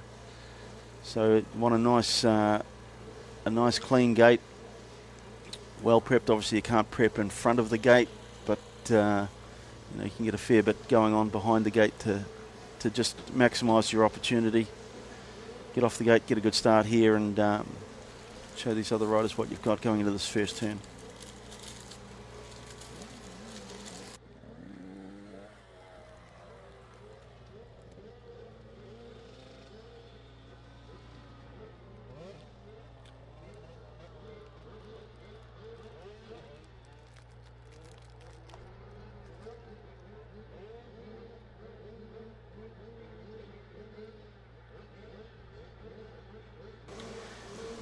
Last rider coming down there to join to the back of the gate is Kai.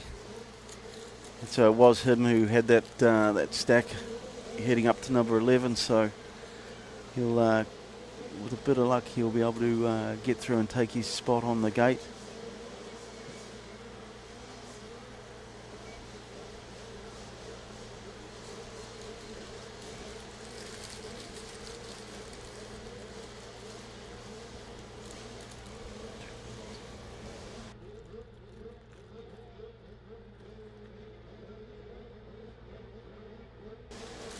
Yep, coming through now.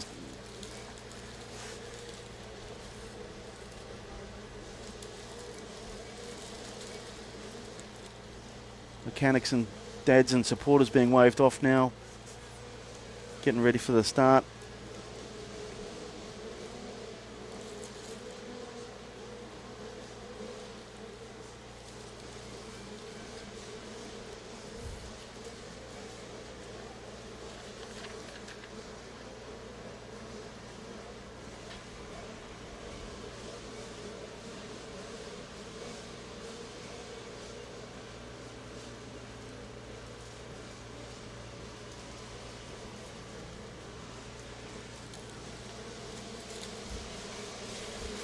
Boards up. Yeah, well, here we go, Lee. 9 to 12 85s. And this is their third race of the day. They got two races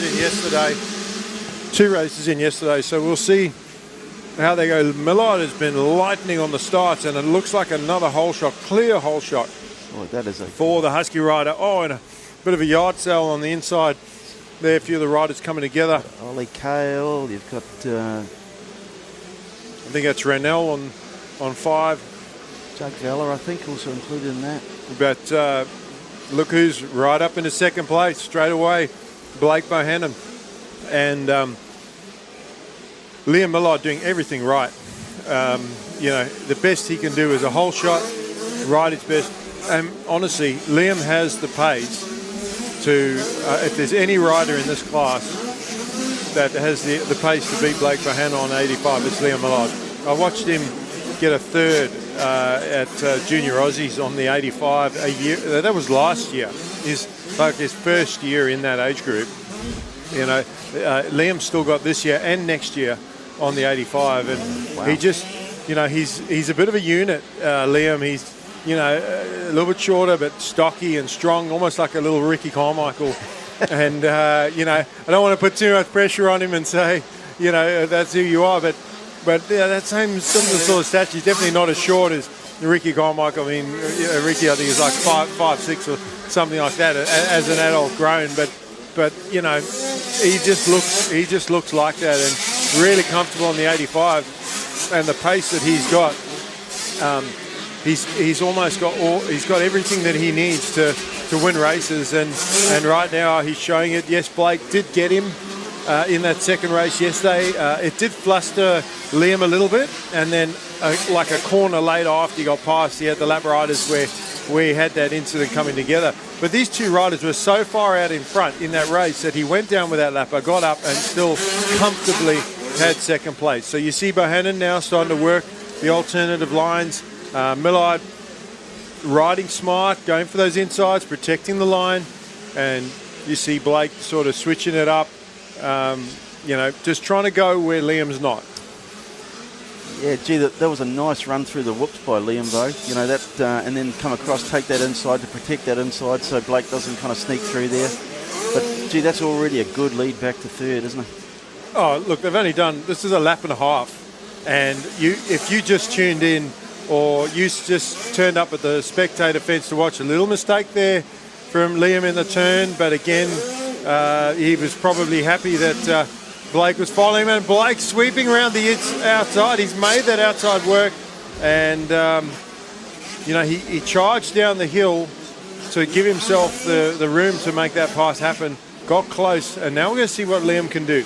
Last time this happened, Liam went down early. He didn't get a chance to follow Blake. He didn't get a chance to see his lines. He didn't get a chance to match him for pace, and we'll see if he can do that this time. And it's always good, someone, Blake's pace, if he gets you, let's go with him. You go with him, you look at what his lines are. Maybe they're a little bit different to yours. You might not have seen that because he's been behind you. Just, study him a little bit, but don't let him get away. Well, that's it, and you can see Blake, he's put the hammer down. He's completed that pass, but he's also, on the gas and trying to break the spirit of his opposition. The other thing you're talking about, yes, learning the lines.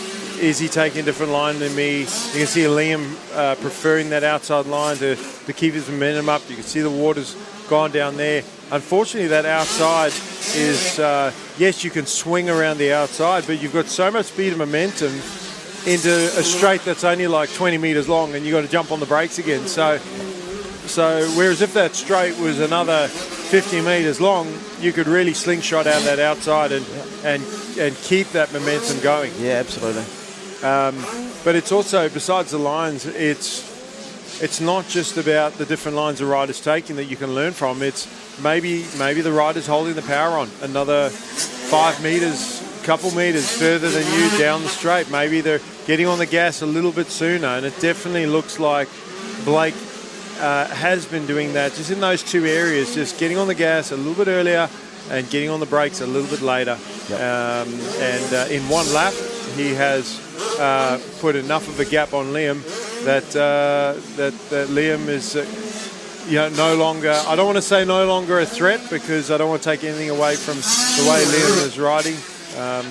Just to be in the top two, and you look behind Liam, where is third place? Yeah, they're. I think we're still waiting for third to come over the finish jump. And there's third now, Archie Black on the 86. Jamie Ross in fourth. We've seen him, Jamie, in the top 5 every single race day. Ollie Chandler on the 152. And Seth Cherubim. Kai Sproul, I'm glad that he didn't get injured in that side lap. Sprowley just squeezed up the inside of Cherubim. I thought he was going to run out of room, to be honest, but he didn't. And he just, any further behind, he would have to jump on both brakes not to run into him. It's a bit of a masterclass going on at the front of the field, though, for these little fellas, though, isn't it? They're pretty impressive ride, both of these guys. Yeah, look, Blake is such a well-rounded rider, and being the fastest kid in the class, but he's not just relying on that speed and that he is that sort of step above the other guys. I mean, I think there are riders in this class that can beat him, like what Liam did with a whole shot. All you can do is put yourself in the best position and then, give your best. You see Blake there being a little bit extra careful. He didn't jump that jump. He wasn't entirely sure what that uprider was going to do. He backed off. He could afford to do that. He's created that lead already just on the second lap as they go into their third lap.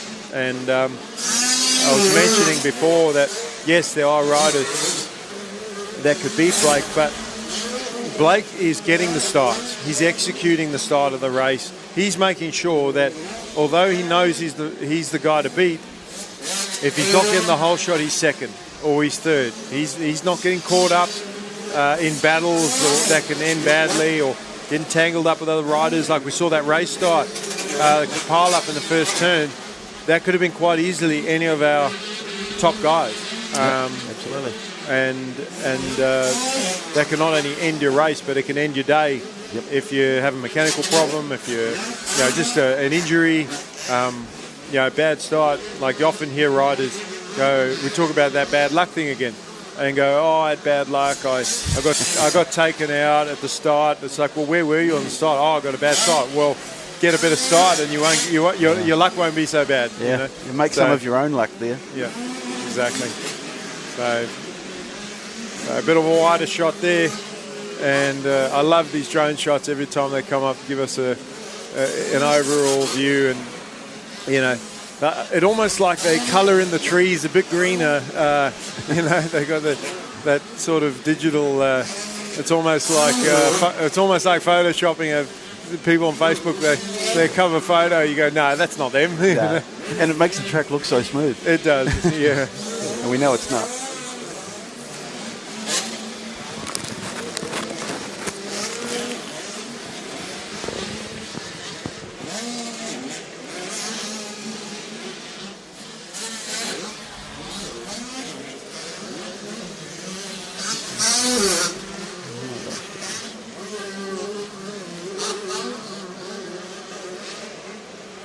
So Bohannon heading down that main straight, and Millard just coming over the finish jump now. So Liam is settled into that second and quite happy with that. Again, in a championship, second's just as good as first, and that's what Liam's done this weekend. It's been their third race of the day. As it stands, Blake is obviously going to take the overall win if it stays the way we are. And Liam's going to, you know, take 3 second places, and that's not a bad scorecard in a championship. Heading into round 2, you'll only be 9 points back, and you know. And you don't know, right? You're only 9 points back. You don't know what could happen at round 2 or round 3. You just keep putting yourself in a good position. And when we talk about that stuff that's out of your control, you know, a mechanical problem, obviously, you know, when that happens, the parent feels responsible, but sometimes, you know, the bikes, they're very technical and, you know, machinery that things can go wrong that there's really something you only can fix once you know that there's a problem. Yep. You know, I've had a ignition fail on my son's bike, and he was running third in at a state level, which was at one of my East Coast rounds, running third in a race a few years ago, and DNF'd the race because the cords on the ignition had worn from just the handlebars turning, rubbing against the frame, and one of the connections come loose, and you know, I only figured that out once he DNF'd the race. So you know, we obviously don't wish that on any of the riders, but we're just talking about the different dynamics of what could go your way or not in the championship. Yeah, and these things, you know, these things can happen to any rider, just unlucky at the time. And what you might find is, you know, someone could DNF a race, and those 9 points or 10 points or whatever it is you're behind, you know, it can be a 15-point swing, for example. It can be a lot. So, you know, we've just got to finish every race and put yourself in good positions, like you're saying, off the start.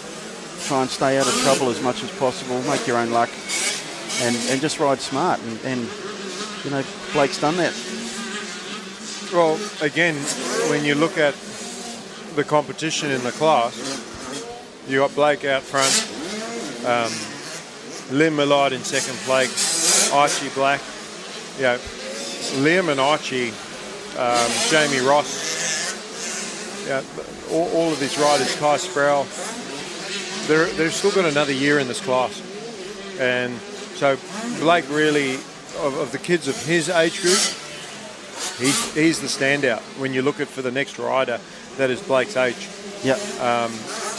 Liam Millard, like, if he's this far out in front, as in he's in second place, but the gap from Liam, like his opposition better start, you know, either, you know, trying to find what Liam has got, as we see Blake Bohannon, the Yamaha Junior Team rider, another race win and a fist pump. And, you know, even though it looks like he's doing it easy, he is really happy with the result, like so energised and excited, as Liam gives us a little bit of a whip there on the finish line and takes second place. And is that 17 that come through in third?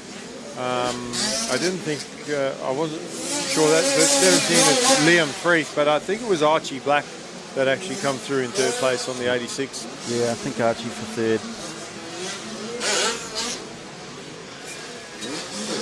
Another solid ride there. So Bohannon, Millard, Black, Ross, Sproul, Birchall, Chandler, Sharabin, Fergus and Cosgrove, your top 10. A nice ride for David Fergus and there. That is when you read out those names, that is a stacked field for this class. When you look at also, I can see some younger 65 kids that are in that group, and one of them was Ollie Cale, that won on the younger 65. He was in that first turn crash in 9 to 12.85, and it's great that he's on the 85 learning, but the danger of that is being on the bigger bike. You know, his goal obviously is to win on that young 65, and you know, you could end your 65 campaign. I'm not specifically just talking about Ollie, I'm talking about all those young kids that want to experience the 85 as soon as possible. So, you know, where you see some kids that actually don't ride the 85 in their first year, they just focus on the 65. I mean, unless they're a really big kid physically, that it's easier for them to step up. But yeah, it's last thing you want to do is lose your championship on the class that you're actually focused on. But the other problem is, you know, wrapping the kids up in cotton wool, like it's such a tough one. You've got to weigh that up for you as a rider, as we see our Premier Division going down the side straight for their sight lap, and I think we've got this race and the next one that will still be doing a sight lap. That got their second race in yesterday. This is their final race for the day. So they've done a practice and 2 races yesterday. This is their final race today. And Cooper Holroyd, he's got 2 hole shots. He actually rode to the lead in the first one. He battled with Hayden Malros.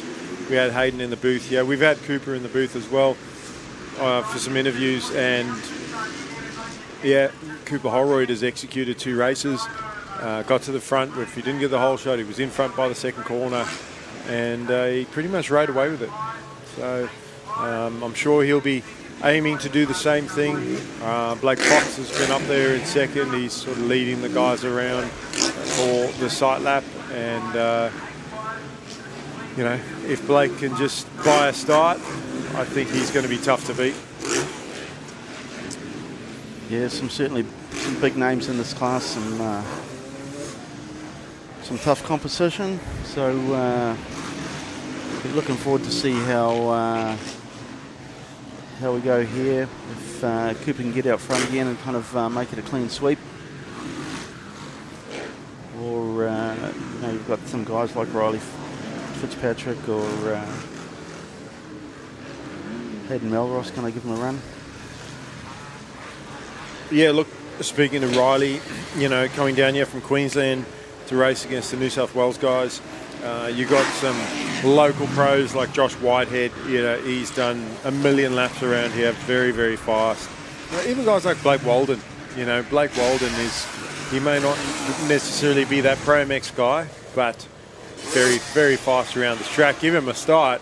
You know, I think the hardest thing for a guy like, say, Blake Walden as an example, if he gets a hole shot, is having the confidence to back yourself that, hey, I can do this. Yep. You know, it's sometimes you get the hole shot and you go, what am I doing here? I'm not supposed to be out front. Exactly, yeah, I'm very nervous.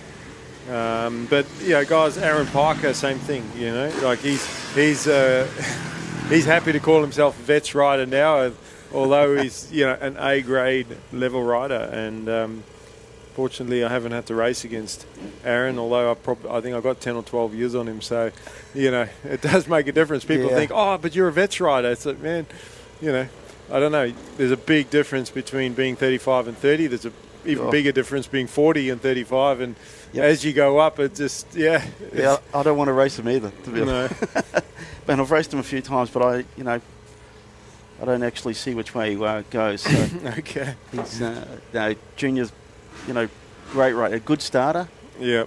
And he is hard to pass. Yeah. No, for sure. So we'll see what he can do. Is that Melross? Oh no, that's Ninnis just on the inside of the box there, using the box as a bit of a buffer, give himself an extra couple of metres room, and then he's got a space between him and the next rider. So Ninnis is a good starter as well. Hasn't got the starts yet this weekend in the first two.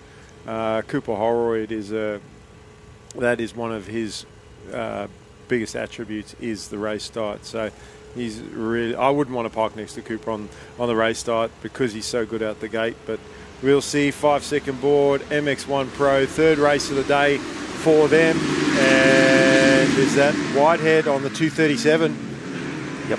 And there's Holroyd. I didn't even see the Yamaha. I just saw Josh Whitehead, and Josh goes inside, and Holroyd did exactly what he did to Hayden Melross yesterday, where Melross had the inside, and he's just. There was, honestly, Lee, there wasn't even half a metre there. He didn't go off track. He was within the markers. And I don't even think they made contact. Like, there was, a nothing. It was a hair in that. And he just squeezed through. I think Whitehead maybe thought that he had it. Is that Jackson Mitchell in trying to run up the inside there of Whitehead? No, it was a Husqvarna, but it's actually the 52 of Joel Campbell. Yeah. And that's a 252 stroke. Yeah, with the big guns. You'd be riding the wheels off your 252 stroke against the 450s around this track, but if there's a man for the job, it's Campbell. Yeah, well, look, he's in front of Blake Fox there on 25 on the KTM as they head towards the finish jump here. And we spoke about the skill that it takes. There's Dennis in fifth place, followed by Novak.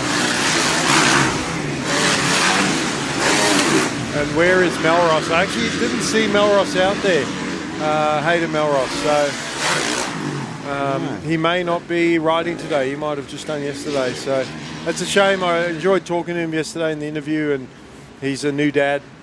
He's really happy with Bub, and I think every guy wants to have a son, I mean, I wanted a son and a daughter, and I got both. I was blessed with that. But especially motocross rider wants a son. Absolutely. And we spoke a little bit about that, and the tough thing about trying not to live your life through your kid, and just enjoy your family. So he will go through all of those experiences.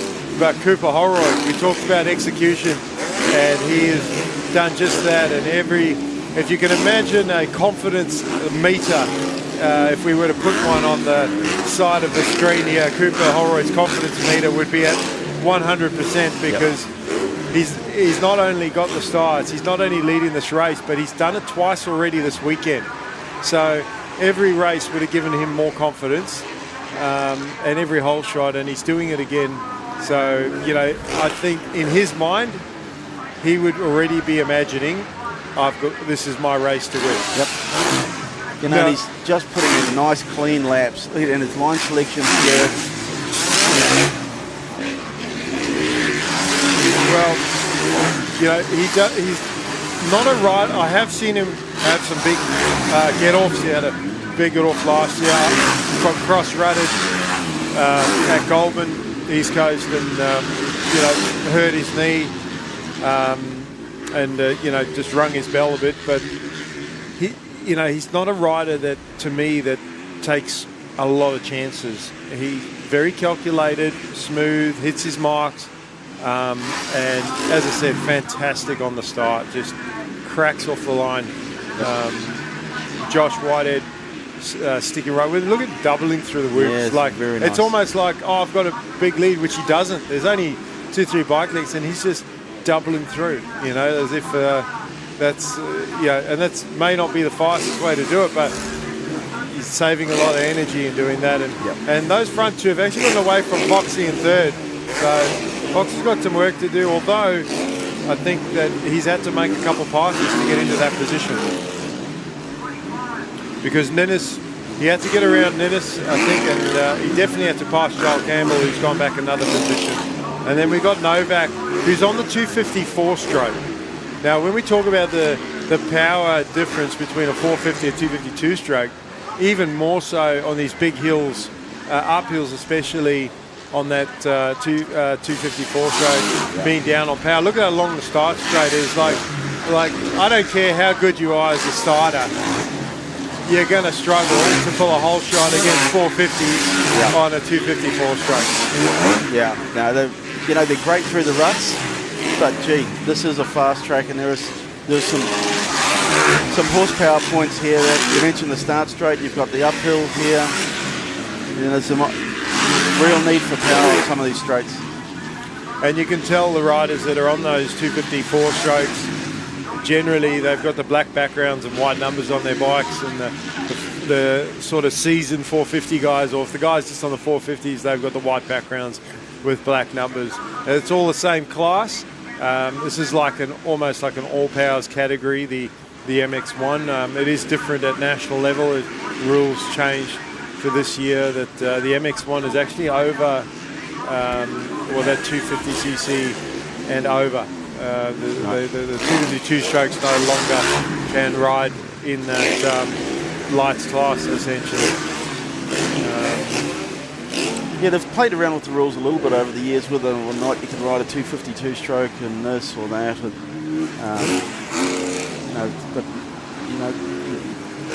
the rules are the rules now, and like I say, a lot of these classes in the open events it's like say like an all powers type event where you can ride your 252 stroke, 254 stroke against the 450s.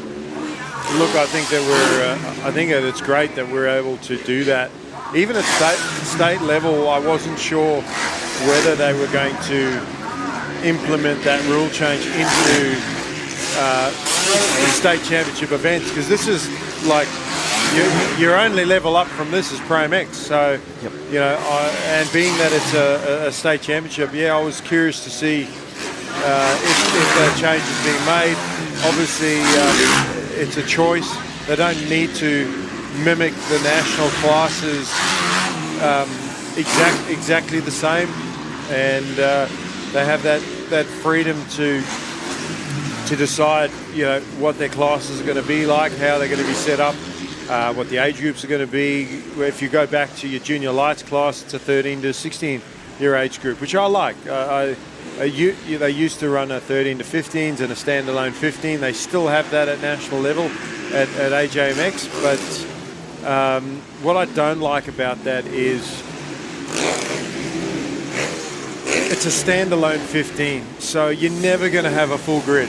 You might have a full grid of 13 to under 15s, but then you got these kids that are just all by themselves in the 15-year age group, and I think that's where the MX3 class has, whether people disagree or agree with the way it's run, has kind of taken up that middle ground of junior riders, because it's a 14 to under 18 age group, is sort of filling that void for those 15-year-olds. And again, it's a numbers game. You don't want to have a race out there with six riders on the line. You want full grids.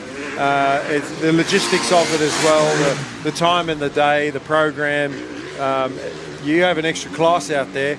There's an extra half an hour in the day, 40 minutes, 45 minutes that you're losing just to run that extra.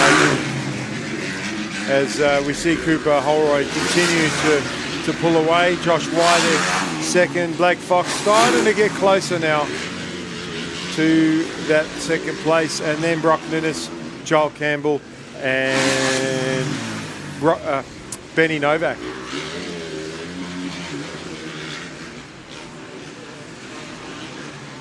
So starting to tighten up for that second place between Whitehead and Foxy on second and third on the KTM. So we'll see if Fox can close up that gap. Still a lot of race time left, obviously. We even see Joel Campbell on the 252 stroke, and we talked about the being down on power, and even from the 4-stroke 250 to the 450 being down, but there is still a power difference and advantage being on the 450 versus the 252 stroke. Yeah. And then take into account the throttle control required to ride a 252 stroke, where 450 is like a 250. You can open it up aggressively. There's grip there, the torque of the 450. So for Joel Campbell to ride with the pace that he's got on a 252 stroke, it's impressive to watch. Yeah, it is. And you know, you mentioned it before, the fitness level. You know, he's riding the wheels off it to kind of keep with these guys, and you know, like I said, the throttle control.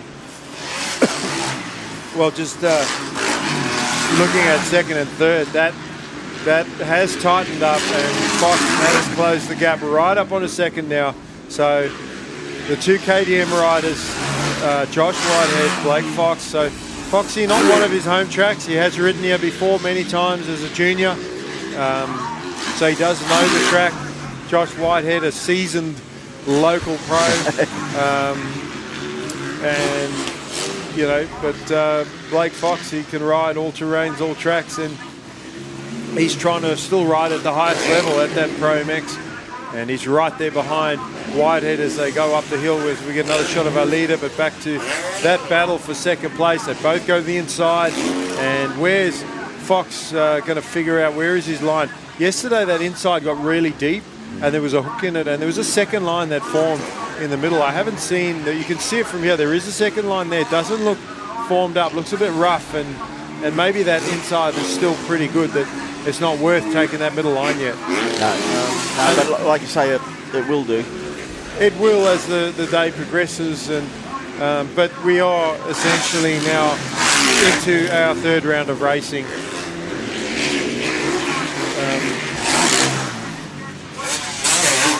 This is the third race for them, and the track's actually held up really, really well. Yeah. Again, the weather conditions plays a role with that, but the club has done a fantastic prep, and they did a bit of touch-up yesterday. And here comes Foxy. Look at him cutting around that outside to a different line. This is one of the spots where I think he may try. No, he goes to the inside. I thought maybe he was going to go to the outside, but tighter section of the track, opting rather just to follow. And there he takes a different run out. Is he going to run wide in this? Yes, he is. He's going to try and get the momentum on the outside and slingshot out of that outside and maybe carry the momentum up the inside into the next one. But again, those 450 powers, yeah, you can go from an inside line, crack the throttle on, and you'll go from like 0 to hero. And you speed, but look at Foxy charging up the inside. You got a slightly better drive, but again, power of the 450. Josh was able to just match it straight away by opening up the throttle. So they funnel back to the same line at the bottom of the hill there, on the way back up as we get another shot of our leader. I think on that run up the hill, Foxy kept a little bit lower on that second tabletop and almost gave him a sniff, but Whitehead had got his wheels back on the ground and used that power to come across. Well, he nearly made the pass in that bottom section where they're going towards now, and around the outside, like, you know, that was a big boy pass. He just railed the outside. Boom! It's not actually a common place to make a pass there, but most riders using the inside over the finish. And to be honest, I don't think Josh expected that. I don't think it. Like, sure, Blake absolutely nailed that outside line, but, you know, everybody normally takes the inside. Josh probably expected Blake just to follow him on the inside, and by the time he looked over and saw him, Foxy was going past him down the straight. So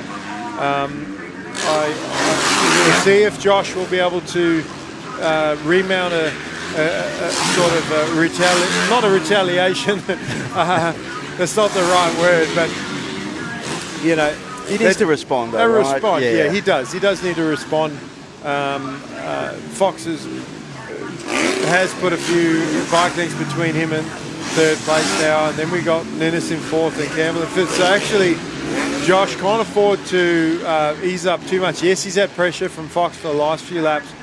Now, when a rider passes, you think, okay, I've got a bit of a gap. You can relax too much, and then you've got another two riders to deal with. Absolutely. And once you back off and you lose that pace, it's actually hard to pick the pace back up again without making mistakes, because you almost relax a bit, and you can see the body language he kind of has. And Joel Campbell is right there.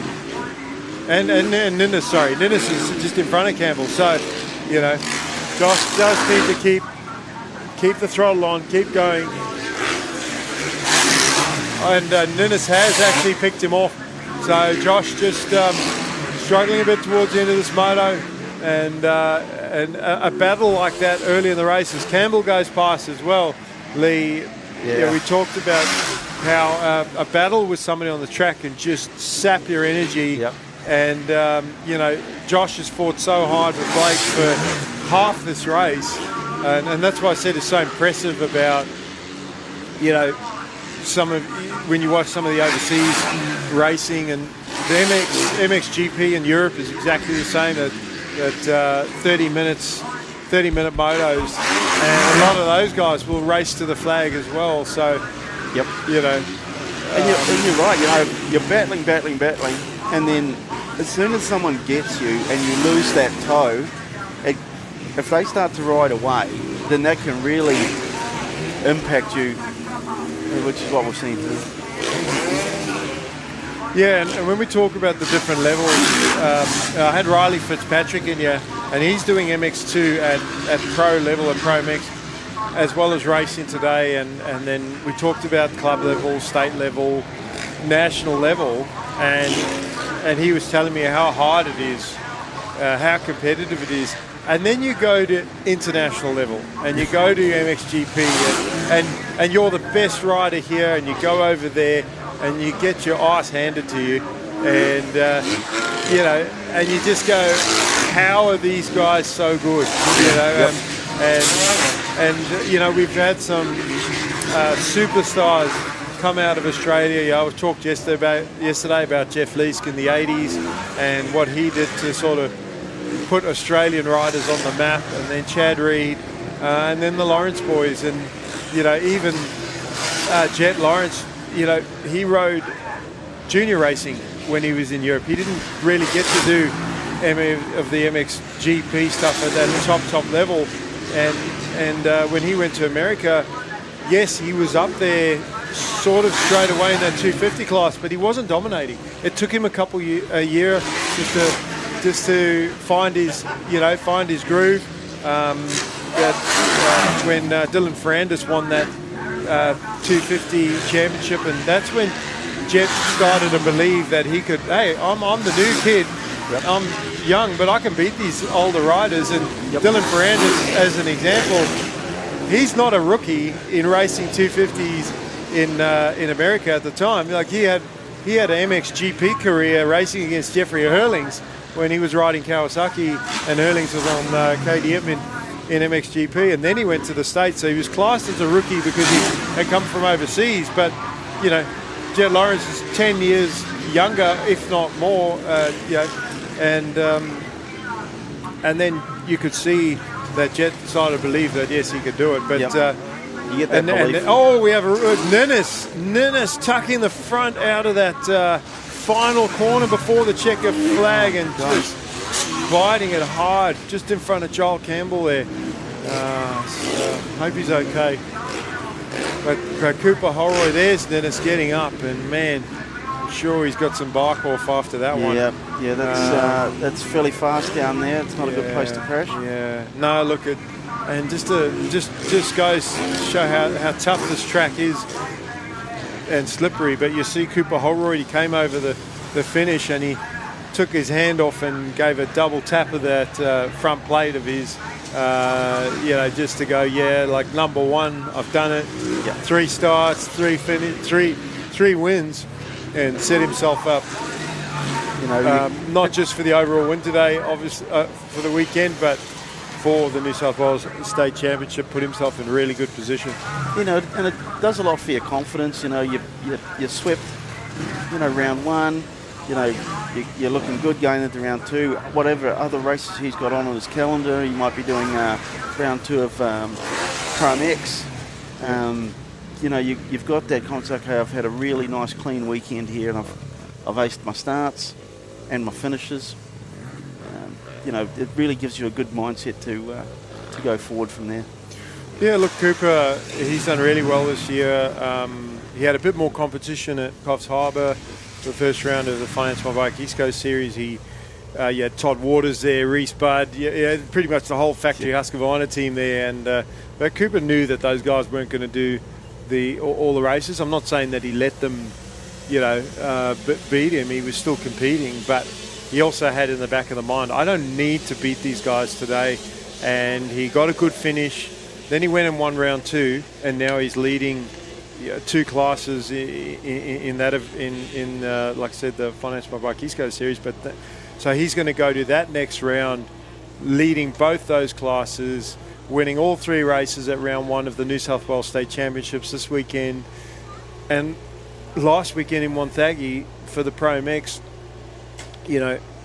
he almost hole-shotted his two races there and ran top 10 for a majority of those races against the factory guys. And Cooper Holroyd he doesn't have that factory support.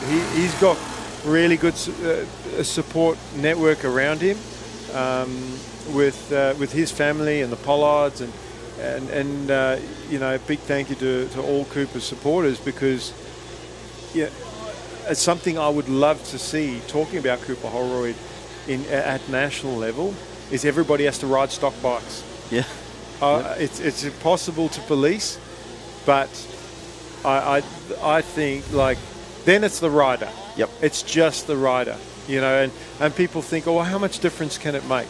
And look, take nothing away from those factory guys. They are so talented, and just because they're on a factory bike doesn't mean they're winning. It's not all the bike, but it helps. Yep. And I'd love to see. They have it in America in the big amateur nationals, and when I raced over in the amateur nationals, I always did better in the stock class. I'd ride the 125. Back then there was no 254 strokes. It was I was in the 125 stock class, 125 modified, 250 stock, 250 modified, all two strokes, and I always got better results in the stock class because we were all on stock bikes. I could win a stock class, but I come fourth or fifth in the modified class because the bikes you're racing against were like Formula One, and that's motorsport. It's as I said, you can put a good rider on any bike and they're going to do well. You put a good rider on a factory bike, well, it is a definite advantage. And it's not just the motor; it's the suspension as well. I was sort of privateer, but in that sort of top 10, like one of the first privateers, me and Brocktrop actually. Brocky's still riding a lot at club level. I'm actually surprised not to see him out here having a go, but he trains like a demon. The fitness that he has. He's only a year younger than I am, and I might be able to match him for speed for a lap. But that's and I reckon I could get him on the start, but that's about it. Yeah, he's quick. So that's the last sight lap of the day as the Divi 250 CCs. These are our young kids. These are up and coming stars, Lee. The kids that we're going to see come through, juniors. And when you talk about that, I remember seeing Brock Ninnis on a 50 CC his first year, and now he's not just up to pros. Brock has been in pros for a while now. He's even done Pro MX level and he's gone back to club level. So amazing to see the kids coming through their whole junior career, or remembering kids that have. And that overview gives us a great shot of the start gates as these guys are coming up for their third race of the day. And Mason Ryan with 2 wins so far. Harrison Rex has had a bit more pace, but a couple mistakes have cost him dearly. And the best thing that Harrison can do right now is get a win, and he's got the whole shot by the look of it, the 84. If he gets the win, and Ryan, and they were a fair way ahead of everybody else. So I think they're going to be our 2 championship contenders. There are a lot of fast kids in this class. Looks like, is that Archie Blanchett there in 3rd place on 36? And he is actually giving Mason Ryan a bit of a challenge. But his number's so small, Lee, it doesn't help me. You at least got your glasses on.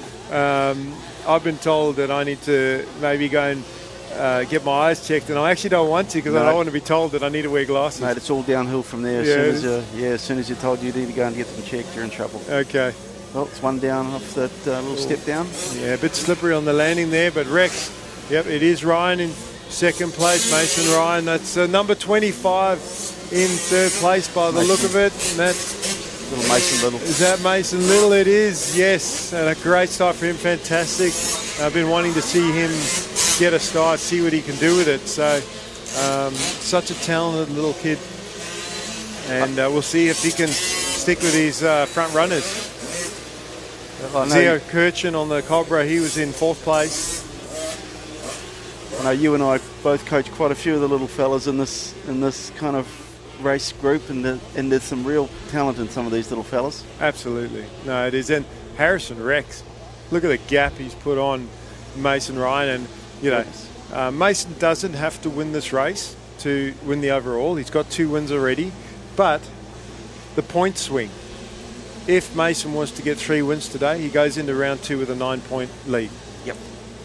If Harrison Rex wins this race, Mason has a 3-point lead. So 6-point swing there. And I've seen riders lose championships where they go, I didn't need to win to take the overall, so I'll just finish 2nd. But that might just be for the overall for the day. But big picture, you're trying to win a championship. Now, does that mean that Mason should push to the point of crashing and crash out? No. But you do need to try and keep that pressure on the leader. But Harrison Rex, he's just been on fire. I reckon if he just took 2% off and just don't need to push as hard. He's got so much speed. And we saw him yesterday crash in the 2nd race and in the last corner almost passed for the lead. But look at Little Mason. I call him Little Mason. Last name Little, so Little Mason Little. And he is in that 3rd spot, and he is right there with Mason Ryan. So I'm going to try not to get the Masons mixed up. And Mason Ryan won both motos yesterday. So if Mason Little can stick with him and go, well, hang on, this is the guy that's winning. I should be up here with these guys. Yep. And this is the first. Maybe I'm, wasn't paying attention in the other races, but this is the first time I've seen Mason Little up the front with these leaders. And then you look at the gap back to 4th place. It is substantial. It's a full section. Yep. And so I'm hoping Mason Little is going to try and keep charging off the guys. And this is how you get faster as well. You latch on, you only generally ride as fast as the group that you're with. So you get a whole shot. You ride with those race leaders, and you get to learn that pace. When you get stuck in the middle with the guys that maybe you're used to riding in the middle of the pack, you don't really learn anything. You don't get any faster. So, a great learning opportunity for him to stick with a rider that's probably going to win the overall this weekend if Mason Ryan can stay in 2nd place. It's one of those things, your pace is generally the riders you're riding around. And if you're used to riding up front, we had a discussion this morning with a rider who, had a bad start and got trapped with some riders who aren't normally at his pace, but he fell into their pace. It goes the other way too, though, right? If you start with the fast-paced kids and you're not normally there, but then you get a feel for it. Well, it just gives you a lot of confidence to know, hey, I can run with these guys. Yeah. And now they're ready into lap traffic. Just waiting to see that the far back of the track there. There's Harrison Rex, our leader. And a couple lap riders, and then Mason Ryan. Fortunately, Mason's able to clear those riders in one pass, but for Mason Little, he's actually now got to get past them. So, and see there, I would have liked to see Mason Little go to the inside line. Yeah. He sort of followed them around the outside, and he's going to lose a lot of time with that decision. And when you talk about getting stuck behind riders and stuck behind their pace, especially in these younger divisions, the riders don't have that racecraft yet, or that vision to be able to see and go, okay, well, there's a guy there, I need to take this line to avoid that. I'm going to catch up on that lapper by the time I get to that next corner or that next jump. And then they get stuck behind them and they lose a lot of ground, like what happened to Mason Little there. But really happy for him, because he's running in a podium position and showing what he's actually capable of, and still hasn't let go of Mason Ryan in that second place. Yeah, and that confidence, you can take that forward, it's like, absolutely, then, you get an expectation that that's where you want to be, that's where you need to be, you're fast enough to be there. Well, we see Harrison Rex here, and again, there's that racecraft I was talking about. He made a decision there. He saw the rider change lines, and then he changed his lines and wasn't really slowed down at all. Didn't look like there was any risk of something going wrong. He's jumping that first double out of that corner from the inside on a 50. This young Husqvarna rider, kind of like we were talking about Blake Bohannon in the older 65 age group and 85 group, like he's the guy. And, unfortunately for Harrison, a couple of mistakes earlier yesterday, which cost him, and he ended up second. Take nothing away from Mason Ryan, like Mason Ryan executed, and he got 2 wins. You don't, as I said before, you don't have to win every race, and consistency as well as winning races, and that's what's going to give Mason Ryan the overall victory. But this will give Harrison some confidence if he can, finish this one out. Obviously, there's still a bit to go, and a lot of lap riders to cleanly make your way around. And when I talk about lap riders in racing and having to avoid and sort of read the body language of those lap riders, and that sort of expect the unexpected, in the 50s, it's like 100 times more difficult, because there you have a rider down, it's just sort of washed out in that corner. But you just never know with these little kids which way they're going to go. They could go left, right, straight, and then left or right. You just don't know. And Harris, I look at Harris with the confidence, just going, I'll just jump past. That's okay. I'm not worried. And he's in the zone right now. It's a super clinical performance in this one. Really good. I think also what made it hard for Harrison in the last couple of races is Mason was nailing the starts, getting out front, and that put pressure on Harrison, and that pressure is potentially what forced those mistakes. But in this race here, you look at some of his line selections for a little guy, 7 to 9 years. Like you mentioned it, where he changed his line here with the racecraft piece. He's coming through this bottom section. But some of his lines through here, running right here and then cutting across and down, and then jumping that jump, it's just beyond his years. Really clever.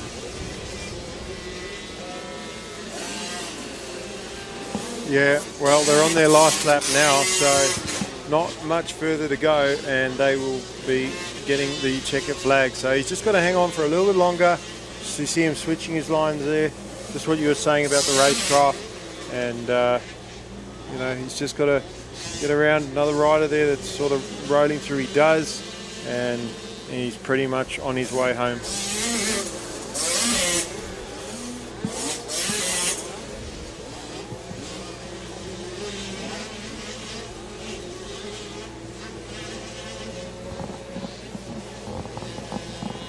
coming up to the finish line now. Might have one last rider coming through.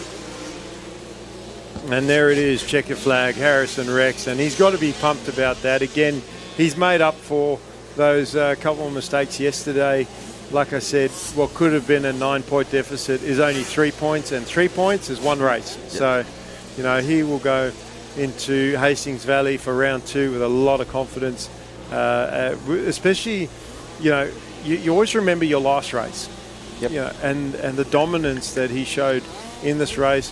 Fantastic result for Mason Ryan. He's going to get the overall win today. There's Zio Kirshen. I think he'd come around in fourth place. And we'll get a list of our riders hopefully on our screen before the start of the next race, which will be the MX1 C grade. And there it is. Harrison Rex, Mason Ryan first and second. And like I said, MX1 C grade coming up next. Talon McNeil, Tate Thompson, Andy Freeth. So, I'm not sure actually, was that Talon McNeil that was running third all race, or Mason Little? If it was Talon, my apologies, because the 26-25 was really, really close. So it may have been Talon, or if it was Mason, that maybe made a mistake towards the end of that race. But Tate Thompson fourth, Mason Little fifth, Zio Kirshen, Andy Freeth, Cone Sadler, Portia Coltis, those are your top 9.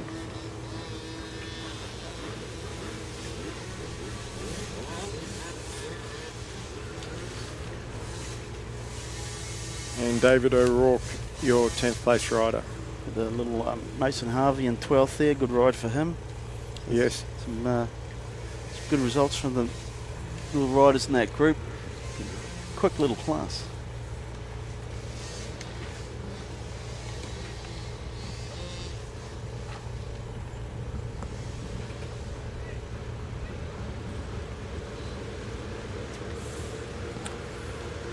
So Lee, this is when the track is now starting to, we talked about the track getting better and then the track getting worse again.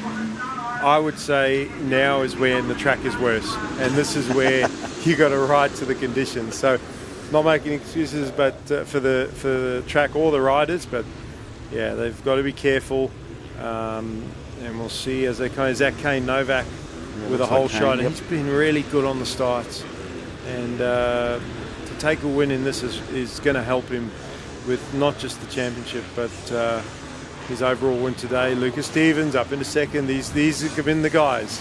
These have been the two guys. Jack Roberts has been up there as well on the 941. He's up there again. Easel on the 3. 411 is Callum Bird. So you're seeing the same, you know, the same characters up near the front. Well, the usual suspects. Yep. And you know, what's great about that is that you expect to see these guys at the front, so that when you're calling the next race, you know who to look for. And then it's not just this race, it's the next round. You go to the next round of the series. Hopefully we both don't get the sack after this, but you know, I'll watch my P's and Q's. Yeah. So we have a bit of a battle for second coming past us here. Yeah, it is, as Roberts just showing, says, oh, Roberts! And he does go down. He tucked the front out of that rut, and you know, I think I've been talking about it all weekend, that how right, and I hope he hasn't bent the front of his bike up, because a crash like that can just twist that front wheel. Yep. And if you keep pushing hard with a twisted front wheel, very, very dangerous. If that's the case, he may have to stop next to a tree or something and just sort of try and straighten that front wheel, which is going to cost him even more time. But you know how we were talking about those acceleration bumps coming out of that corner, and how the riders are trying to cut out of it. And you know, it'd be great to see a replay of that, but it almost looked like he was trying to cut out, and that's where his front wheel pushed, and then he lost it and washed out. But fortunately, didn't get hurt. It's a very high-speed part of the track to go down. Yep. And it's just going to cost him some position. Some time, yeah. But it was good. He had put a good pass on to get up alongside Luca just coming into that section, and thought he could kind of close it out on that inside. He went down. So Tyler Easel in that third position. We've seen him with a whole shot earlier in one of his other races. I think it was the MX2 C-grade class, and he led for a bit, and he tucked the front in like the second or third turn. And I was also saying that, talking to his mom and dad yesterday, they've only been in the sport a couple of years. You know, they started late, and I honestly believe they'd moved from interstate or different part of New South Wales to Sydney, looking at where their skill is, where their skill level. And Tyler's only just moved up to senior as well from junior. His birthday, well, actually I'm not going to say his birthday because it's let's just say it's very earlier in the year that can affect which age group that you go in. But really impressed to see kids that have only just been racing in the last 2 years and how high up the field these guys are, and his brother as well. So I've been seeing them a fair bit at local races, and super quick, great starter, and like I say, nice family. So it's cool to see them putting up near the front in this class. Well, Kane Novak, and this is a replay of earlier. That's fantastic. You got this vision, and it looks like he didn't try and turn out of it. He actually, coming down that hill there, he was sort of bouncing around in the rut. He didn't get it clean at the start of the rut at the top there, and then from then on he was just legs off, and he was trying to regather it. So that is awesome footage that we have the privilege to actually re-watch that and see what eventuated from start to finish with that crash. Yeah, he was trying to save it all the way through, wasn't he? And just got away from him at the end there. Also, I don't think he wanted to be that far in the middle, in that middle rut. I actually think he wanted to be on the inside. That he did, yeah. He bounced into that rut, and then he's like, I don't want to be here. And it was too late. And, and sometimes you got to go, you know what, I don't want to be here, but I'm just going to ride it out. I'm here now. I'm here now. Yep. Sometimes when you ride a track that's got ruts on the landings of jumps, like that's really difficult when you jump and you're airborne and you're landing into a half a dozen or dozen ruts, and you can't pick a rut. You've almost got to jump roughly where you want to land, and just go, if that's the rut I'm going to land in, well, that's the rut. I've just got to, like you said, I don't want to be here, but I'm here now. And just back yourself and just go through, and that's, look, again, we're in the booth, and you know what I'm talking about. We've both been in that position on a bike, but again, easy to comment from the couch and go, yeah, I would have done this and I would have done that, because the speeds these guys are going as well, sometimes you just don't get a choice.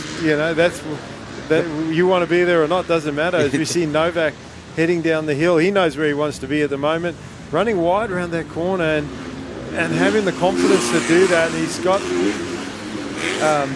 and this is one of the first times I've actually seen Lucas Stevens pushing to put pressure on Novak. The other races he's kind of like, you know what, I'll take a second, but Lucas he's not thinking about the overall. He's actually got the overall win because of Novak's crash yesterday in this class, where Caney come back to about 5th place, I think. And going to the outside, Kane looking down and not entirely sure what is going on there, but he is backed right off the pace, and he's essentially let Luca go. So we hope that it's not anything mechanical where it could cost him the moto. He's already had that. He had that problem yesterday with a crash, but a mechanical problem, that you could lose your race. So we'll just keep an eye on him, try and see what it is. Don't want to speculate. I hate talking about what could possibly be wrong, but he is nursing that bike around the track at the moment and looking down. It can't be anything to do with his health. He's still got his goggles on. If you remember last race, he took his goggles off. Yeah. And so don't think it's that. He's still jumping jumps. Yeah. So, yeah, not entirely sure. I just hope that he can finish this one out and take a second, get good points. Yeah, they got a reasonable gap back to 3rd, so they do. do. Can manage it. He's done the hard work, but frustrating for him, I'm sure, to put all that effort in to get the lead. So let's have a look-see, because I think there's some battles further back. So we'll sort of scan back and see. I did hear some bikes revving over. I think that was Easel, maybe Callum Bird as well. In third and fourth, obviously, they're a bit further back than where Kane is. As we see Stevens' big lead over Kane Novak, though, there in second. Unfortunately for Kane, a big gap back to the riders in third and fourth, which is Easel. And Jack Roberts is up there as well, I think. They'll come over the finish jump now. And Easel still has it. Roberts has made the pass on Bird. So Jack Roberts, after that crash, has charged back. Like a lot of riders give up easy, you know. They go down in a race and they go, well, that's it, my race is over, and they just roll around, you know. But if you're even a little bit hurt, or like, I don't want to encourage riders to ride injured, but sometimes you can have a little scratch in your finger or whatever on your elbow and go and use that as an excuse, or you bend your bars a little bit, or you can be sore. You can be sore later. You can be sore tomorrow. You can fix the bike later, but you can't get those points back. As Roberts dives up the inside of Easel and makes the pass, and Corey's going to come. Is that Corey? Sorry, Tyler? Corey, Tyler. Always get them mixed up.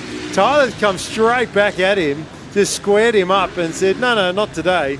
I'm not going to give it up that easy." So, and Roberts, he actually caught Roberts with his pants down, because Jack had just made the pass, and I think Jack's like, okay, I got this now, and he relaxed a little bit, and Easel squared him up and said, no, I'll just go pass you right back. So, you know, like I was saying with Oscar Earl earlier, and who was the rider that passed him, and then he just passed him straight back? I think that was Kane. Yeah. And it's like he's almost toying with him. Now Jack's got the inside line at the top of the hill. What's he going to do? He does close the line, and he actually did it really carefully. He didn't like just go straight across him. He went across, he slowed right down, and Easel had no choice but to back off the throttle. So that was like the most gentlemanly, soft way that you could possibly do that, but really, really safe. And you know, and that took a lot of. It actually took a lot of intellect to make that pass happen in such a safe way. So it could have been a lot more brutal. It could have been, yeah. I mean, he could have gone right across Easel and taken his wheels out. They could have jumped into each other, but Roberts jumped on the brakes and was like, no, I've got you, but you're not going to jump, I'm not going to jump. And, yeah, he's got the position. So, you know, great comeback after that crash. Yeah, really good ride. Unfortunately for Callum Bird, he's sort of lost touch with these guys. Easel, what's going on here with Jack and Easel? They both sort of come out that corner and slowed right down. Now Easel back to the inside again. He's taking them back. You know, maybe you know what? I reckon they both got their tongues hanging out, because honestly, you know, they just they're like, man, where's this last lap board? No, look, I don't want to say that. It's a shame, you know. Don't want to say they don't have the fitness. So they're fighting hard. It could be anything. Could just be the tough track conditions. But we've got our race leader heading towards the finish again. And this is a long moto, Lee. It's these MX1 guys are doing 15 minutes plus a lap. Yeah. You know, you talk to most club riders, they don't want to ride 15 minutes plus a lap. They want a 4-lap race. Yep. This would be 7 or 8 laps, 9 laps maybe. As is that Roberts at Marshall Point 7? That's on the ground again. So, you know, and when you're tired, trying to pick your bike up and was he kickstarting that? It looked like he was kickstarting that. So it must be one of the older model Yamahas. As Tyler Easel now with no pressure behind him, and Callum Bird a little bit further back, but it was really Roberts and Easel that were battling for that position. And Roberts had done all the hard work. He'd come back from that crash. He'd caught up. You know, just fortunate to see him go down again. Well, that's right. You know, we forget about, you know, that crash, the effort that it would have taken to pick the bike up, get going again, the effort it would have taken him to close up that gap to catch those riders, to make those passes. You know, I'm getting tired just talking about it. Never mind actually being out there riding the bike. And I spoke earlier about the start of this race, how I believe that this is now when the track is getting worse. It's definitely not at its worst. It's going to be at its worst for the last 3 races of the day. Yep. Those are the kids that are going to have to really struggle. And no vets class this weekend. Didn't get the support to run a vets class, but honestly, if you were a vets rider, would you really want to race this track today? No, I think I might be finding something wrong with my bike after the first 2 races. Yeah. Well, just sort of go off the start, and if you don't get the whole shot, look down at your bike, put your hand up, and just almost let look, must be something wrong, and I've got to just say, roll around. It's probably the best I've seen this track. The prep work they've done is magnificent. So, but it does go away. You can't keep the moisture in it.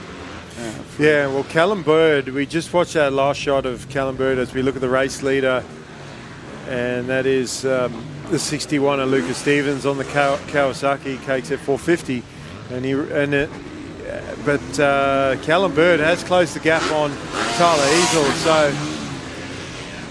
so Bird is looking for that extra position, and they are coming up behind some lap traffic, and we'll see what they can do. They both go to the outside because of the lap rider on the inside line as we look at Stevens heading up the hill, and we'll scan back to those 2 riders going through the rollers. There they are. That's Easel and the 411 of Bird, and Bird nearly snuck up the inside line there. They've got some lap riders, so Easel's going to have to make the right decisions here. And when we talk, there, look at that, just who takes that line? Callum Bird. No, I haven't seen a single rider other than the 50s that are cutting around that tabletop take an inside line. It nearly paid off. Yep. Easel just backed himself, gas the throttle, jump in between Bird and the lap rider, which was a gutsy move. He could have tangled with the lap rider, he could have tangled with Bird, but here we go. Risk versus reward, and he got it. And Bird, learning from Roberts' pass, nearly got him, and Easel was like, not again, But my only advice for Tyler is you need to take the inside line next time, buddy. And as he takes the outside there, I like that outside line, Lee. That's where we saw a pass in the trying to remember which class it was, where I think it was the MX2 Pro, where the rider went right around the outside of the other rider. I think it was Blake Fox on Josh Whitehead. Yep. And now that the track's getting to its worst, those lines out there that you wouldn't ordinarily take are going to be your best lines around the track. Now, that main line is going to be your worst line around the track, and this is where the riders have to adapt, not just to the track conditions, but to the lines. These guys almost touching bars going into that corner. I think they actually did, because Bird sort of lost control a little bit on the way to that turn. Easel taking that defensive inside. Bird trying to roll the berm. It didn't pay off. He lost a couple bike lengths. There's less than half a lap to go, and he is going to have to make something happen. I bet you he's thinking this uphill where our race leader is he's already passed it, Lucas Stevens, and Bird goes up the inside and takes it just like that. I'm not sure why Easel ran wide over there, but maybe Bird got a better drive on the tabletop. I was looking at our leader. Bird looks over. Bird's going to go to the inside here just to protect it. No, he doesn't. He changes it and leaves it open. And you know what? He's going to jump back. He cuts underneath and gets him back. And they're going to go side by side. They're probably going to hit this tabletop full throttle and over jump it. And they're going to have to. It's going to be a nice finish. And Easel over jumps and nearly ends up on the start straight. What a finish. Our most exciting finish of the day. I was imagining these guys hitting that top gear, and that's what I love about 16-year-old kids. 16, 17-year-old kids, just no fear of consequence. No. Just like I've seen somebody lose control on this tabletop where they lost control, whiskey throttle, and they ended up on the start straight. They hit that tyre wall by the berm there, and I was just like, oh man, these kids, are they going to be able to pull up? And they weren't even thinking about the track exit. They just like, I got to get the position. So it'll be very interesting to see what the timing says on the result of that one. Obviously, we got Callum Bird showing up here, but the other thing to consider is you've got your timing loop, but you've also got your checkered flag. So, that change of position could have happened in 2 meters of timing loop to checkered flag. You race to the checkered flag. That's the rules. Again, I don't want to influence the decision. Whatever the officials decide, it is what it is. But that was a photo finish. And if you said to me, well, who won? I couldn't tell you. If you said, come on, tell me, I probably still wouldn't tell you because I wouldn't want to be wrong. So, yeah, that was. But I couldn't understand why Bird didn't protect the inside and that. Well, you look at the timing finish. There was 1/100th of a second between them, so that could have quite easily changed positions on the finish. But we will see. We go and forget about the next race that is on the line, and this is one of our premier junior divisions at 13 to 16, 125 age group, and we'll see who can come out. Is that Ryan Jones with a whole shot? Yep. And Ryan has not got the starts. He's a very good starter.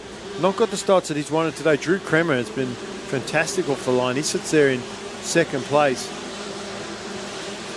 But Jonesy he's needed this, and we'll see what he can do with it.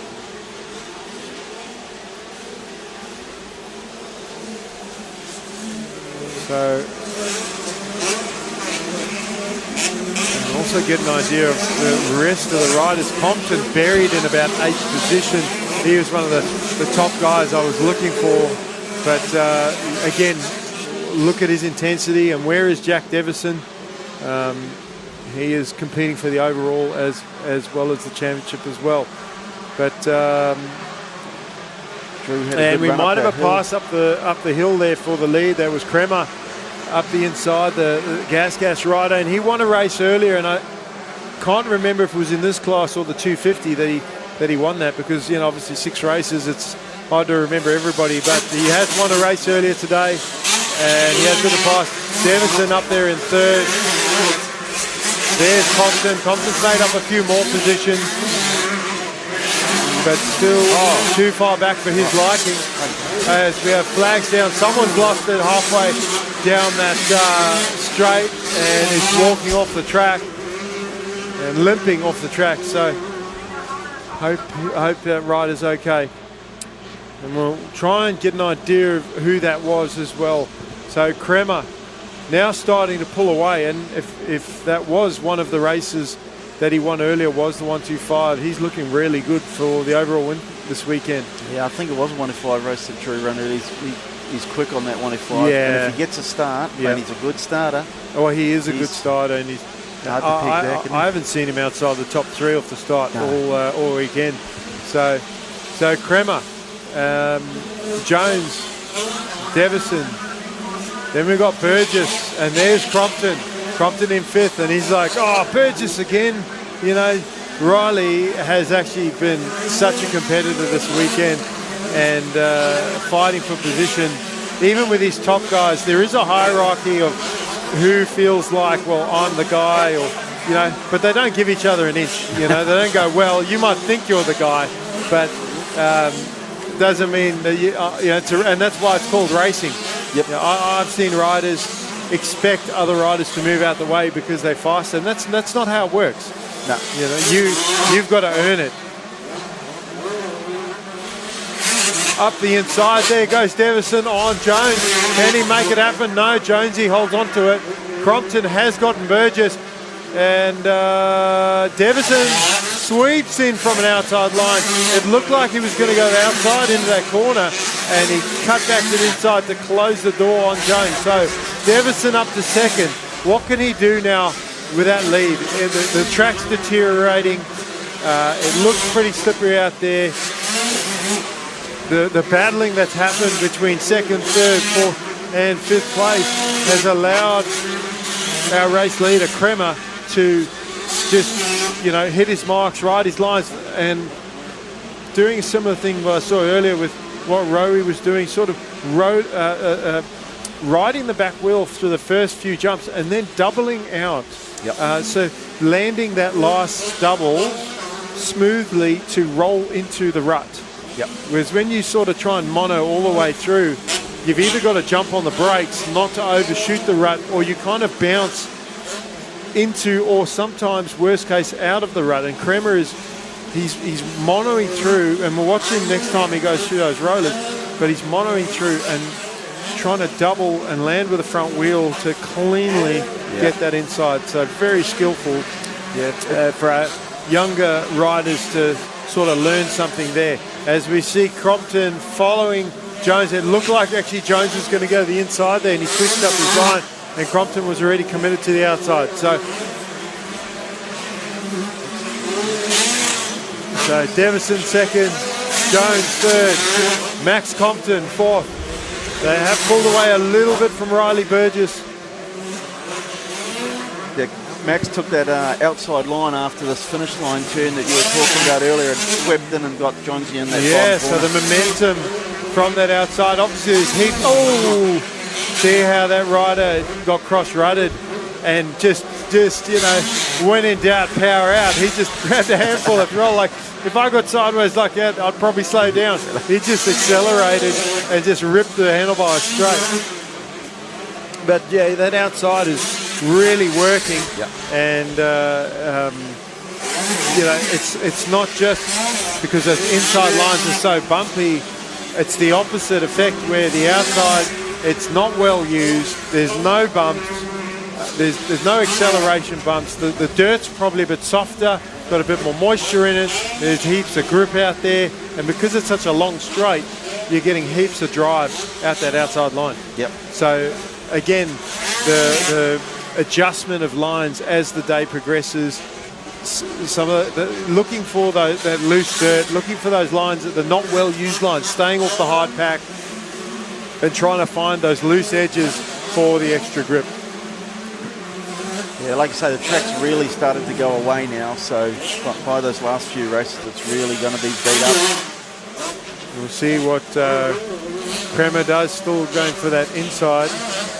Now, I'm interested to see if Compton can close the gap on Devison, because if he does, I reckon he'll use that outside line. That'll be his spot, and we'll see if Jones learned from that line. Did he take that outside as well? I think he did. So if these boys have any more races, Jones will be using that outside from now on, and he won't fall for that twice. That's right. Gee, Drew's managing this nice lead here. Jack's trying everything at it, closing that down, but Drew's on pace. Unfortunately for Jack, Drew is such a good rider, and he's gotten that gap early.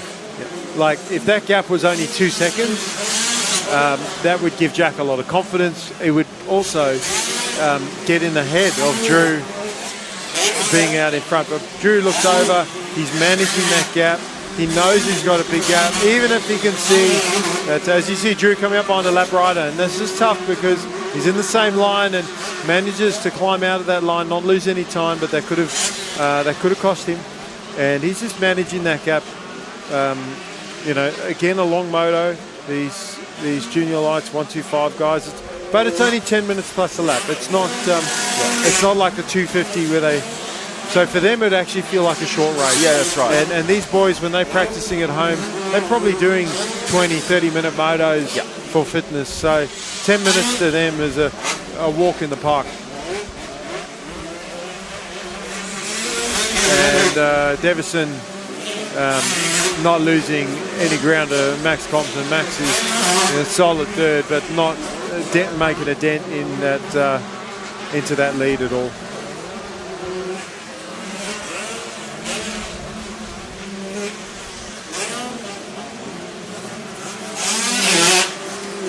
But you can't give up. You got to race right until the bitter end.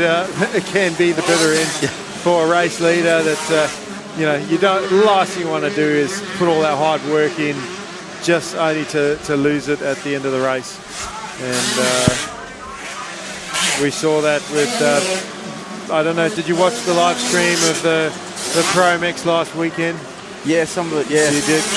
Did you see the second moto where Beaton led the whole race through, and 2/3 of the way through made a mistake, and because Webster was close enough to not necessarily make a pass, but it re-energized him, and when Beaton was on the microphone for the interview, he said what we've talked about. He fell.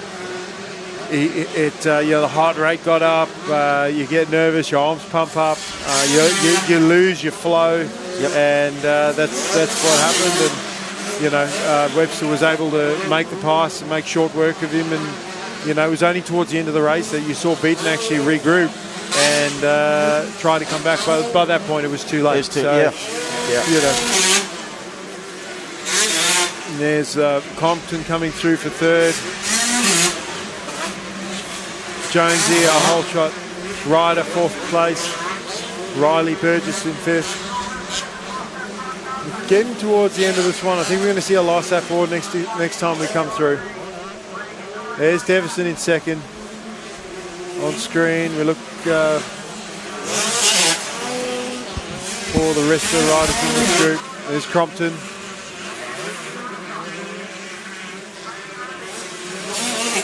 And look at Riley Burgess. Burgess is charging hard here. He is not that far away from Jones with a lap and a half to go. So I expect to see Riley Burgess towards the back end of this part try and close that gap. Jones is still pushing hard. He hasn't taken his foot off the pedal, but Riley Burgess is getting close. The lap, last lap board coming out, I did see a yellow going as well.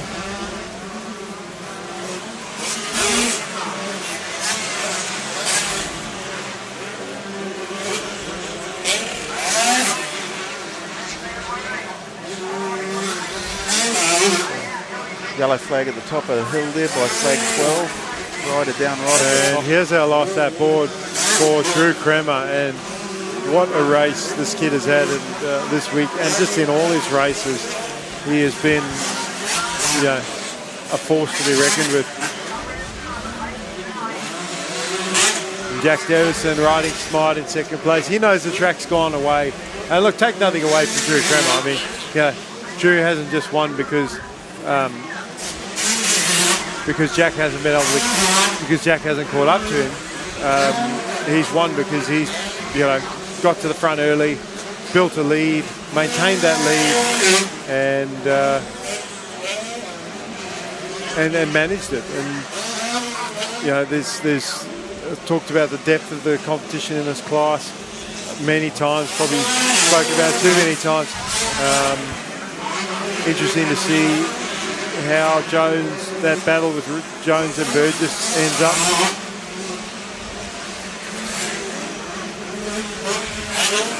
Because they were quite close the lap before. There they are there going into the rollers now, and Jones he's got a bit of a gap. He's got a couple bike links on him, so it's not as close as Burgess would like it to be, as we see Devison go over the centre jump.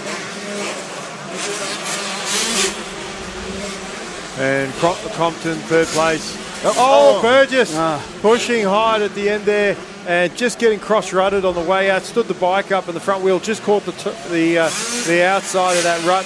But because he's been pushing so hard to catch up, he is way ahead of sixth place and is not going to, I guess, suffer any consequence for that mistake. It's kind of a bit weird when you lose your front fender like that too. it gives you a kind of distorted view of the wheel because you're used to looking at the mudguard there. Yeah. And it can put you off. Yeah. But there is a few kind of gnarly ruts in that turn now, so. Well, and they're not clean ruts. I mean, they're not like smooth, perfectly circular ruts. People have been cutting out of them, and there's a few braking bumps on the way in. There's acceleration bumps halfway through the ruts as well, and that all just affects the way the bike works and your suspension setup. I mean, if your rebound is not set perfectly, so Kremer, Devison, Compton, Jones, Burgess, Easel, Reed, Taylor, Davey, and Taplin, your top 10. Congratulations to all those riders. But yeah, your suspension setup, if your rebound's not set up perfectly, your front wheel could bounce off an acceleration bump, and I'm not saying that's what happened with the Burgess, but it could bounce and then bounce over the rut slightly. That could cause the cross-rutted, and then you go down.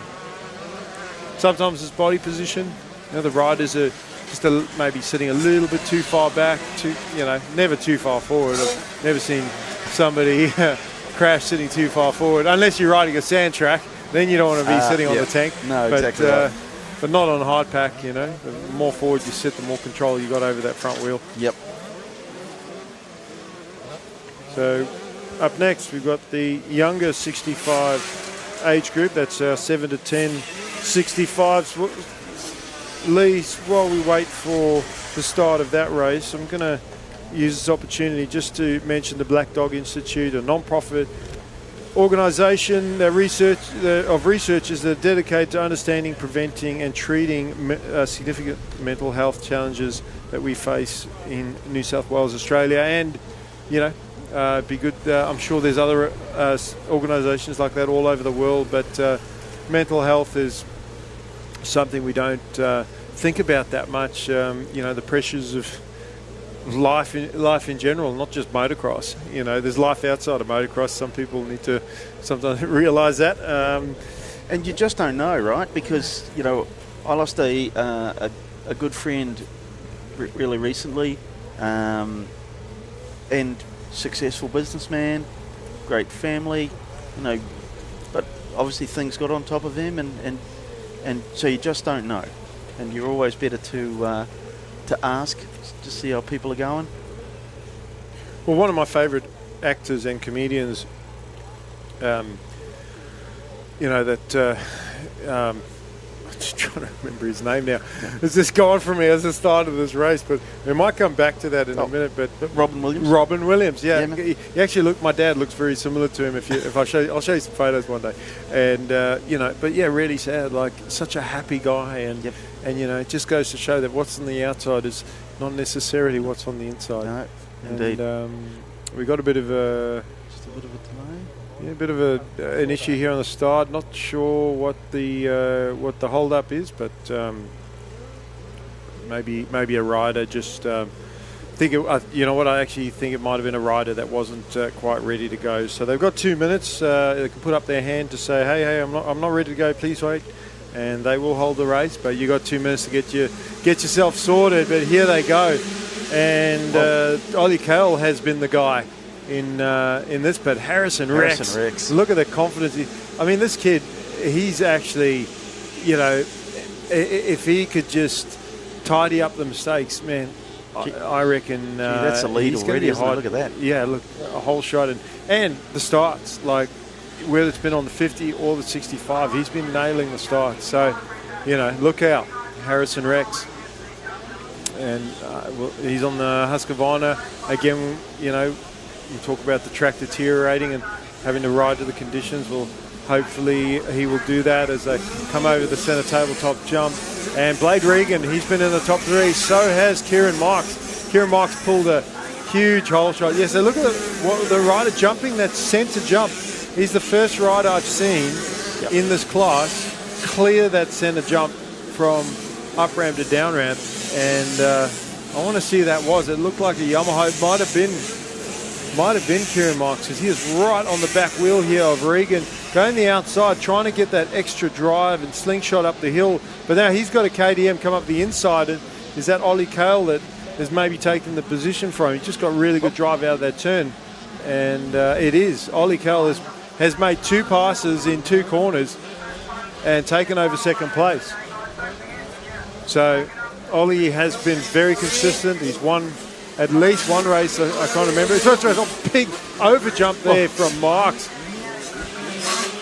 And kind of sort of took my breath away a little bit. I was going to mention the other riders behind him, and I just lost concentration seeing Flynn Burgess up there on the 275. So that's Flynn's second year in this class, and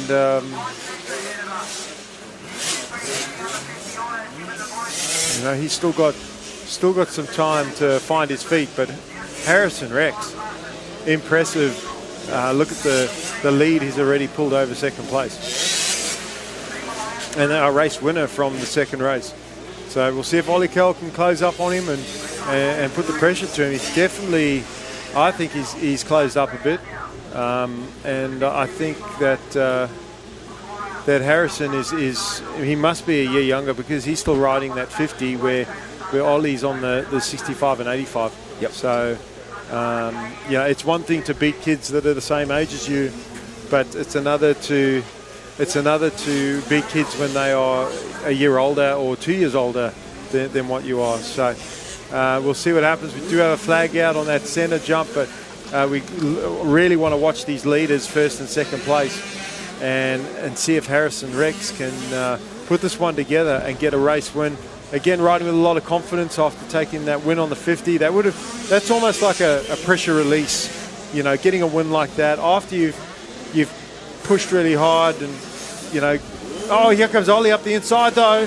Ollie got a better drive up that inside, and here goes Rex. He's gone, okay, no worries, you can have that up the hill. He squared him up, and he thought about that. The moment that Ollie made the pass on him, you saw, I wasn't sure if he was thinking it, but you saw Harrison Rex go out wide.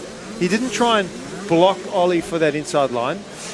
And I think these kids have been watching the live stream, because they both took that outside line around that corner. So I feel good about that. I'm glad that I hope that they were watching, and I'm glad that they're listening. So, or hope that they were.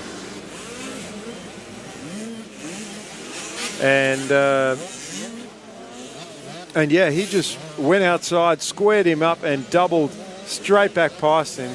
And that's a very mature move for a 7 or 8 year old. I think he's probably around 8 years old. But don't want to be going wide there. And he went really wide that turn. He's going to need to hug the inside, and he doesn't. He goes to the middle. Yes, he'll have the inside of the next turn. There's 2 fallen riders there, and Harrison really needed to hold those inside lines. And then Cale goes down, and Harrison has nowhere to go. So that's you know, and that's a pressure crash. You know, those 2 boys are fighting for position, and Cale unfortunately put it down. And Harrison's like, I bet he's like wiping his brow, going, "Oh, thank goodness for that. I don't have to fight anymore." But what a battle that was. I was really enjoying, and we'll see what Ollie Kell can do with that. Can he come back? And let's try and get a look at what the order is when they come through, because they haven't gotten through any lap riders yet. There are some lap riders that are coming over the finish. I've just seen the 4:27 of Kieran Marks go over the finish jump, and that, like, I'm trying to see where our leaders are, but they're coming towards the finish. So Kieran Marks must have made a mistake on those earlier laps, because he was in 3rd place. Yep. So to be almost a lap behind, he's crashed somewhere and hasn't been able to get up quickly. And there's our leader, Rex, and taking that outside line, that we would say our best line through that corner right now. Yeah. Is that Ollie Kell that's just come through? That looks like Ollie Kell.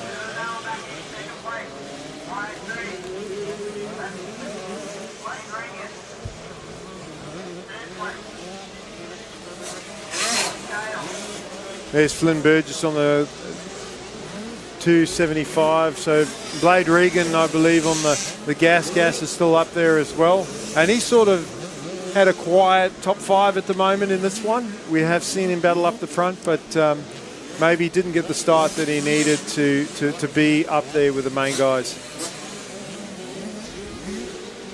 There's Ollie Cale, and you can see he's annoyed. He is charging hard and going for the pass. Rails that outside. It's going to give him the... Actually overshot. It was going to give him the inside. He actually overshot the line, but doesn't matter. Oh, Cale, legs off, and you know, still completes the pass. And man, he is on a mission at the moment. He gets around Blade Regan. Now, it's one thing to pass somebody at speed, one of your main competitors like Blade Regan, but to go past them with your legs off and not turn the throttle off either, like he didn't. He didn't back out of it at all, and that was going to go one of two ways. Yeah, he could have either swapped off the side of the track into the bushes or held onto the bike, and a leader just goes down and tucks the front, and Harrison Rex, he's going to need to get up and get going. There's Ollie Cale taking the lead, and Harrison Rex has just lost of concentration and just got cross-rutted on the way into that turn, and Ollie Cale can't believe his luck. You know, he made the mistake earlier. He now has the lead, and he probably needs to just settle down a little bit now that he has that lead. And it looks like he has. You look at his standing body position. He's just like, okay, I've got the lead now. With one more lap to go as well. And Blade Regan's like, I'm in second. You know, everybody's crashing around him. Gee, that was... Well, they certainly make our job easier commentating because, you know, it's not like watching paint dry. These the battles, the crashes. I mean, we don't want to see the kids crashing, but yeah, look, Harrison Rex, he'd be really disappointed with that. There he goes, just in front of us now across the finish with one lap to go. He had just over a lap to go, and, you know, I guess, you know, as these kids get older, they learn from those, and that's Ollie Cale leading the race there on the 282. But, you know, yeah, for Ollie though, he just kept him in sight, just stayed there. You know, he created his own luck. You know. Well, he did, because he didn't give up. No. He picked the bike back up. He charged forward. Now, I don't believe that affected the crash. Like, Harrison was under no pressure whatsoever, and we saw that on the 50. Where he's leading the race and he made the mistake and got back up, you know, got into second. And, you know, if he could just limit those mistakes, and he's still got, you know, at least another year, maybe two in this young 65 class. Like, for him to be winning races at his young age, beating kids that are older, like, that's exciting. Yep. And, but, you know, no more exciting than for this guy out in front, Ollie Cale, who is going to get the checker flag shortly, and Blade Regan as well will be really happy with a second, I think, in this one, because he's been the most consistent rider in this race. And I say in this race because with these kids, it's actually race to race, you know. So flag out for Ollie Cale. Really good. Fantastic.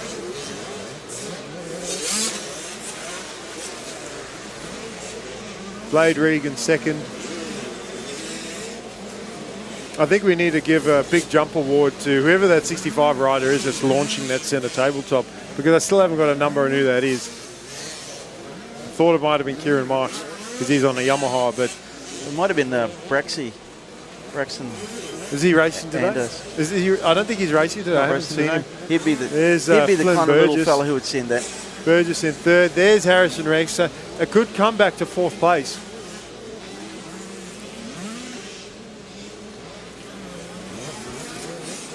Oh, yeah, Brexy. No, I don't think he started.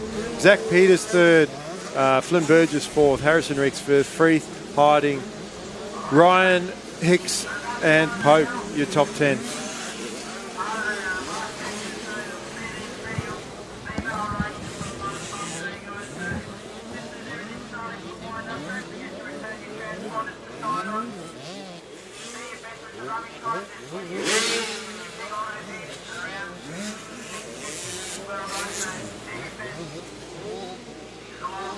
So that's the 7 to 9 50 cc's.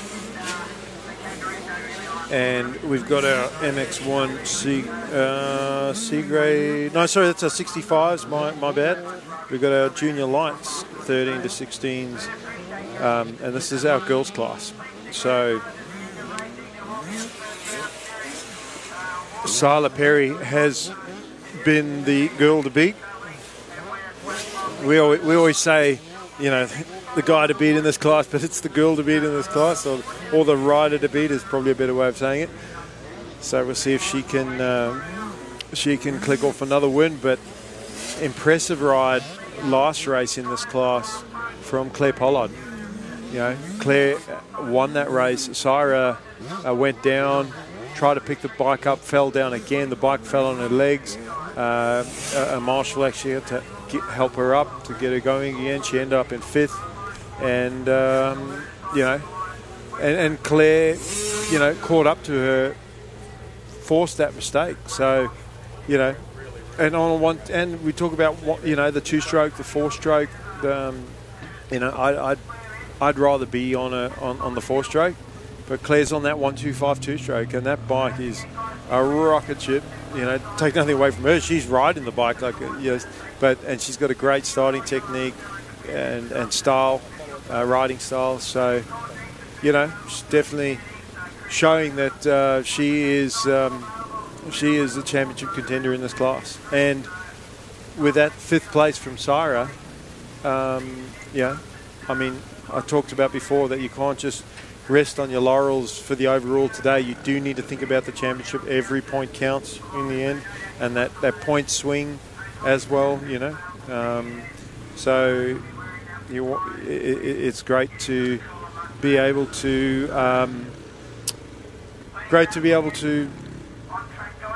you know, get those points early, try and build that points lead, take the pressure off, but then you have to be careful about not trying to manage the championship too early in the series and go to round 2 thinking no, I don't need to do this. Then you start thinking too far ahead. You know, just take it a race at a time. You know. And when I say race at a time, it's like a race day at a time, a race on that race day at a time, one start at a time, one lap at a time. Don't think too far ahead, because when you do, you lose concentration, and that's when you can make a mistake. Yeah, you really want to get a few really good finishes under your belt before you start managing. You kind of... We've also, you know, had some Queensland riders in some of these races. Cyprian has been one of those, and Tab Newcomb has also been great on the start. But she sort of backed out. Like, I think she thought, I've got this, and then just backed it off out of that first turn. Maybe trying to be a little bit extra careful because of the slippery conditions, and she got swallowed up going into that second corner. So Sila Perry, who, I don't know, she just pushes hard every lap of the race. I have not seen her try and manage a race yet today. She's just backed herself and taken the early lead. All day I've liked Tab through this section here. She's generally getting both of these jumps nice. Didn't quite get that one that time, but made a liar of me. But she's generally getting both of those tables really clean.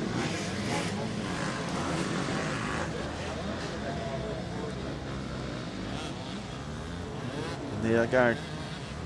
She leads coming into that rough rutted section down the bottom there. Tab taking the outside, Tab taking the inside, Syra on the outside. Yeah, so Tab making the move, and maybe she could hear us in the commentary booth and going, I don't like what you're saying. I'm gonna take this back. I'm not easing off the throttle. I am here to race, and she's raced her way back into the lead. Where's Claire Pollard though? I think she's battling with Gabrielle Kidd, the other Yamaha number 16. We'll see as they come over the finish. But there's Pollard, there's Gabrielle. Gabrielle's also been great on the starts on that 125 2-stroke. And then we've got Sienna Cyprian also, and a couple 2-strokes actually coming over the finish line. So the two girls up front on the 4-strokes, and you know, again, and Chelsea Ball also on the 4-stroke. But the 4-strokes definitely with that little bit of extra grunt. Sarah Ferguson on the KTM 250 4-stroke as well. But back to our leaders again, and Sarah Perry has taken the lead back, and this class has actually been really exciting to watch and to commentate. This is reminds me of the first race yesterday. These three girls battling and jostling for positions. But what Claire Pollard needs to do, she sort of rode over the rut there in the turn, and she's going to lose a stack of time with that. Tab Newcomb going to the inside. Sarah Perry, she doesn't mind those outside, Sarah, but Tab did pass her in the inside earlier, and Sarah's just backing herself with speed, and you've got to be careful. She keeps taking those outside lines. Always Tab come up a bit short on that tabletop, and that's going to cost her some time, but then she jumps the next one and gains back up, and I don't think that was a mistake from Sarah. Sarah hasn't been jumping that second tabletop. She hasn't, no. And, and Tabitha could see that. Yep. And if she can get close, she knows she's going to jump back past her. Yeah, Tab's been getting that second tabletop every lap. And to me, that's not a horsepower thing, that's a mental thing. Yep. I think that Sarah just has a mental block with that middle tabletop, worried that, she's potentially,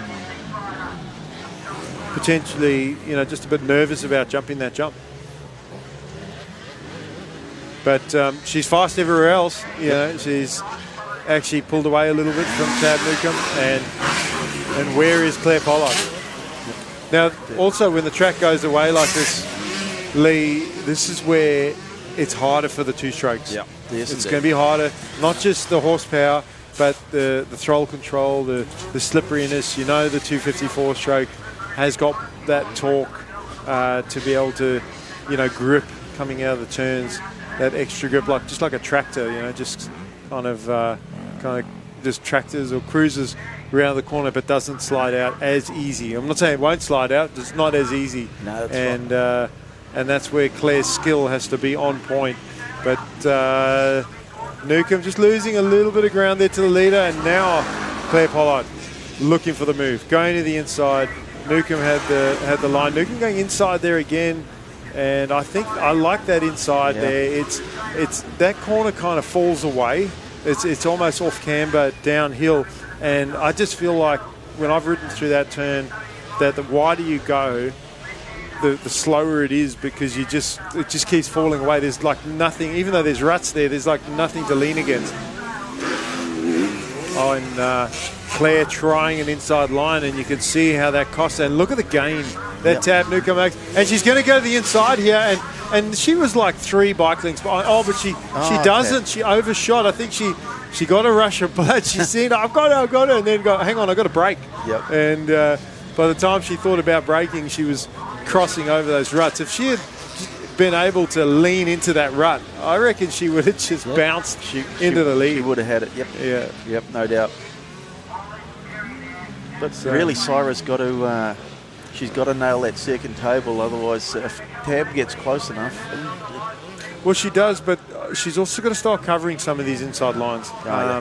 Yes, it's good to back yourself. It's good to rail those outside lines for that extra momentum, but not at the expense of losing a position, because the rider behind you is really close. Now she's open to back up. She can afford to do that. Tab's obviously having to deal with Claire Pollard as they go into this left-hand turn, and but they're also running out of race time. Here comes Claire up the inside, and she is going to, Great and move. she does. She closes. That was a good pass. It was, it was aggressive, but not to the point that there was any contact. She put her bike in the way, and she's like, no, and she made sure that there was no way Tab was going to be able to come back at her. Yep. I'd really like to see Claire take the inside rut here around that turn. She's still going wide. See where Tab's take. Tab makes up time. She almost passes the riders. Yep. I think the advantage of taking the wider line that Sarah and Claire taking is that you get a better drive through those rollers, and the opposite for Tab is that she doesn't get the drive through the rollers. And we'll see what Claire can do now that she's into second, and I think that kicker is back on that up ramp. I just seen Claire hit it, and the back end just kind of stepped up a bit, so we'll need to keep an eye on that. We don't want a repeat of any more crashes on that jump. Or maybe I'm just seeing things. Oh, so and our leader's gone down just behind Marshall, 0.7. And yeah, she just, yep, the front wheel's in the rut. The outside's climbed out of the rut and she's put it down. And Claire Pollard is just on a silver platter. Here you go. But, you know, again, that is, don't take anything away from Claire or from Tabitha. Like Tabitha in that second place probably has just as much credit to gain as Claire, because they both put pressure on Syra for that lead. And we talked about the energy that you expend in those battles, and it tires you out. Yep. And so it'd be interesting to see. Interesting to see how they go now. Claire and Tabitha, they've been battling too. Have they got the energy to finish this one out and not make any mistakes? We see once Claire got past Tab, you know, she put a good gap there and started catching Syra, and then now she's got clear vision.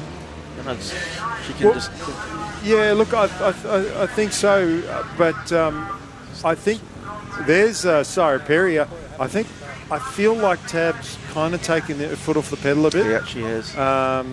You know, and what we spoke about earlier, that the sort of how a rider can break your spirit when they not only catch you, pass you, but then gap you, and then you think, oh, like both Tab and Claire would have gone past Syra on the ground and maybe thought, oh, well, she's down, I don't have to worry about it.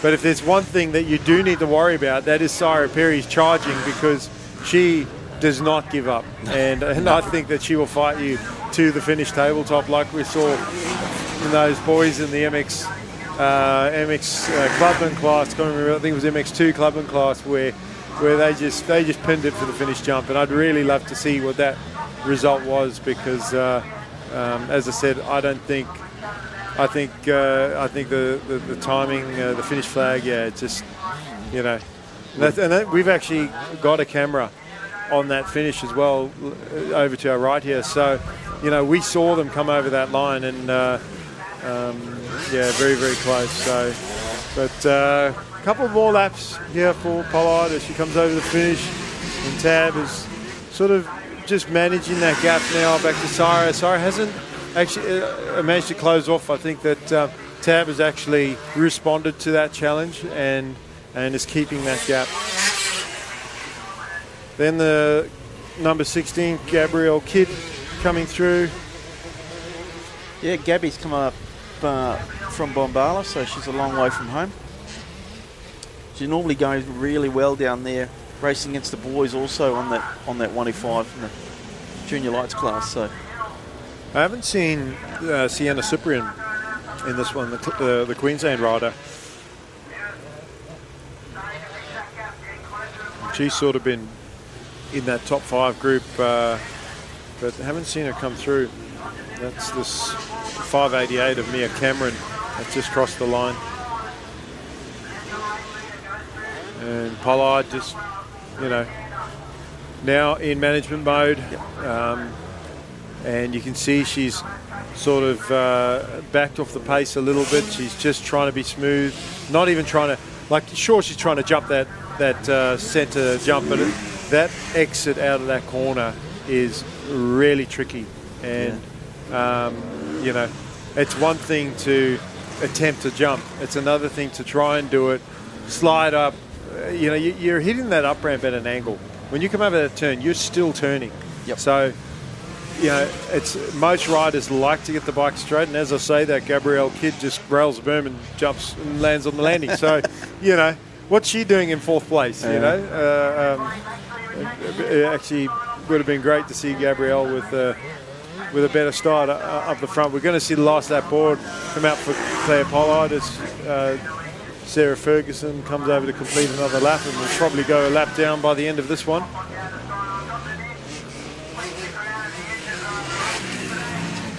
Tab in second. There's Sienna Cyprian. So going the lap down, that's surprising. Don't expect to see her that far back. The Husqvarna rider, Syra Perry, she'll regroup for next round. Syra, she's a fighter, and I expect this championship to come down to 1 or 2 points in the end. Yeah, it'll be close. And that 1 or 2 points could be determined today. So,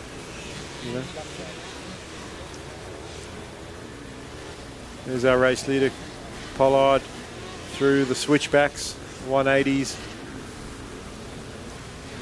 into the roller section. You can see the Lake's workers, Lake Macquarie committee, just trying to keep some moisture in the track. That sun is baking now, and again, very hard for the riders. See a few shadows as well, Lee. Especially in that bottom section.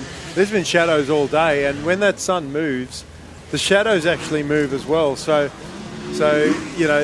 you might have been going through a rut earlier in the day where you could see, and often when the riders sort of tuck the front wheel in the corners and stuff, we don't always. There's the leader, number 25, coming out of the corner up the hill.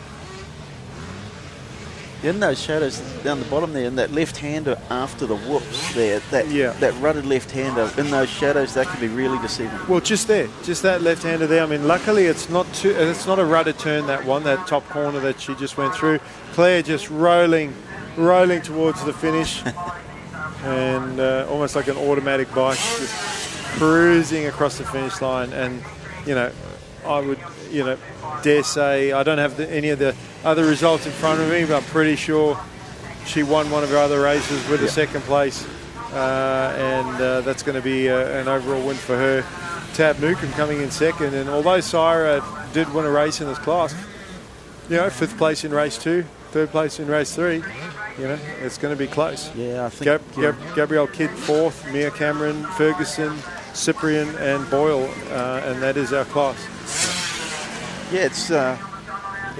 I think that 5th place might hurt Syra on the overall points today, but she's fast and, like I said, pretty determined. Syra, she's not going to die wondering. So as we go into round 2 and round 3, she'll be back and punching. Well, let's hope not. And next up, we've got our senior women class, and we've spoken to Taylor Thompson. I wouldn't mind actually getting Danielle McDonald up here at some point, and I think it would be great to have a word to her about her racing and where she's at, and the results today and the battles with Taylor Thompson and what she thinks about that. Now, Taylor was riding in the MX2 Pro class, and she had a crash on the centre tabletop, as have a few riders. I hope that hasn't, damaged the bike or her confidence in any way. At the very least, she'll be a little bit more careful. Where Danielle McDonald, she's look at Taylor from the outside, like in the camera shot there, we couldn't even see her. She was that far in front. Danielle McDonald diving to the inside, wasting no time taking second. So these have been our two. We've spoken about the advantages and disadvantages of the 2-stroke, 4-stroke. So I actually think Danielle's got an advantage in this race with the 4-stroke bike, and she's very. Danielle has a very attacking riding style. She's smooth, but she's very active on the bike, throws it around. Taylor, that front wheel, just that second line is almost as deep, if not deeper, than the inside line. I'll probably be going back to the inside now, coming out of that turn, because both of them were sort of towing their way around that corner, paddling their canoes around that inside line. So we'll see if Danielle is going to be able to hold pace. Right now, Taylor just trying to put a foot down and almost end this one early, and put Danielle away early, and Taylor railing that berm. See Danielle still taking that main line down the inside middle, and she may not have seen that outside yet, but maybe she can learn from Taylor for her next lap around and try that outside line. Yeah, the rest of the riders here are all going to that outside line. Well, I'll just say that riders and anybody watching at home that knows the riders, tell them to watch this live stream so they can learn something. Not necessarily from us, what do we know? But watch the riders on the track and the passes that are made and the lines and the racecraft. But when we go to round 2, you know, the first day of racing, watch the live stream in the afternoon and you know, check out the lines, listen to the commentary. You know, you might be able to pick up some great tips for the second day of racing.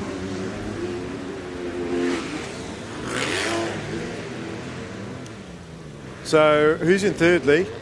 We've seen Taylor Thompson go past. We've seen Danielle McDonald. We do have a battle for third place by the look of it. Going on here. And that looks like the 25 of... That's Sienna Cadiz. Yep, Sienna. So we'll try and get a camera on that third, fourth and fifth place battle. We've got Bella. Oh, looks like a pass made for third. Sienna's going to the inside, and those inside-outside lines coming together. Is that Bella Arnott that just made the pass? And then fifth place, just making a mistake out of that turn, allowing sixth place to get closer. So that's where our battle on the track is at the moment. Bella Arnott has made the pass. Will Sienna Cadiz be able to combat that and come back, or does Bella have a little bit more pace? So, the other rider that was behind with the 236 or 256, Monique Simpson. It was actually made the pass on the Husqvarna rider.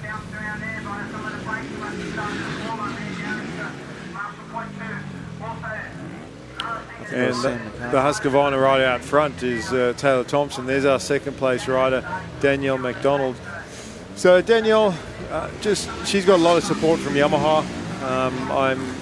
They've been good, and I'm hoping that they'll continue to support her.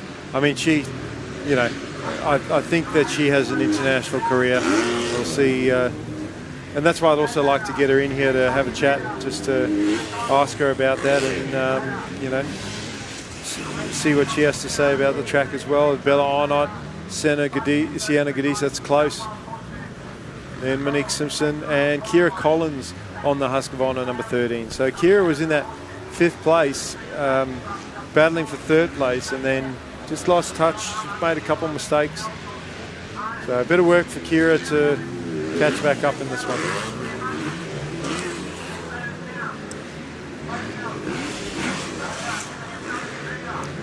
Monique Simpson, Kira Collins, really close now. Yeah, at fourth and fifth place. And Lee, that's what I love about the racing. It's not just about the leaders, sort of, I don't want to say rolling around in first and second, because they're definitely not rolling around, but the battles, and the battles within the battles. You have the fourth and fifth place riders fighting for position there.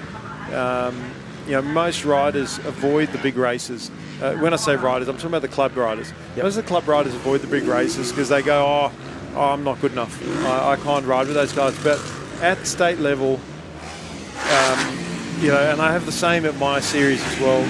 A lot of the club riders won't do it because they don't feel like they're good enough. But what they don't realise is, sure, you've got your top 3, you've got your top 5, you've got your next group of 5th to 10th. Then you've got your next group of 10th to 15th or 15th to 20th or even back to 30th and 40th place. There is always somebody to battle with. Yep. You don't necessarily need to be the guy or girl, in this instance, winning the race. There are going to be riders you can battle with. And what that does for you is it makes you a better rider. It makes it fun. I mean, to me, nothing more boring than going to a club day. And I'm not saying I actually enjoy club days now. Club days are for me. That's the race I want to go to. Yep. But and I think that it's good even for some of your better riders to still do club days for a bit of confidence and whatnot. But I would rather as when racing competitive, like if you are racing competitive at this level and national level, state level, there's no point going to a club day and winning by half a lap, or maybe you're not winning, maybe you're in second by half a lap, and nobody in front of you, nobody behind you, might as well just go to a practice day. And you know, if you're at that level. But when you've got riders to battle with, like, that's what makes it fun. You know, it's satisfying to beat your peers. And you know, I'm sure if we after the race, if you're talking to Sienna or Bella, you'd be talking about their battle, they'd be loving it. Yeah. Because you're right, they're having their own little battle there. The other two are up front, they're having their own battle, but within our battle, we're having a good time. And you know, they're both trying to get the better of each other on a tough circuit. Yeah, well, Taylor Thompson, we haven't forgotten about you, Taylor. You're showing all the girls how it's done so far, and you know, Danielle McDonald, being a few years younger, just moved up, you know, to seniors. So you know, she's got a whole career ahead of her, and I think Danielle would have learned a lot from this weekend, and would have enjoyed her battles with Taylor. But the battles, like I said, within the race, and you also get faster because you might be, let's say you're in that 35th to 40th on the track. Well, next big race you go and do, you might be 30th to 35th. You know, like I've had some kids say, oh, what if I come last? And I say to them, well, it's only up from there. You know, if you come 40th, well, you know, you can't go any worse than that. You can go 39th, 38th, 35th, 30th. You can always move up, and that's satisfying as well to see that progression. And the only way you can do that is by entering races and going racing. Yep, absolutely. You know, you and I see it a lot through our coaching, with riders, progression is the best thing. You know, it's just such a good feeling to see, you know, a rider, you know, moving from a 20th place to a 15th place to a 10th place, or whatever. That kind of progression is great to see. It's great for their confidence. And then, you know, they come along and they race in New South Wales state titles, and they have a good time here. Absolutely. Just saw Monique Simpson pull off. So she come off the track? Yeah, so okay. Something's gone awry for Monique on this one. Okay. It's Rachel Dickey heading past us here. Well, this race is nearing its end for the senior women. They do 10 minutes plus a lap. The other thing I like about the battles, besides the exciting racing for us, for the spectators, is it makes the race go by so much quicker. You know, when there's nothing happening, it sort of can drag on a bit. But we've had some fights, and again, look how just treacherous those ruts are going into that turn there. And Taylor had to sort of bit of leg swag just to balance the bike coming in, but did that very, very well. She's going to get the last lap board, and has enough of a lead that she can just sort of cruise to home, you would say, on this one. Danielle hasn't backed off the pace. She looks like she is still charging. So one more to go for these two girls. So on their last lap, and we'll wait for third place to come through.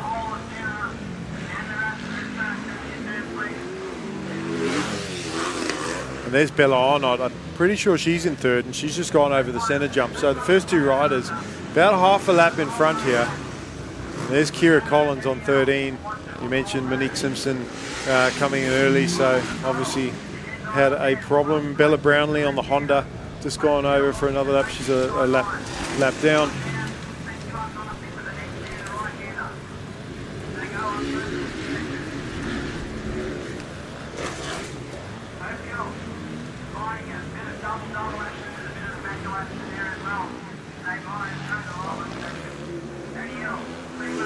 So Taylor Thompson, for the last time today in the senior women's, she's unfortunately for Taylor, she's still got another race in that MX2 Pro class. So, you know, another lap to go there for Kira Collins.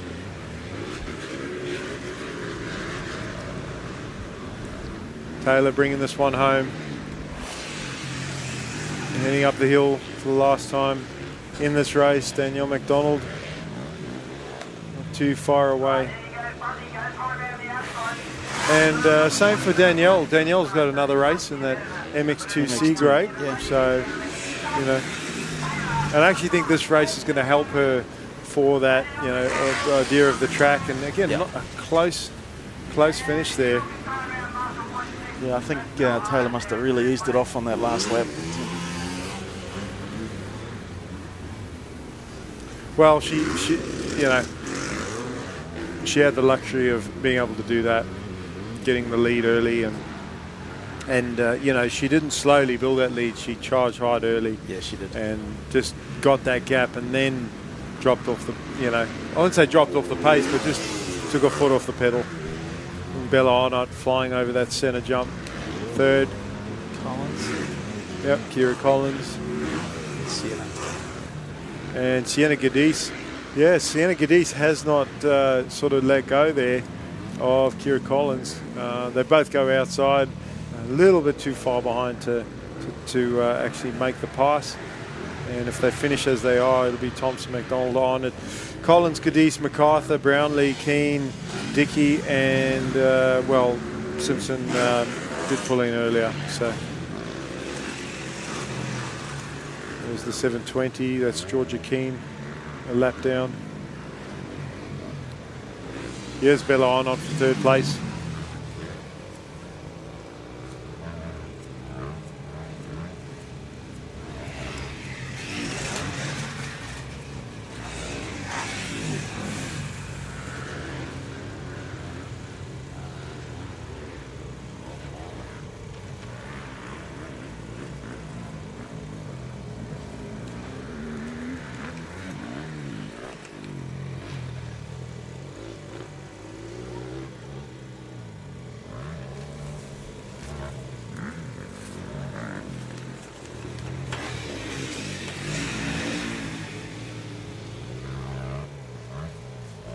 Sam MacArthur just come over the finish line there. Yeah, I think Sam will come in sixth place. Yeah, and then Rachel Dickey. Did you say Rachel in ninth?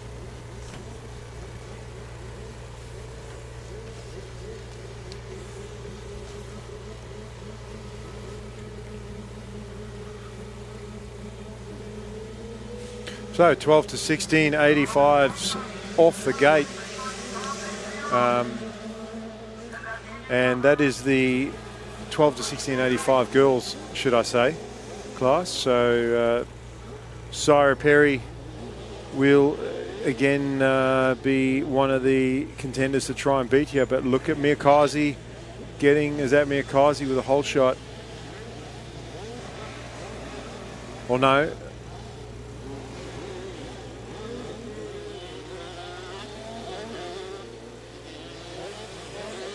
See our leaders as they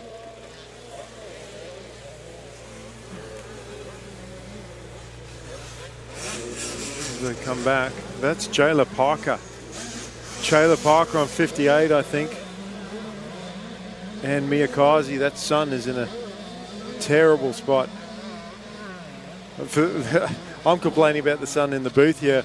Imagine what the riders have to deal with on parts of the track where the corners come out of the corners. And I was talking to Lee earlier about the shadows out there, but sometimes the sun can be worse than the shadows. You come out of the turn and it's in your face. You feel like a vampire and you just go turn to ash.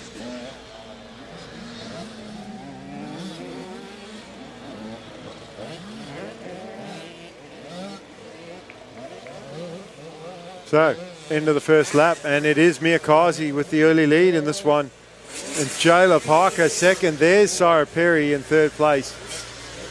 And Sienna Cyprian, who was really strong in the last 85 race, didn't get the start that she wanted. And see Sarah Perry going to work there on Jayla Parker. Now, this is one of Jayla's home tracks, you could say, and she's holding her own, but Sarah Perry going around the outside, and Jayla now back to third.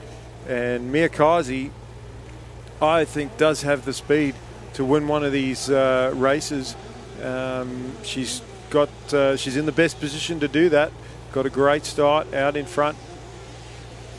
And her main opposition, Sarah Perry, has got some work to do. So I like, again, that inside line that Mia's taking. It's you don't get the run at the rollers, but it's much shorter way around that corner. And she definitely didn't lose any time. If anything, gained it.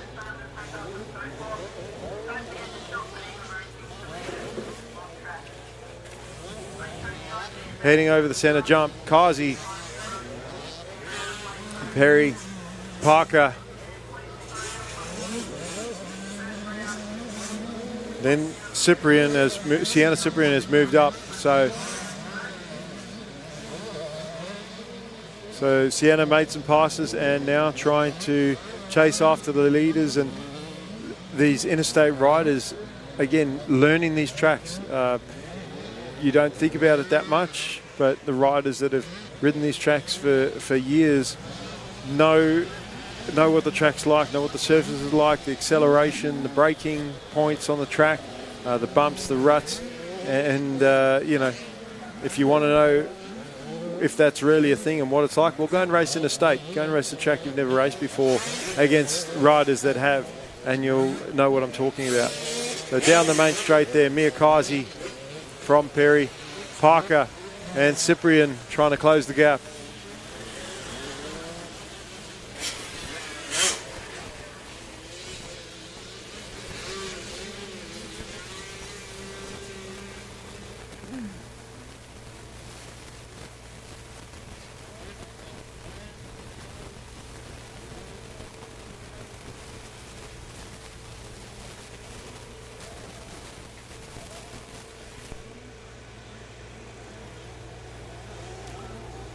Sarah Perry has not been able to close that gap on the leader. Mia Kazi holding her own in the lead. And, it goes to the middle this time. And maybe also just to get that better drive through those rollers. But interesting to see, didn't take that line the time before, as we see a pass for third place there. And Sienna Cyprian, Jayla Parker.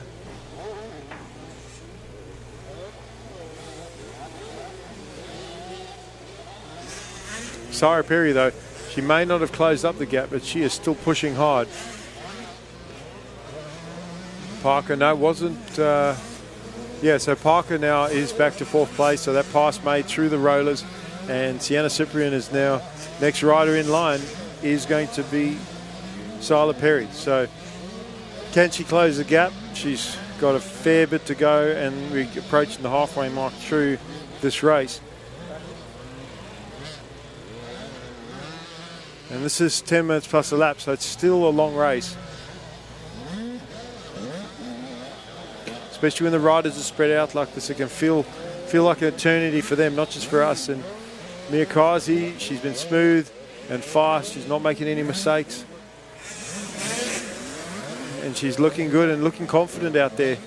She goes down the main straight, down across the start. Perry charging down the down ramp of that finish jump. Cyprian landing with a power off, maybe just because she landed on the back wheel, but that's the advantage of landing on the front wheel, is you can really drive down the landings of your jump. You land on the back wheel, you've got to wait for the front wheel to come down before you can start accelerating.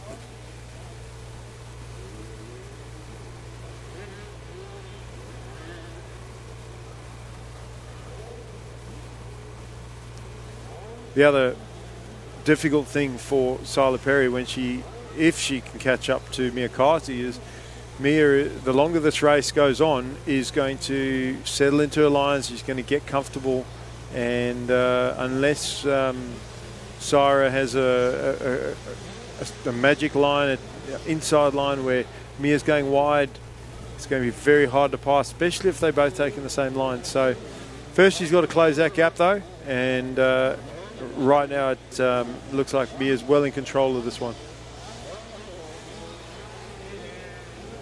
Taking an inside line there, because she's not jumping that tabletop, Mia Kazi saving a lot of ground that she's not having to travel by running wide. I haven't seen many riders do that. We saw it earlier in one of the bigger bike classes where a rider went to the inside to make a pass, didn't quite make it. But that's clever riding there from Macquarie. She knows she's not jumping that centre jump. She's cutting out about 10 metres maybe of extra track that she doesn't have to ride by going to the inside and then singling up onto that tabletop where you see the other riders going to the outside, rolling around the outside, then slowing down and only jumping halfway.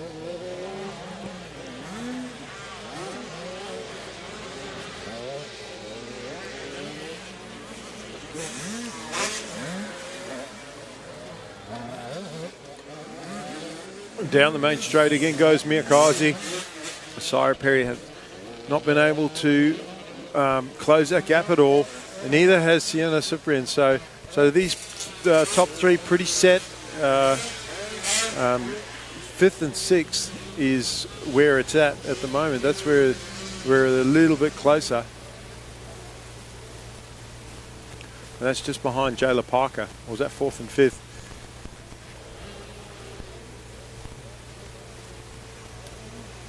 And still, every time I look at that drone shot, it's actually relaxing. The racing's exciting and nervous at times, but it's actually relaxing to see that drone shot. You almost want to go to sleep. Anyway, we don't want to go to sleep because we still have a race on our hands, and that is for that fourth and fifth or fifth and sixth place. Very, very close.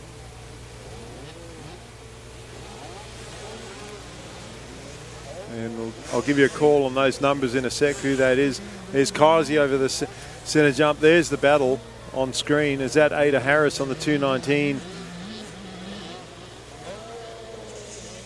And is that Mia Cameron? I think it's Mia Cameron, Ada Harris. So Cameron's got the position at the moment, and Harris, same line as Macquarie, going that inside, that shorter line, and both of them jumping the same, but there's that gain. Mia Cameron willing to jump that tabletop, and she's just gained 3 or 4 bike lengths and opened it back up again. So Ada Harris having to go back to work to close that gap. She's clearly got her lines on the track where she's a little bit faster, but a jump, clearing a jump like that, there's 2-3 seconds just in that. At least 2. Mia Kazi, our race leader, heading down the straight again, and Perry in second. And a lot of these riders, like Sarah Perry, riding multiple classes. We don't see Claire Pollard on the 85. She's focusing on the bigger bike only, much to the delight of her opposition. That's all her opposition, like, thank goodness she's not riding an 85, but for Claire it's paid off. She's, besides the work that she's put in, she's won the day and put herself in the best position for the championship. You can ride 2 bikes good, but you can ride 1 bike better, and that's exactly what Claire Pollard has done, and with the result it's sort of proof of that. Also, it's not just how well you ride the bikes, because it is the adjustment from going from the smaller 85 to the 125 or 85 to the 250 like Sarah Perry has to do, and that affects your race start because you're used to 2 different starting techniques, or slightly different because the bikes are different. The adjustment of how much power you use for the jumps, how fast you go, when you get the power on, the difference between the 2-stroke and the 4-stroke, having to adapt to that, and then the fitness levels of doing 3 races over the weekend as opposed to 6. Now, fortunately, the program is split up over 2 days, so we're not having to do 6 races in one day, but it's still a lot of race time, and they've got to have the fitness to do it. And we will see a last lap board very soon as Macquarie on the 226 heads up the top of the hill.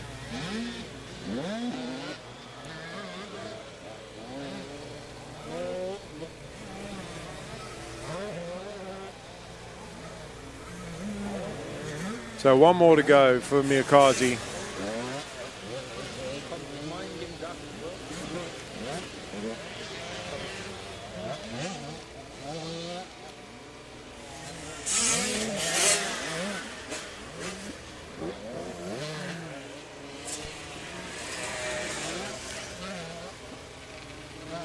And our Queensland rider, Sienna Cyprian, the Husky, in third place.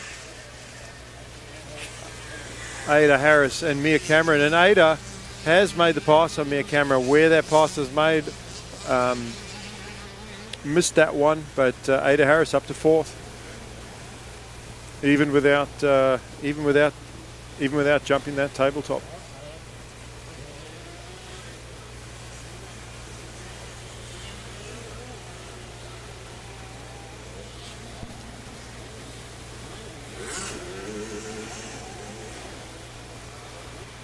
So all of these riders are just finishing out the lap on this one. Everyone spread out, and it does make it harder for the classes where the rider numbers are a little bit less. There's less and less battles on the track, but still exciting to watch at times, and well done to all these riders in this class as they head towards the finish flag. I think we got one more rider to get the last lap board, and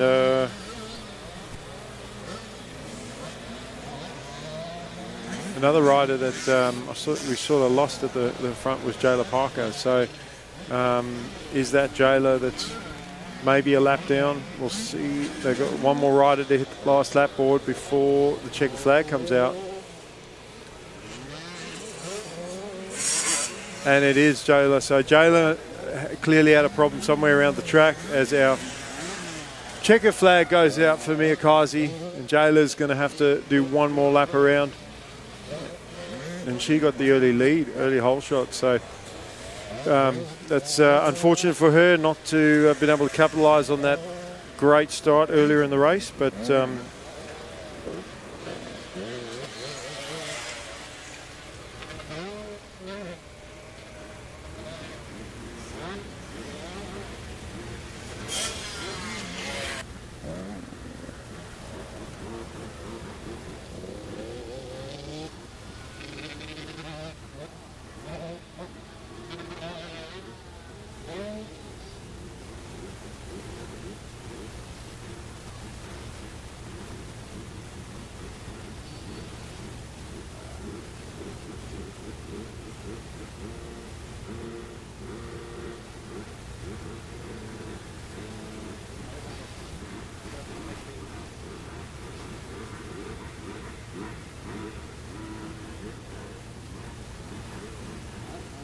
I'm part of a team working on a first for mining in New South Wales, turning this coal mine into a new hydro power plant and solar farm to generate renewable energy for families and businesses.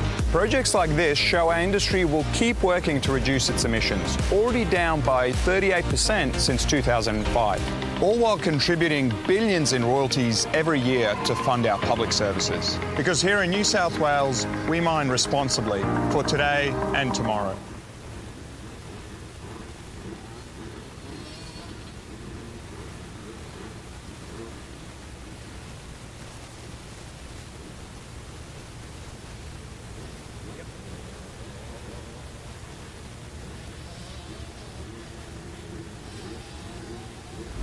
I studied business and commerce at uni. After graduating, I joined the New South Wales mining industry. And my job is to find smarter, safer and more sustainable ways of doing things, like world-leading remote vehicle technology, building renewable energy to power our mines and communities across New South Wales, and using drones for remote seeding to restore the land and protect our ecosystem.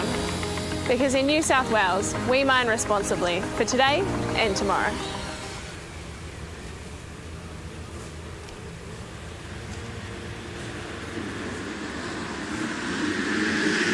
So, Junior Lights 250, and again one of our premier Junior Lights classes off the start. Big group of riders and not giving an inch. This is one of the Husqvarna riders getting the whole shot there. And Jack Devison, and Jonesy trying to steal it off him. But Jack Devison, I don't think he's had a whole shot all weekend, and it's like, it's got to feel like a pressure release for him, because he's had to work for it every single race, and now he's out front. Jonesy in second place. Kremer in third on 25. Again, the Husky rider. And there's Compton up the inside. Oh, they all sort of funnel together. Very hard to get side by side with people. Even though they're different ruts, they're so close together. Unless you're both leaning exactly the same angle, it's easy to sort of tag each other, and you could both go down even if you are in separate ruts. So that's not a problem for Jack Devison, though. Being by himself up the inside, what a move by Kremer. Wasting no time, just sliding up the inside and taking the line away. Devison trying to break the field quickly. Look at Compton. Compton up the inside, although I like the outside round here. And Compton, he does make it work. He just charged out that inside. I prefer the outside, but Max Compton, the intensity that he has shown today, this weekend, should I say, in all classes.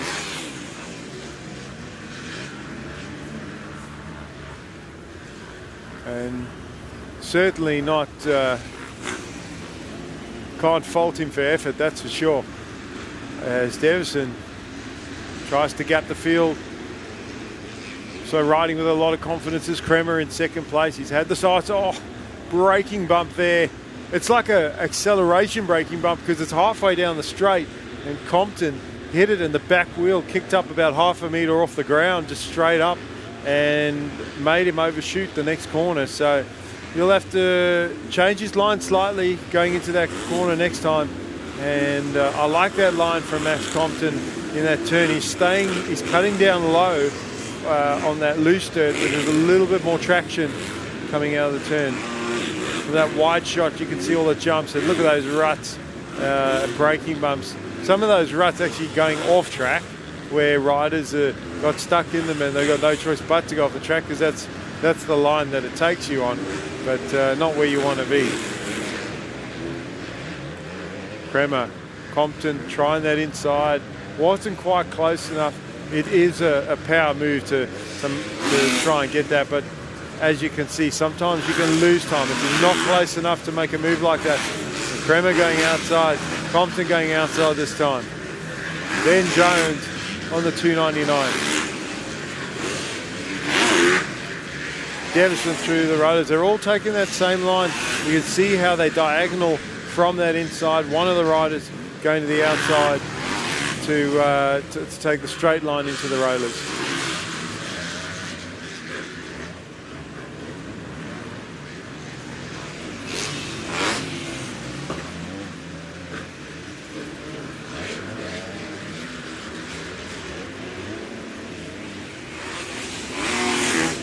So Compton still looking for the pass. There's Burgess up into 5th place behind Jones, and then Dylan McDonald, I think, on the 28.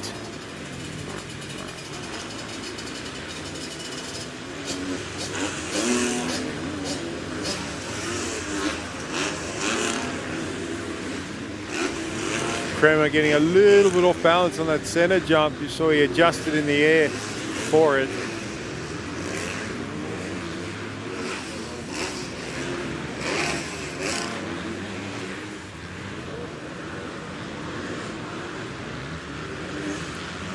No change in position yet. The riders aren't spread out, but they're just not close enough to actually make moves. And don't forget about the roost. There may not be a roost for your goggles, but it's roost for your body. And just sometimes that roost hitting in the goggles, it may not stick, but it can smudge a tear off, or the roll-offs where you've got to either pull a tear off or just pull it straight. It just smudges it enough that you lose that clear vision. You see the guys trying to get some water on that main straight. Just got to watch that. You can see that white line down that main straight there, and that's water on that is like ice.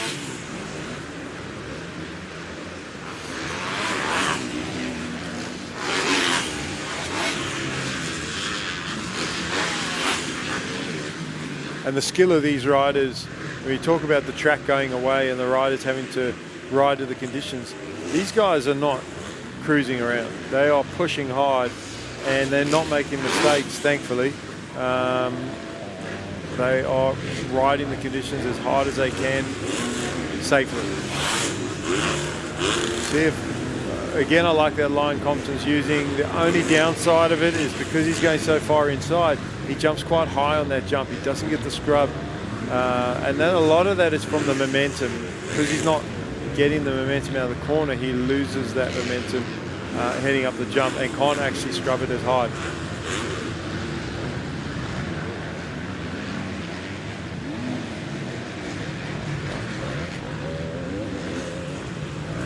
Coming down the finish straight towards the finish tabletop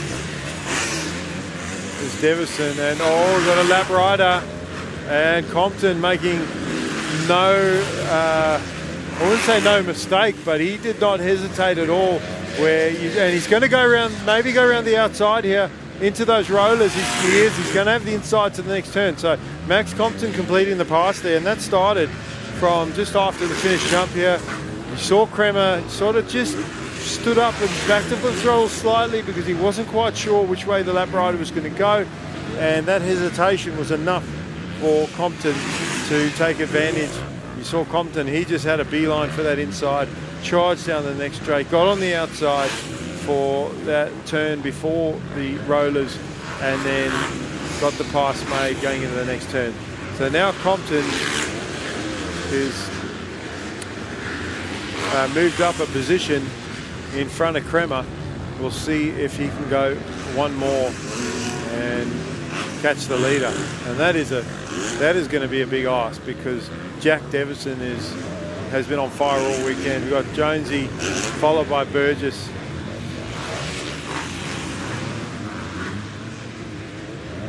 Now Jack has been riding very measured this race, I feel, and he may not be able to ride like that for the rest of the race, because Max Compton is on the charge. He is not happy with second place.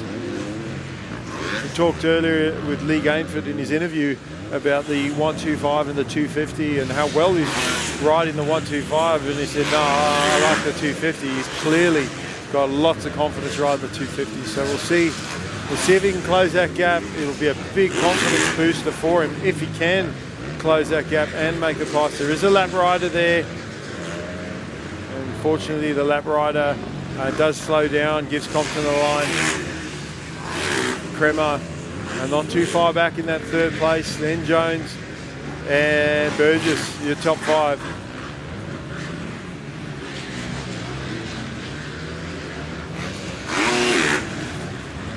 And we'll see what Devison does. Does he respond to the charge of Max Compton, or does he just try and ride this one home? Compton has closed up slightly, but you know, again, he's got to catch him and then put the pressure on.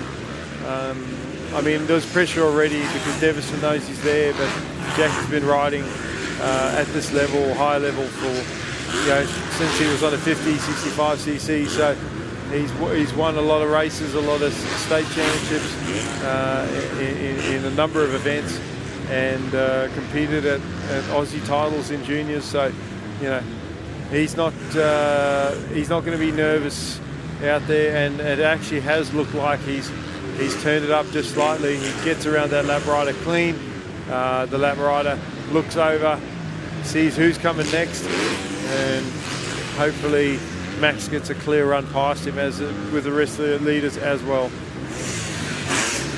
Devison throwing the bike sideways on that finish jump just to get that little bit, get that wheels to the ground quicker. Kremer, Jones, Burgess just dropped off a little bit.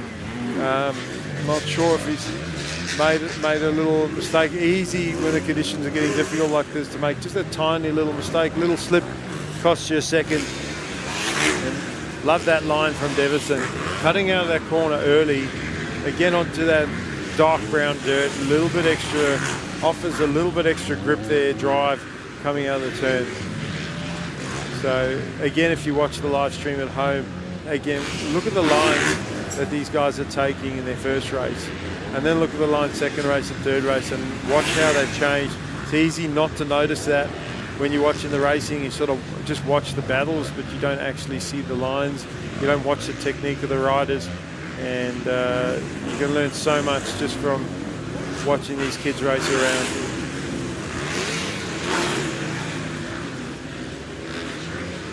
Devison right now, he can afford to ride at 99% because that 1% that Compton going to ride at 100 to try and catch up, but you can only enjoy that while that gap is there. This is a 15-minute plus a lap race. It is. There is still lots of time left, and it's going to come down to survival of the fittest, and literally survival as this track starts to wear away. I feel like Compton is a little bit closer. Kremer hanging there in third place. He's keeping these guys in sight, as is Jones. Burgess is sort of kind of almost settled in that fifth place. I'm not saying he's not pushing anymore, but just, you know, he's not as close to Jones as he was a couple laps ago.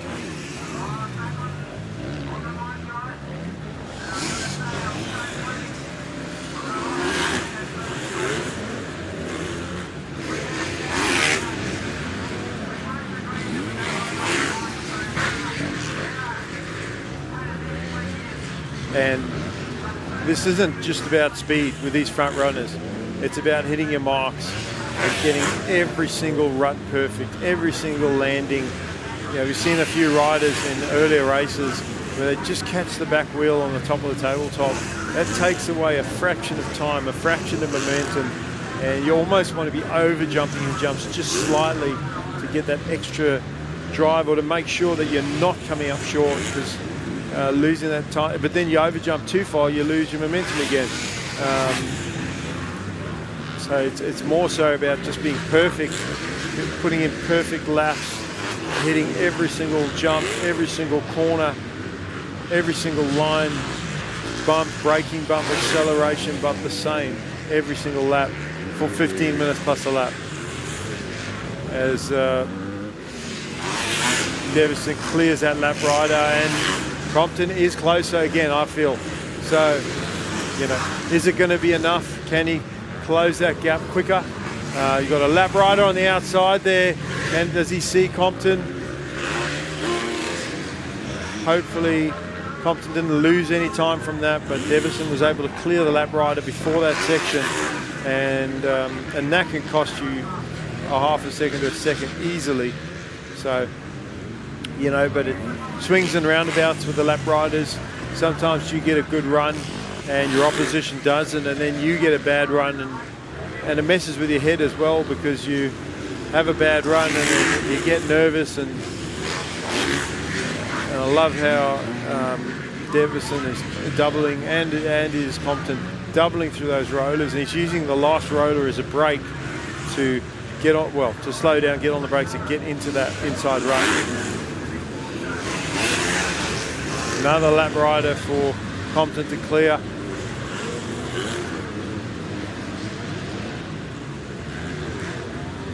And Devison again being able to clear that lap rider. The lap rider does run wide though.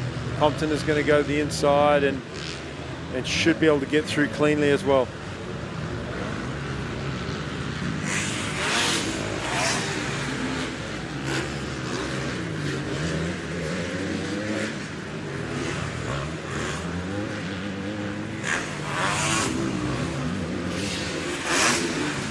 So Devison, and Compton losing a little bit of time that lap. So lap riders maybe playing a part there. Kremer also getting his way through the lappers. Jones. And as hard as Max Compton is pushing to catch the leader, he's, you know, this race is wearing towards its end, and will he catch him in time?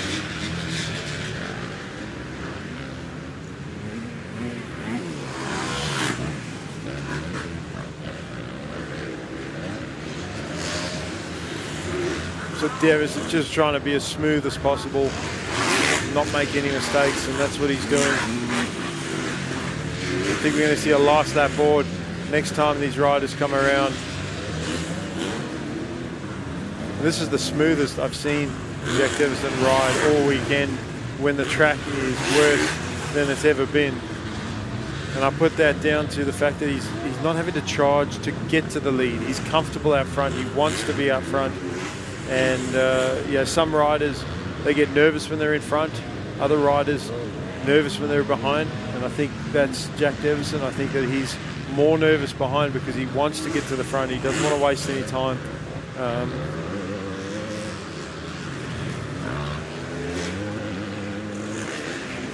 And he's going to get the last lap board. Oh, and there's riders. He gives it a rev. The lap rider doesn't know he's there. There's about 3 or 4 riders that he has to get around, but he does clear them.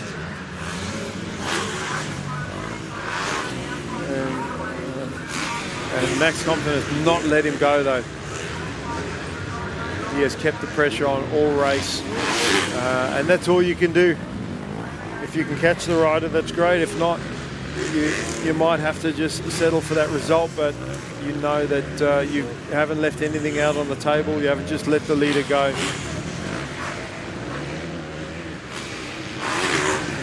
And now Compton just relying on a mistake from Devison, but Jack has put in a good race. He's got the whole shot, led from start to where he is now, and I dare say he's not going to give this one up.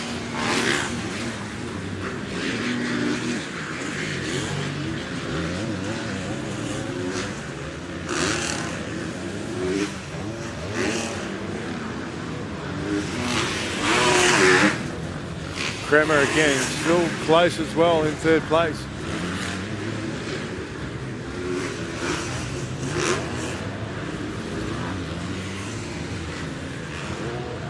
And checkered flag is going to fly for Devison as he comes around.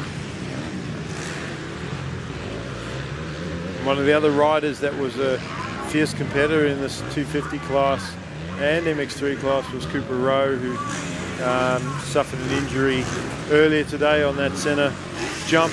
And all our best wishes with him and his family, and we hope to see Cooper back out there, but don't like seeing anybody hurt, especially when it's one of our championship contenders. It's just good to see all those guys competing out there for the win, for the podium. So Devison with the win, Compton was 2nd, Kremer 3rd.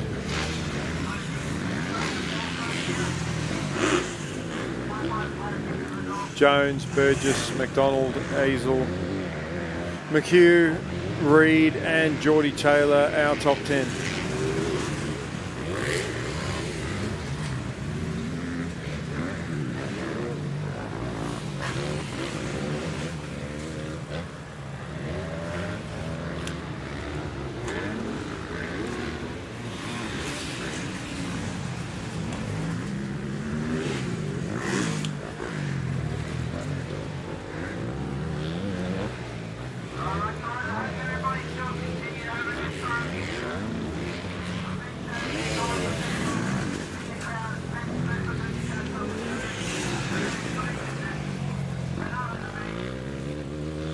Next up on the line, we will have a MX2 C-grade race, and while we wait for them to line up on the grid, Motorcycling New South Wales would like to thank their major partners of the state tiles, and we mentioned New South Wales Mining many times.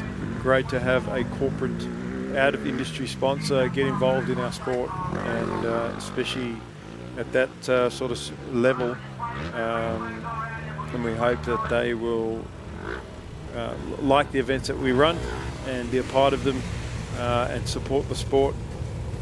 Whole shot graphics, custom made graphics, jersey printing, seat covers, plastic kits and accessories, high quality decals and products for riders. But here we go with our MX2 C grade.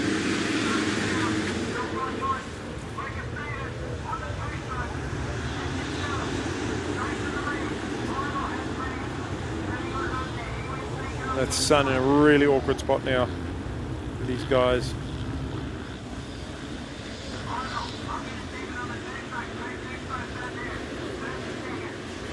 And Tyler Eisel, he's another great start by him, but is that Lucas Stevens with the early lead again? so good on the stars. Easel, then Earl in third place. So where is Kane Novak?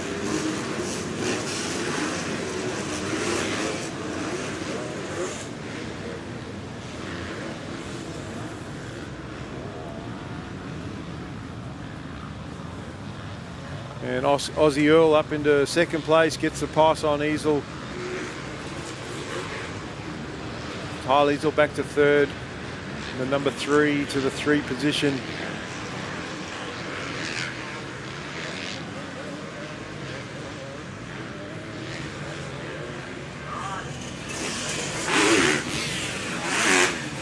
And Rory Clemens looks like he's moved up.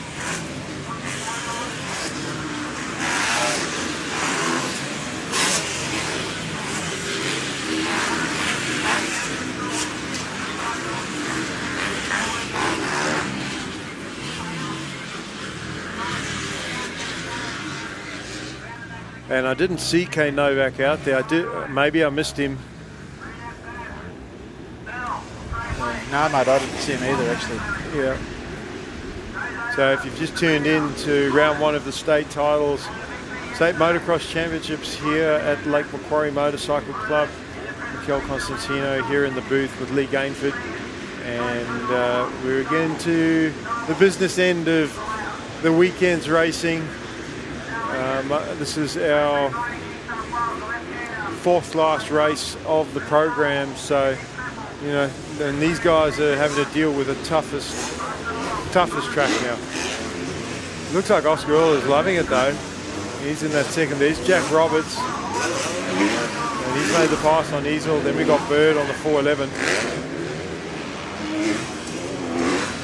And we're starting to see dust in parts of the track that we haven't seen it before.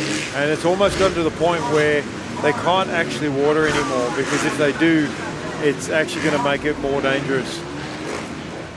Yeah, it's gone past tipping point now, right? Yeah, so, that's it. The track goes away, and sometimes the riders think that, oh, you're not watering because you don't care.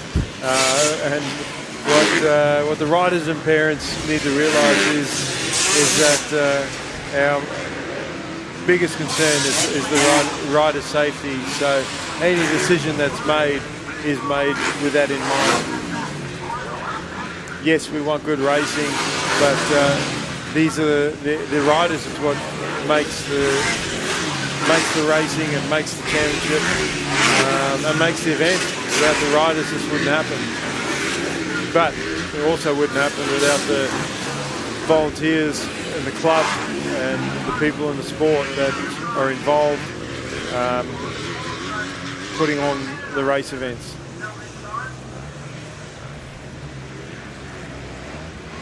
And Lucas Stevens has done, I'd like to say, almost everything right.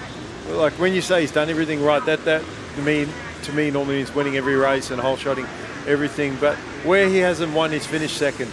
And his starts, he's always been first or second. So he's leading this one. He has Oscar Earl behind him. Now, Aussie hasn't won a race yet this weekend. He's been around that third place, sort of hovering around that third. Easel's been up there. Easel's been great on the starts, just hasn't been able to finish in that top position. Jack Roberts has had speed. You saw Jack go down twice in that race earlier. Went down, charged, back up, crashed again. Definitely got a lot of speed, just the consistency hasn't been there. Yeah, but you've got Luca here just running his own race. Aussie's trying to put some pressure on him, but Luca's looking pretty good so far. Well, the other thing is, putting pressure on the rider is a good thing if you're the rider challenging, but you can't rely on that. You can't just think, okay, well, I'll just keep putting pressure on. I'm not going to try and pass the rider. I'll just sit here. And I'm not saying Aussie's doing that. I'm saying that, if you do have the speed, and maybe both those riders are going at their maximum, and that's where they are on the track at the moment. Maybe Aussie can't close that gap, but if you can, get right up there, start showing a wheel, and maybe challenge for the pipe.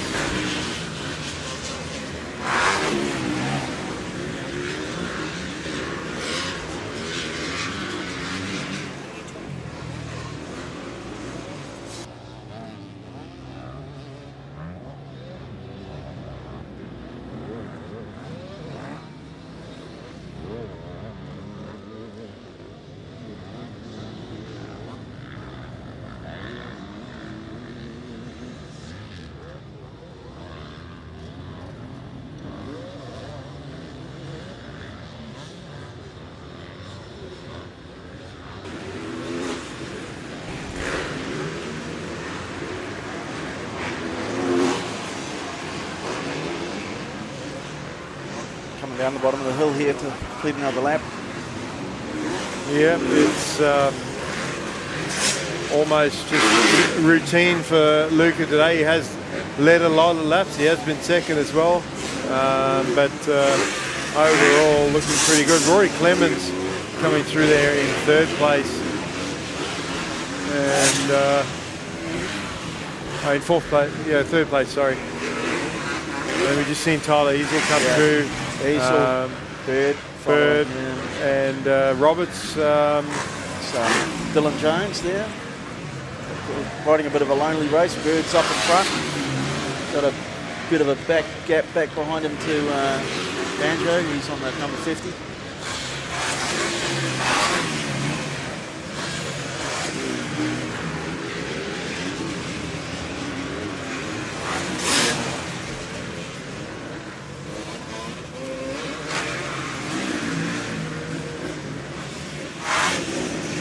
So looking at our on screen, there's our race leader flying over the centre jump. Oscar Earl just keeping him inside. I'd still love to see Aussie just turn it up that little bit more. I know the track's tough. As Clements doesn't do that centre jump, and Roberts is able to. Roberts gaining a little bit. So then Easel.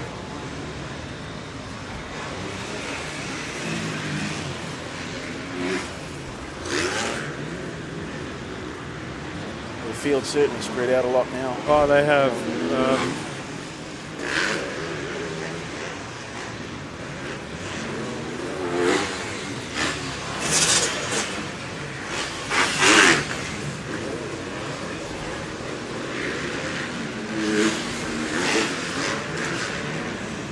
So that's a lap rider there that's just come over. Clemens in third place, Roberts in fourth. Easel on the number 3 and 5th.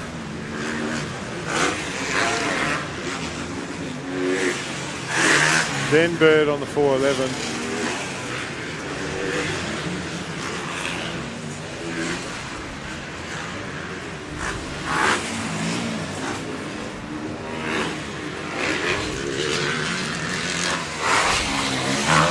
And was that Dylan Jones on the 299? Yeah, Dylan Jones 299, yeah. Just looking at the chop coming into this outside turn now where everyone's been going wide. Well, yeah, we talked about how the outside become the better line, but now that everybody's taking it, you've got to stay standing just that little bit longer, stand to the last bump, and then sit down and accelerate after. Sit a bit early there, you could get bounced around the way you don't want to be. Yeah, I've seen it. Find yourself in a bit of bother. Seen a couple of riders through there. The bikes are just really unsettled by the time they got to that berm and just making the turn. See Rory Clemens in third place there. He's still pushing pretty hard. He's actually over jumping some of his jumps, and that's a sort of a sign of that he's trying to catch up. But Aussie Earl is right at the top of the next hill, and maybe Rory is pushing that hard because he can see that Roberts is behind him, not too far away.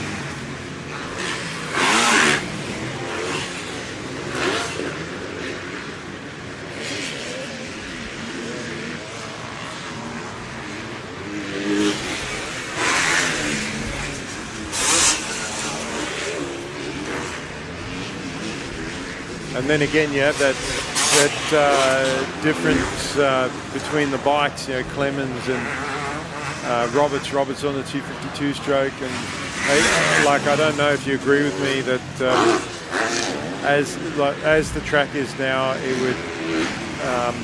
I find that the track is soft and loamy, that the 252 stroke has an advantage. When the track is the way it is now, I feel like the 4-stroke's got the advantage. Yeah. Would you agree? Or? Oh, absolutely, yeah. I'd prefer to be on a 4-stroke now. Yeah.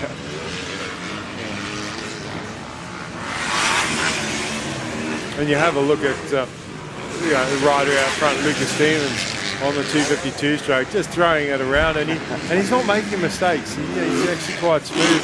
Aussie Earl on the number 60, he's on the Yamaha 254 stroke, also still throwing it around. So still a lot of energy with these guys, and then Clemens on the 254 stroke as well. Yeah, they're kind of, you know, they're pretty fit, these guys at the front, so they've been training pretty hard. It's late in the day, 15 plus 1, still hard work for them. And it's only 4 o'clock. You know, I think they've actually done pretty well to get to this point. Maybe the organisers were hoping to finish by 4:30, but looking at it, you know, it's not uncommon for a motocross day to finish at 5 o'clock. You know, we'd all like to finish earlier for sure. Absolutely, but you know, yeah, as you mentioned earlier in the day, you know, races can run late. You know, it just depends on the timing of when the leader's coming up to the last lap board. You know, and things can go on. We've had a few little delays with some crashes, so.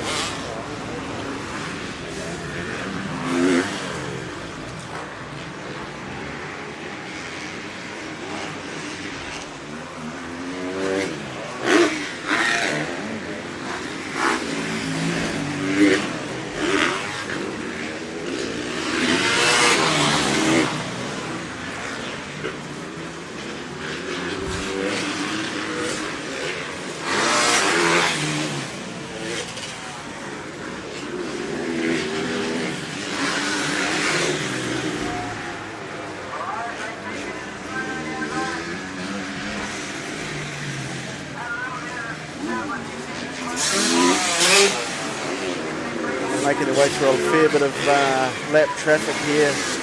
You've got Aussie kind of battling his way through a few of the back markers here. I think Luke has kind of made clean work of them. So, well, look, it's when you talk about the track getting tougher, that just makes getting to the lappers even harder again, doesn't it?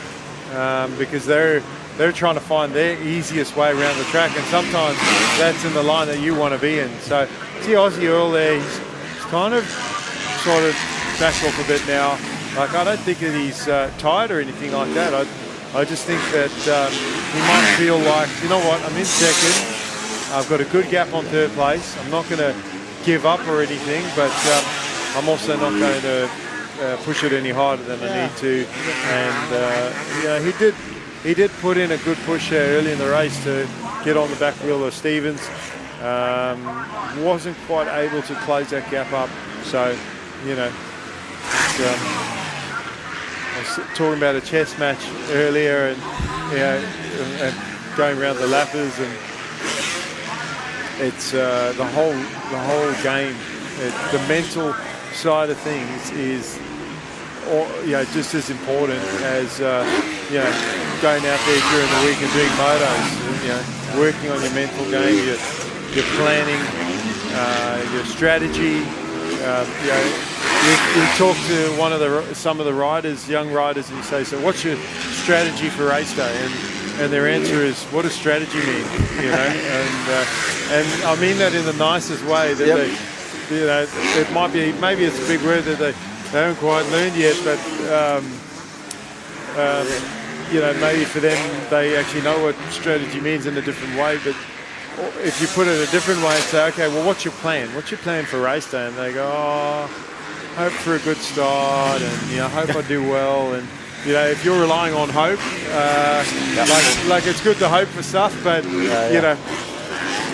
that's why you put in the work during the week, and if you do put in the work during the week, that's where you've got to work on that mental game. You've got to go, "No, this is what I'm doing," because if you are confident in yourself and you back yourself and you're sure about what you're going to do, well, you're probably going to go and do it.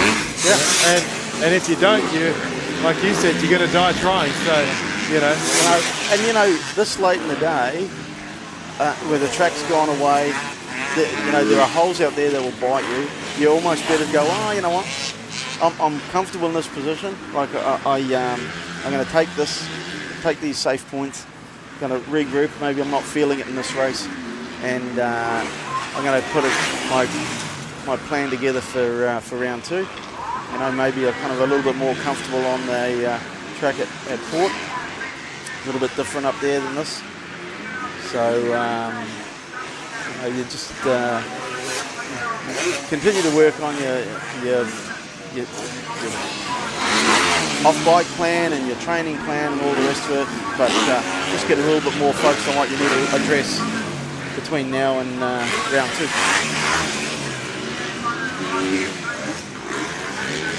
And there is a bit of a battle there. No, they're for they're for positions further down. I saw Easel there, but Easel was actually trying to battle past the lappers, and that particular lap actually thought that Tyler was fighting for position, and they were actually banging bars. And Tyler's like probably thinking, "What are you doing, dude?"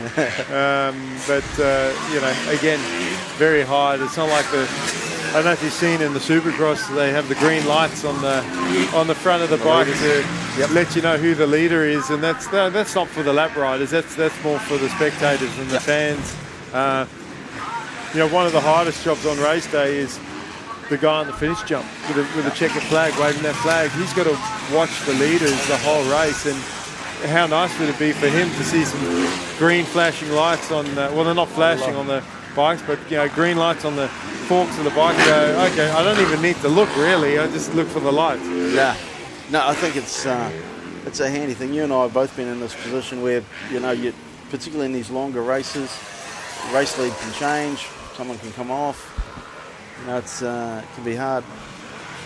So Stevens, Earl, Clements, Roberts, Easel, Bird, Lorenz, Jones, Vella, and Moorcroft. Your top 10 in this one. Stevens, if I had to guess, is looking at 2 overall wins today in the MX2 lights and open. So I'm sure he's going to be really happy with that, and obviously setting himself up really well for the remainder of the series as well. Yeah, Luca was on it today. He rode really, really well. And he's another one. Great to see the transition up from out of the juniors, 85, 105 and 250F, now 252 stroke, and into the seniors. He's done a lot of riding up here. I've seen him ride his bike a ton, different events, Amcross, and he's been, really great, good, consistent rider. And now he's just got a ton of sprint speed added to it, and just looking really nice on the bike.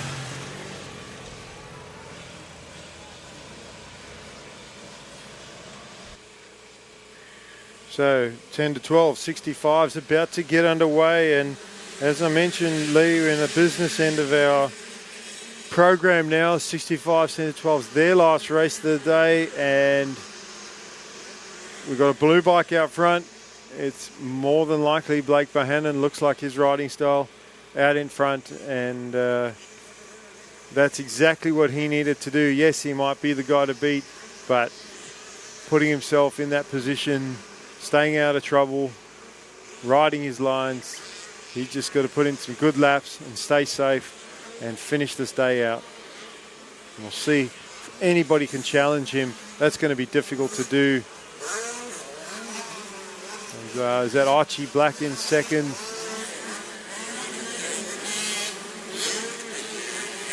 Looks like Ollie Chandler third. They head up the hill. And Sharabim on the 411. Sproul 280. So all our top contenders up the front, but not where they want to be. They want to be where Blake Bohannon is, and Bohannon also looking at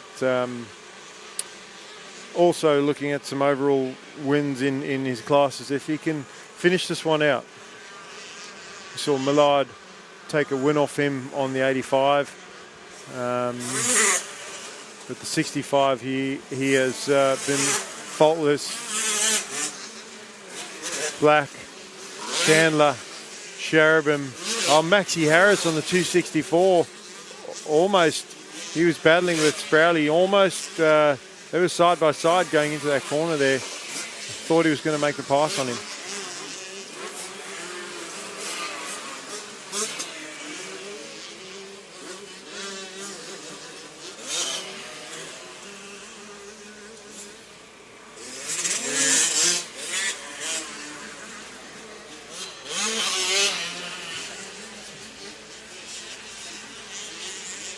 Well, I'm just saying goodbye to my colleague Lee Gainford here in the booth. Thank you, Lee, for your time today. It's been great having somebody to bounce off and give me a chance to actually have a drink of water or something like that. But no, it's not as lonely when having somebody to talk to. So I want to thank you for your input and really enjoyed the time with you today. No, thanks, Mikkel. It's been really good. Really appreciate it. And yeah, too right. It's been really good sitting next to you up here. Different perspective on how this is going. So thank you very much. No worries. See you, mate.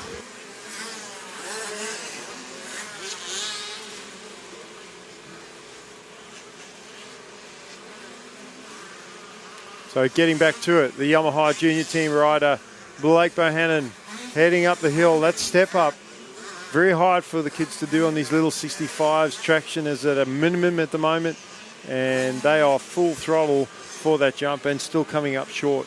But as long as they're keeping the bike straight, they're going fast, they're casing on the jump and just keeping it straight. The suspension's working good for them, and Bohannon is just railing around this track right now. Archie Black, what a ride. He always gets stronger as the race goes on. He just does not let up.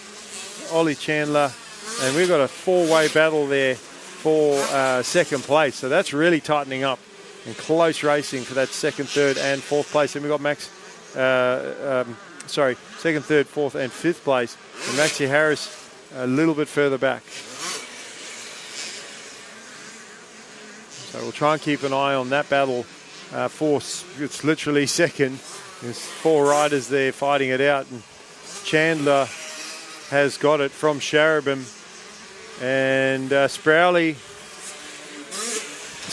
looking for the move. Oh, unlucky. Sharab went down right in front of Sproul, and he had nowhere to go, absolutely nowhere to go, and those two riders stuck and trying to get going. That was unlucky. And Sharabin still trying to kick that bike over. Can't get it going. Trying to find neutral.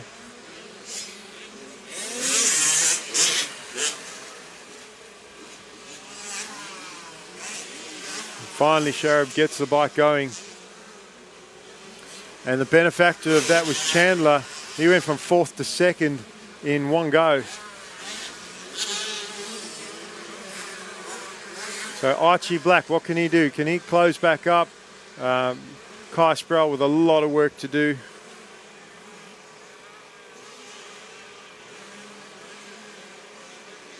And Duke Sharabin with, he's just in front of the number 7 rider, Oscar Medher. So he's got a long, long way to go in this one. And this is why you've got to be like Blake Bohannon and get out front on his Yamaha and run away, so you don't have to deal with any of this. Chandler goes through on the 152, 86 Archie Black. What can Kai Sproul do? Can he close that gap back up on these second and third riders? And there's Jamie Ross. I was wondering who the neon yellow rider was. It's Jamie Ross on the 201. Then we've got the 335. Talos Cosgrove. Behind him, Maxie Harris.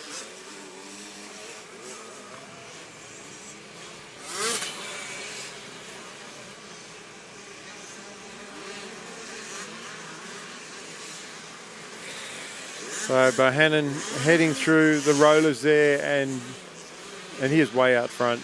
Like, there is no one close to him. Getting through the lap riders already.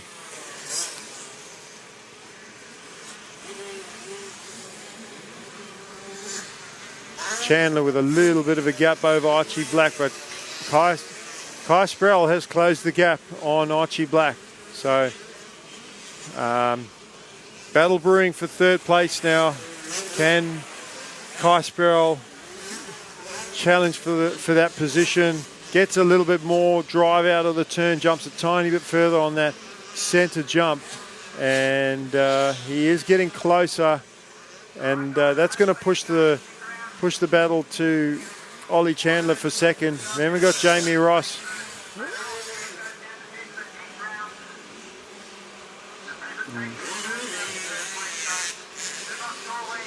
Trying to go up the inside now is Sprowley, and he may have him at the top of the hill. So Kai Sproul gets the pass. He caught up quickly, and he's made the pass on Archie Black, and now he's going after second place. So he would have a fire in his belly after that mistake, which, again, it wasn't a mistake that he made, but being in the same line and unlucky, Sharabin tucked the front wheel in front of him. He had nowhere to go.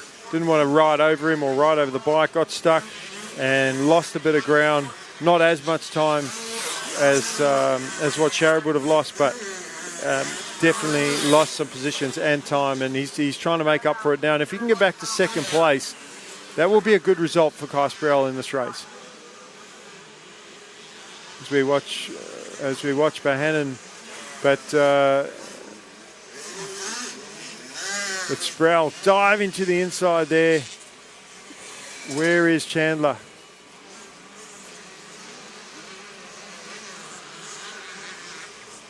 And I think he may already have him. Kai Sproul in second place now. He used that inside line, and I don't think Chandler knew he was that close. He was way wide in that turn. And Sproul, he's moved up into second now.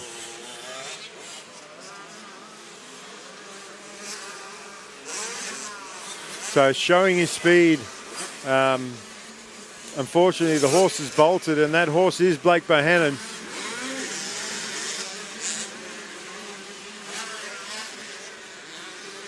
On his blue steed, as he will get the last lap board, heading towards the finish line.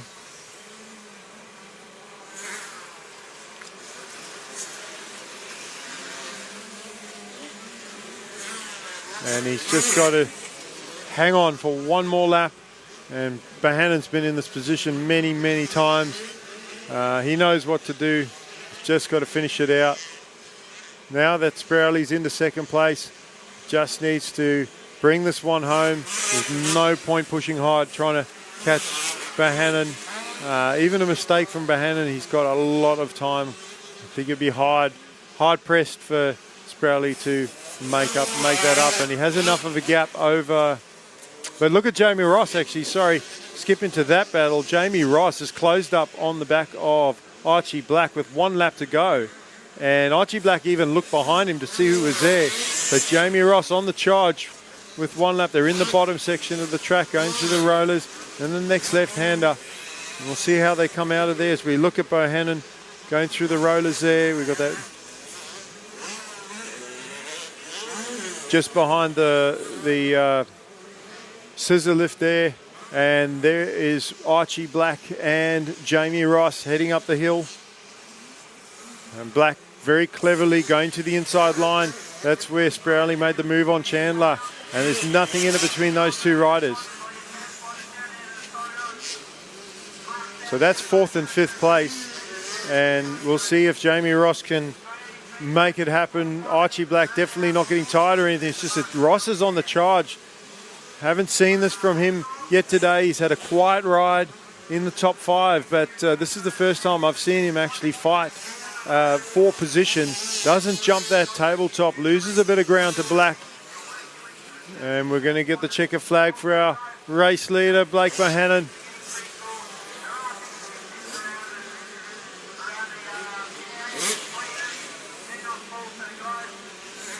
And not a foot wrong for Blake Bohannon. Great start to the series.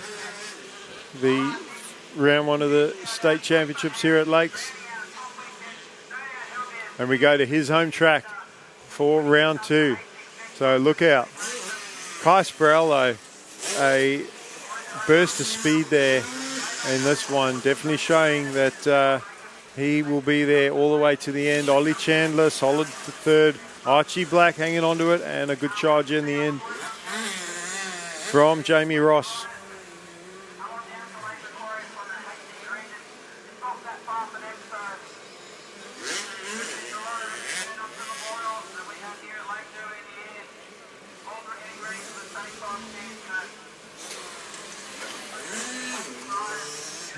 And I've had a lot of compliments and positive comments about Sideline Sport and the live streaming service that has been on offer this weekend.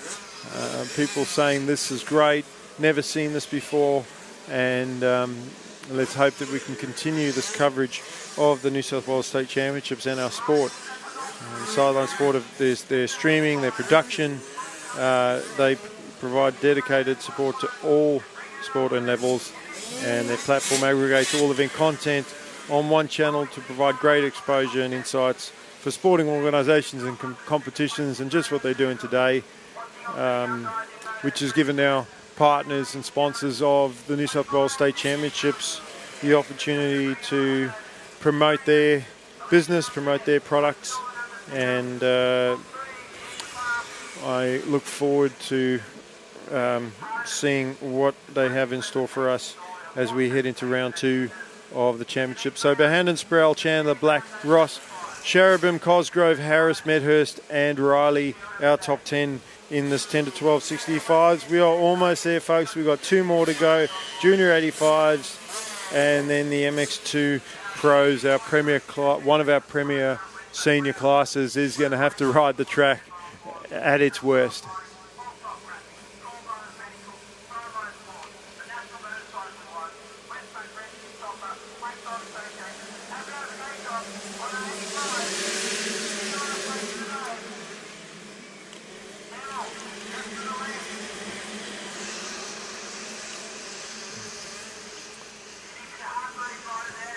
So 12 to 16, 85 bikes out there. Is that Seth Thomas with the early hole shot?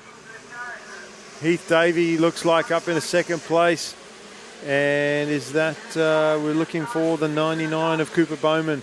He's been up there as well, but we'll get a good look. It's Thomas just launching himself into the lead. Oh no, that is Mahue in second place, sorry. Not Davey. There's Davey a few positions back. These riders wearing the blue gear, that ride the blue bikes with the red gear, and Mahue with a fantastic start. So let's see if Justin can keep the toe on with Seth Thomas, because Seth has just been blitzing today, and another race win he'll be able to claw back some of those points after crashing in the first corner in the first race. Salvaged the 9th place, but playing catch up. Has a look over his shoulder. Don't need to do that, Seth. You got this, bud. And there it goes. Mahue, Lockie Neville on the 100, McCloskey on 59. So, some of our top guys in this class got some work to do to get up the front.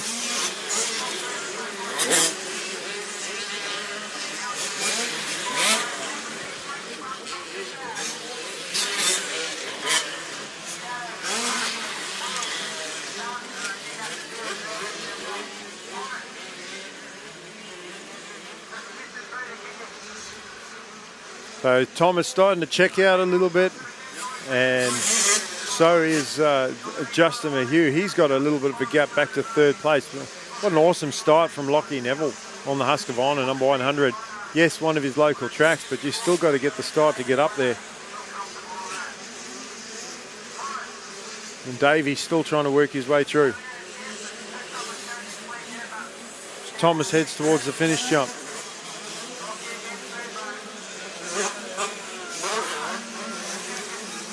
And there is Cooper Bowman. So Bowman now has moved up. There's Davey a few positions back.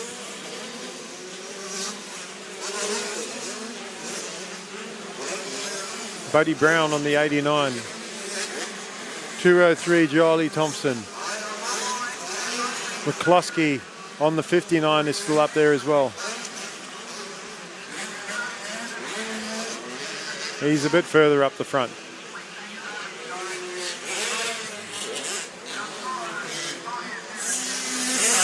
But it's Seth Thomas just slowly getting away from Mahue. Mahue staying close to him. Bowman. There's Neville and Davey McCloskey. A much better ride in this one from Cooper Sproul. He got a 9th in the last race. That wasn't a bad ride because he come from almost last to get that 9th place. And he is fighting for position up the front as well. Got a 2nd place yesterday. So good charge there by Cooper Sproul.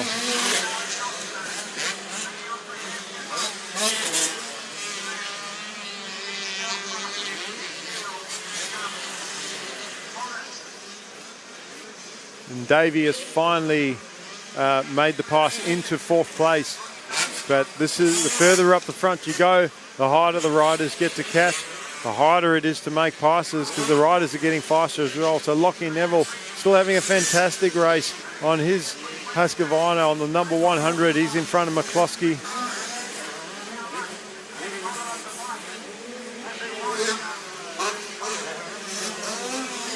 And Bowman trying to close the gap, and he knows Heath Davies coming as well, so he's trying to get up on that 2nd place. Neville, McCloskey, there's Richie Lawler on the 113, then Sproul.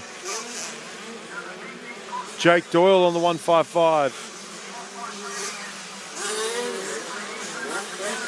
Jake Bubendi on 312. He's seen a rider go off the side of the jump here, and he's in a safe spot, but not where you want to go down. Another rider down on the up ramp of that jump, so the track really starting to go away now.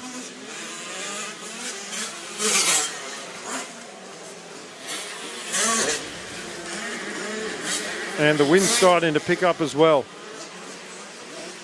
And you might not think that's bad, but on some of these jumps, the way the wind is, as Lawler tries to go up the inside there of Neville, McCloskey makes the move.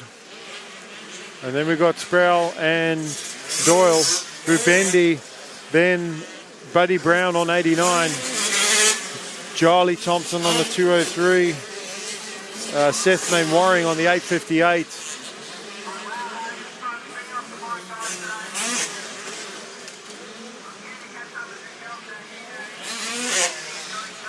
Justin Mahue, what a solid ride from him in 2nd place here, just holding his own. Cooper Bowman has been pushing to try and catch him. Heath Davey on the number 2 Yamaha stayed about the same distance. And Seth Thomas, he's just running away with this one, unchallenged at the moment.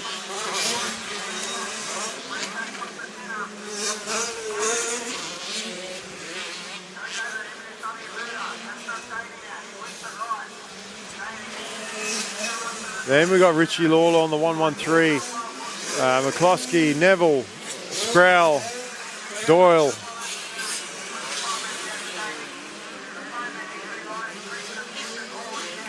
Those guys still pretty close behind McCloskey. We'll see if Cooper Sproul can move up another position. As Thomas clicks off another lap.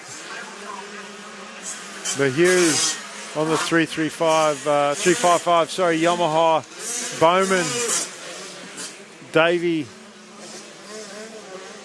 It'll be interesting to see how the math works out for this weekend's event. It might be Davey with the overall win. And even though he's hasn't won all the races, he's been up there and consistent the whole time.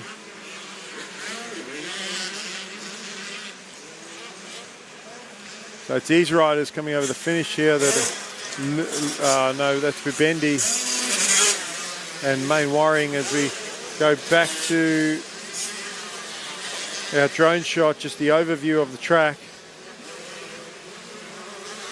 And again, as I said, I think you find it really relaxing. It doesn't give it a true indication of how tough this track is right now. It looks great, and it looks like there's a lot of moisture in too, but that's just because the club is trying to keep some water in.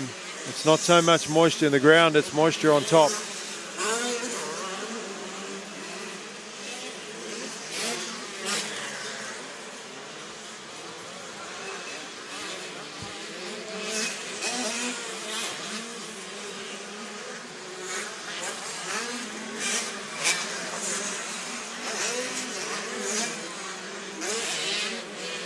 Race leader coming down the main, it's main stretch, you would say, towards the finish jump, and carving his way through some lap traffic. There's Mahue all by himself in second place. So, where is Cooper Bowman? We've lost Cooper Bowman somewhere. The Husqvarna rider, number 99, he was running third, and you can only imagine that he's put it down somewhere. Hopefully he's going to get up and running, but there's Richie Lawler. McCloskey, so still waiting for Bowman to come through. Cooper Sproul, Doyle, Neville on the 100.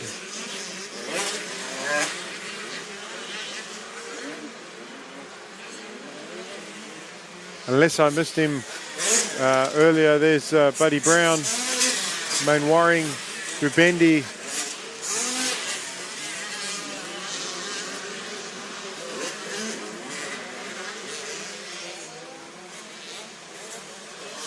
So we'll just go back to our leader and then try and spot and see if we can see Bowman again. So Thomas over the centre jump. There is second place, which is Justin Mayhew, followed by Davey. So I don't think I've missed him, but I cannot see him on the track.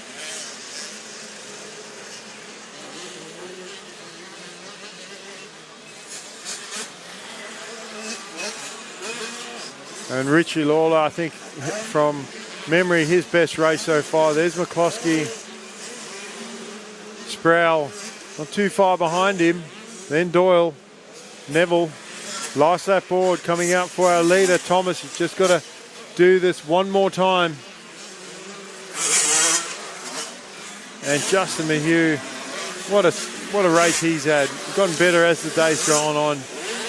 Both the 85 and the 250 machine. And Heath Davey, he knows how to win championships.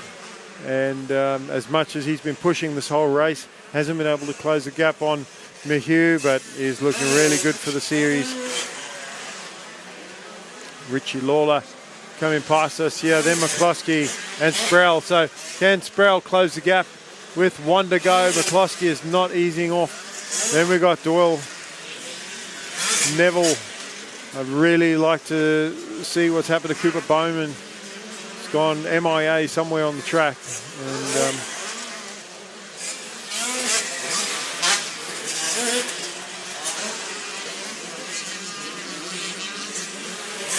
there's Cooper Bowman. Okay, so he has dropped a few positions. We haven't lost him entirely.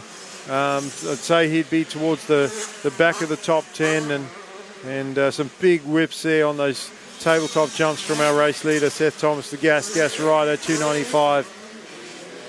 And actually a commanding win, this one, as was the second race where he just ran away with it. Seth Thomas putting the other riders on notice that sure, he had a bad one in race one, but winning races not only gives you that confidence, but it gives you the points in an overall championship. So yes, he might have sacrificed some points earlier, but he's made up for it with 2 wins.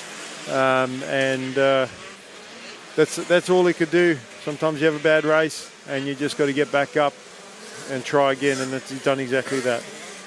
So one more to go. MX2 A and B grade Pro, and that is a 15-minute plus a lap race.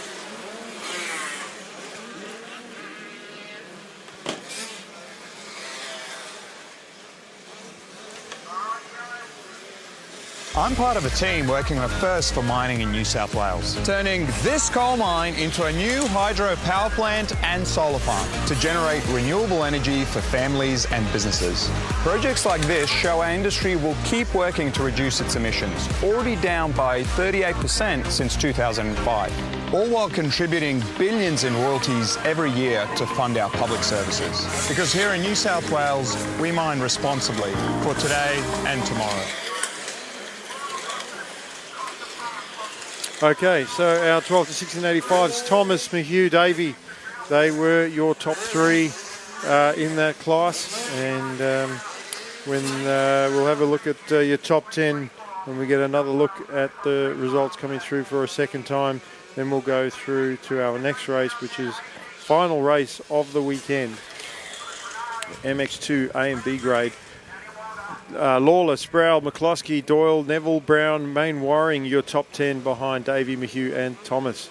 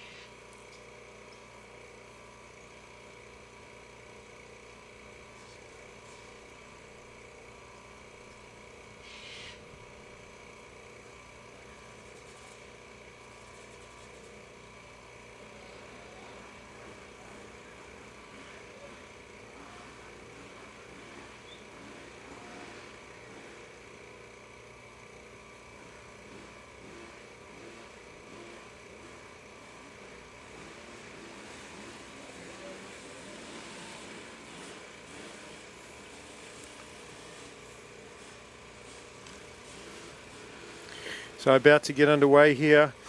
Final race of the day, of the weekend, day 2 of the New South Wales State Championships, round 1 here at Lake Macquarie Motorcycle Club.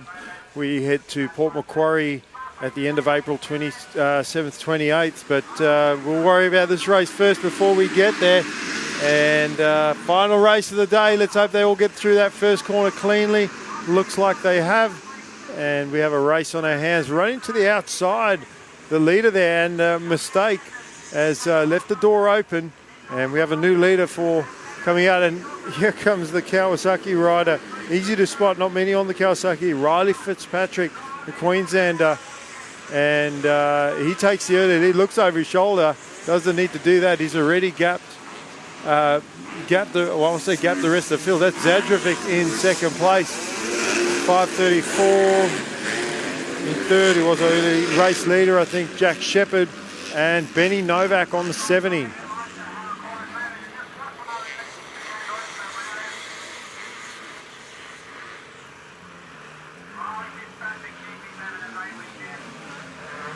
So Fitzpatrick, and he probably looked over his shoulder and going, why have I got such a big lead already? He probably didn't even realise it, but looks like Benny Novak might have jumped his way into second place. So making up a couple positions there as our leader comes past the finish. That's into the first lap, and he's already got a lead. And Joel Campbell second. Hibbard's there in fourth place. Oh, one of the riders getting cross-rutted out of that turn, heading onto the main straight, and the dust hasn't been a factor for the other classes, but these bigger bikes are going faster. There's more power off the back wheel, and the difference between the 85s that has just run and the 250s is significant, as it's not enough dust that the riders can't see, but it's not about being able to see the other riders. You can miss acceleration bumps, braking bumps, even getting cross-rutted because you can't see the rut with just a tiny bit of dust, or enough dust that you can't see where you're going. So we'll see how they go. Campbell in that third place, right behind Novak. No one's got any answer for Fitzpatrick. And he said in his interview that he wanted to race different tracks, and that's just for his own experience. Well, he's come to New South Wales and he's shown the best that we've got how to ride around this lake track today. Not just in the race, but off the start as well. It's another hole shot for, well, sorry, not a hole shot. He actually rode his way into the lead early in this one.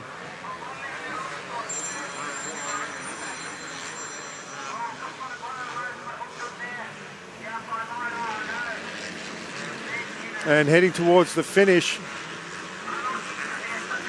So Fitzpatrick, and we'll see if Benny Novak on the 70 or Campbell, if these guys can push their way close to the front. That's Jai Roberts on the 100. So Jai is still there battling with these guys. Dadrovic, then Jonesy on the 299, 134 Caden Gray, followed by the 534 of Jack Shepherd.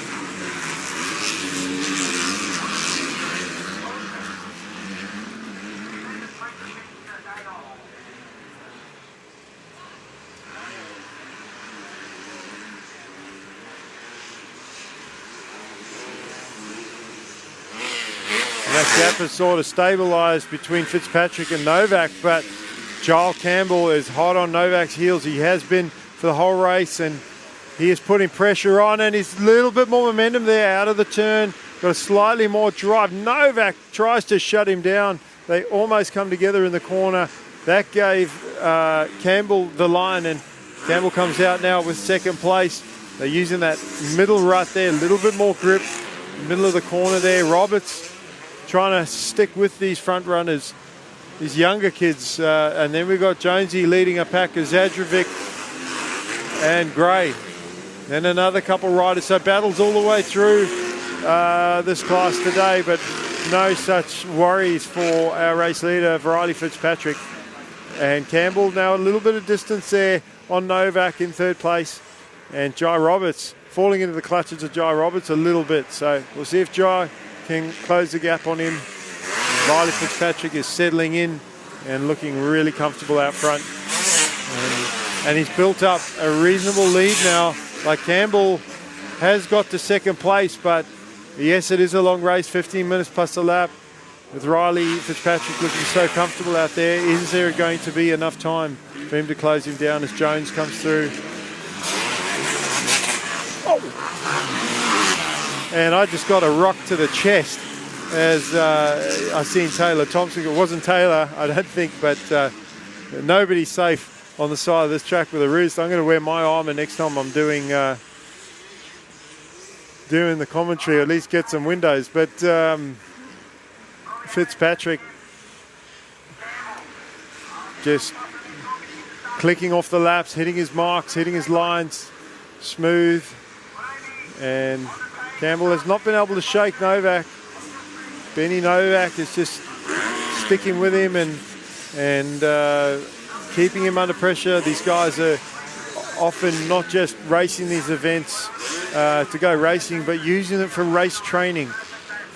And to me, there's no better training than race training. Gate drops, being in the zone, battling, racecraft. You know, that's stuff you can't replicate as easy in training. The downside of these boys racing these events that are racing at national level is that obviously if something goes wrong today, it can stuff their national chances, or the chances of racing at that high level. But you know, I mentioned not being wrapped in cotton wool as well. As I said, gate drops for me is you cannot replicate that in training. So that's where the battle seems to be at the moment, is that second, third and fourth place, as Fitzpatrick is running away with this one. Like I said, Campbell hasn't been able to close that gap, and it's not like he's settled for second, but Novak is stuck with him. Now they've sort of broken away a little bit from Roberts. Roberts has dropped back slightly, and fortunately for Roberts, there's no one there for a while that he has to worry about. But you know, he just doesn't want to settle for that position. He wants to catch up to those guys. Then we've got Jones on the 266 and Zadrovic as well, 146. He was having a great race. He had the whole shot earlier. He was right up the front.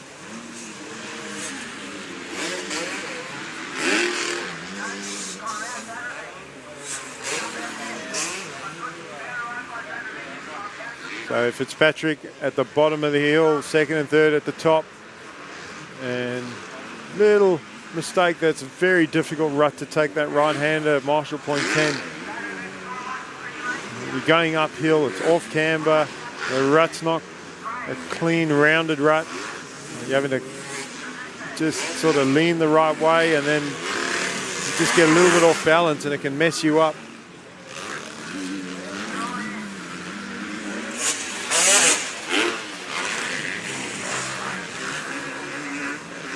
Novak still preferring that inside line down the straight, as does Roberts. And they're actually going from a wide line. They're staying inside of the inside line. So a little bit of smooth real estate there.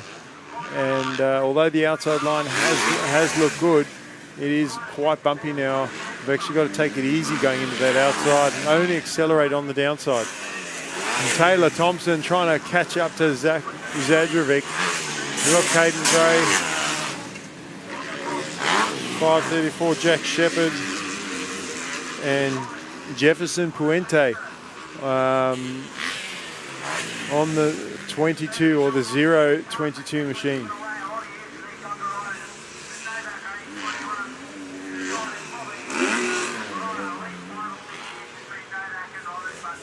And Fitzpatrick through the centre jumps, looks over his shoulder just to try and spot where his opposition is. No problem there.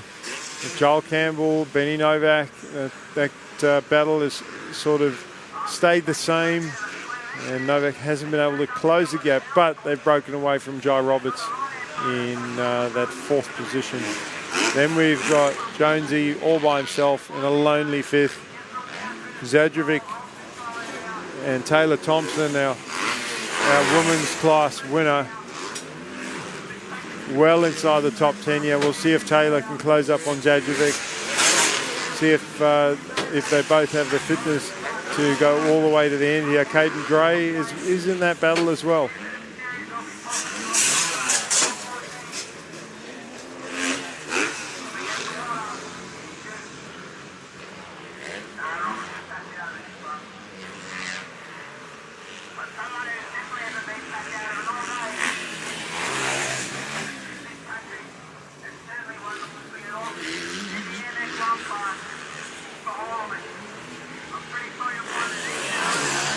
So now Taylor Thompson right on the back wheel of Zach Zadrovic as they go down the main straight to the bottom section of the track.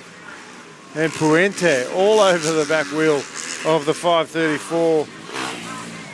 Jack Shepherd looking to try and gain a position as our leader heads through the centre of the track. And Campbell just getting away a little bit there from Novak. Still time left in this race to, again, a couple of mistakes here and there, or you're getting tired, and you can very quickly find yourself with some competition on your back wheel. As Taylor Thompson has made the pass on Zadrovic, and Caden Gray gets around him as well through those rollers.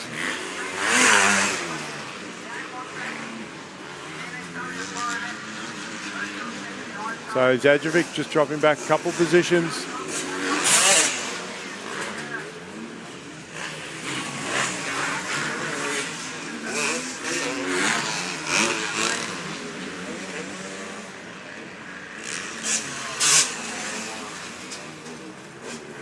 And Robertson a lonely fourth.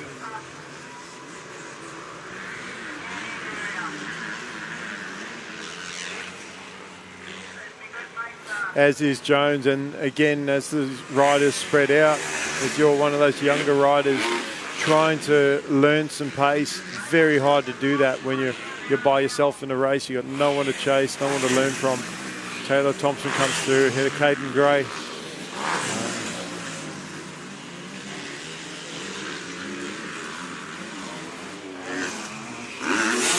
And you look at the pace of these front runners, and Zadrovic had the whole shot and more than half a lap behind our race leader Riley Fitzpatrick. So the pace that Fitzpatrick has had, and he's maintained that all race. He has really pulled away in the last couple of laps now.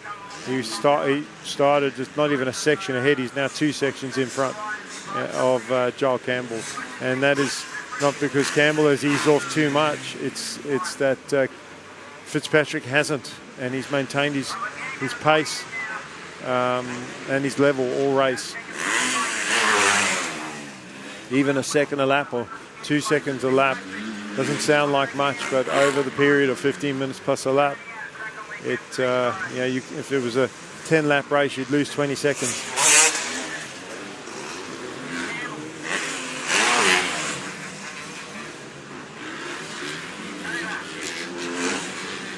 Novak still keeping Campbell in sight.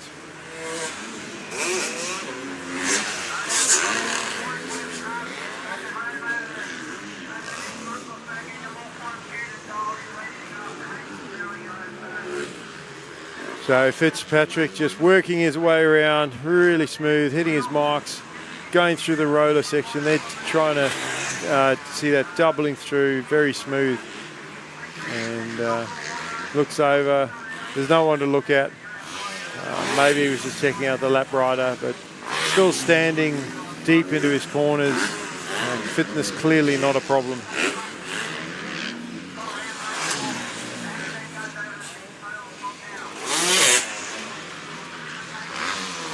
And Campbell on the 52 over the centre jump. And enough breathing space that you can't ease off too much, but Benny just not close enough to mount a charge or keep, put the pressure on. The pressure is on because he can't afford to ease up, but Joel is still able to take the lines he wants to take. And I'm sure we are getting towards the end of this final race, this final day of round 1 of the New South Wales State Championships.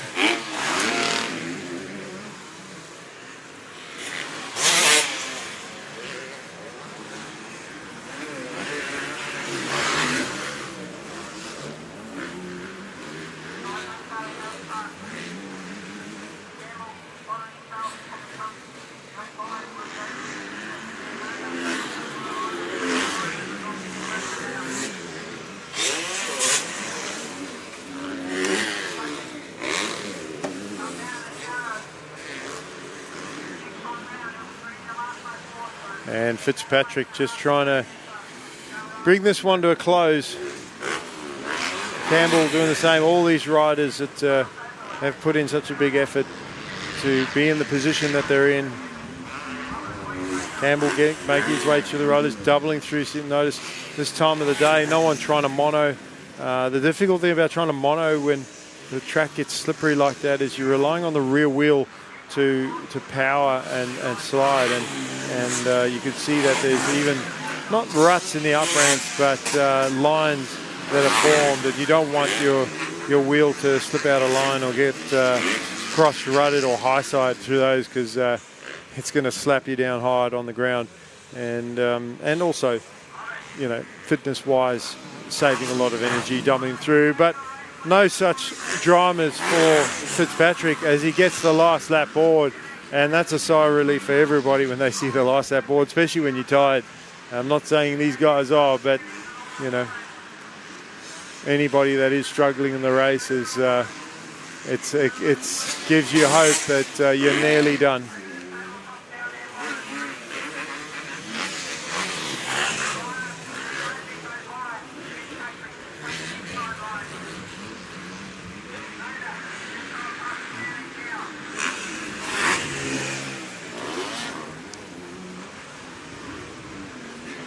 As we've seen our top three riders come through the finish, here comes Jai Roberts with one more to go, and he'll be happy. I think he's done really well in his result.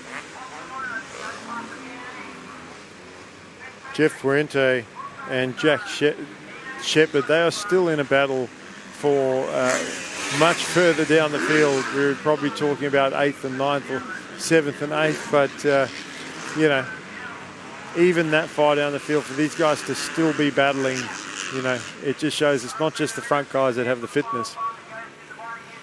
Otherwise, these riders would just let each other, if one was more tired than the other, just let him go. But one more lap for them. They are behind Zadrovic, and Zadrovic's got to keep the pace up because it is really close here. They both take the same line down that main straight there. And Puente is not letting up at all, the crazy Colombian. And while we're watching that, Riley Fitzpatrick crosses the finish line to end the day, round one of the New South Wales State Championships. We hope that you have, those people watching from home or from your phones even at the race day, we hope that you've enjoyed the coverage here at Lake Macquarie Motorcycle Club, round one of the New South Wales State Championships.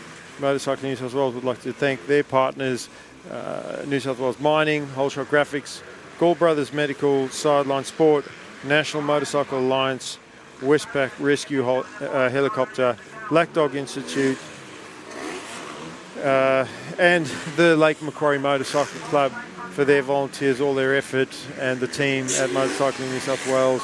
We look forward to seeing all of you at round two of the series on the 27th, 28th of April at Hastings Valley Motorcycle Club, and then round three in June, 8th and 9th.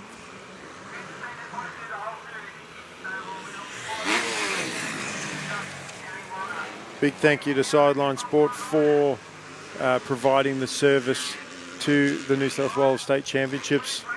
It's been very positive, and we look forward to seeing more of this. We thank them for their support.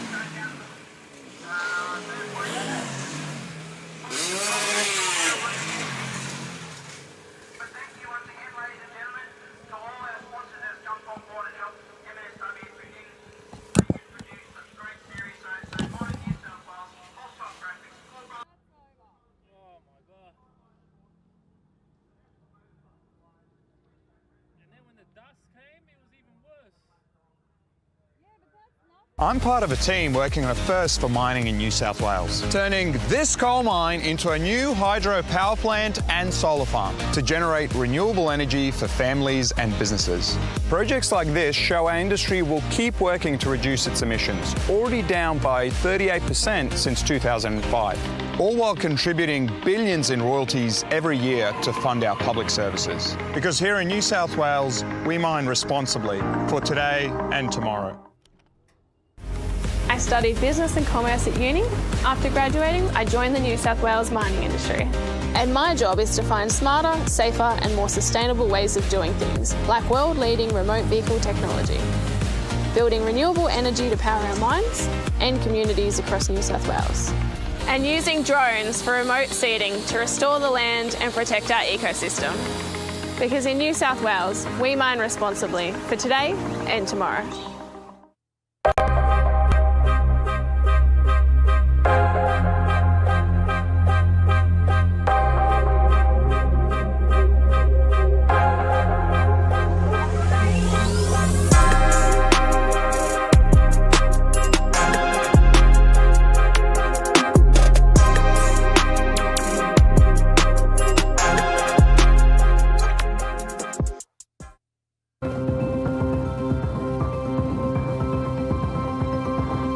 The Westpac Rescue Helicopter is here for our community.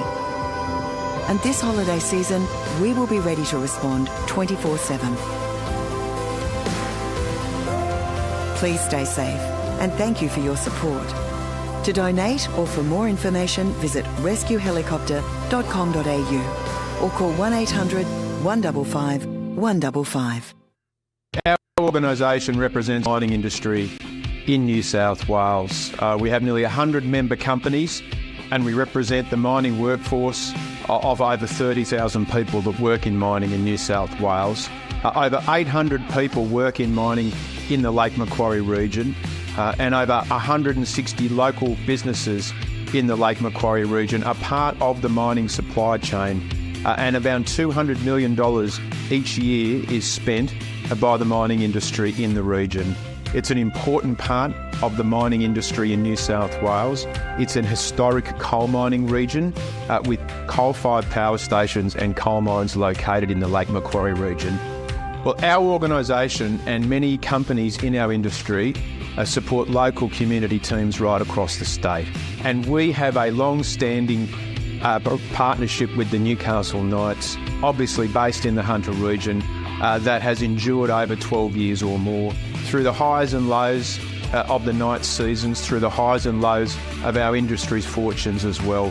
It's an important demonstration of the partnership between our industry and sport and local communities, particularly in the Hunter region, and our support for this event today is part of that too.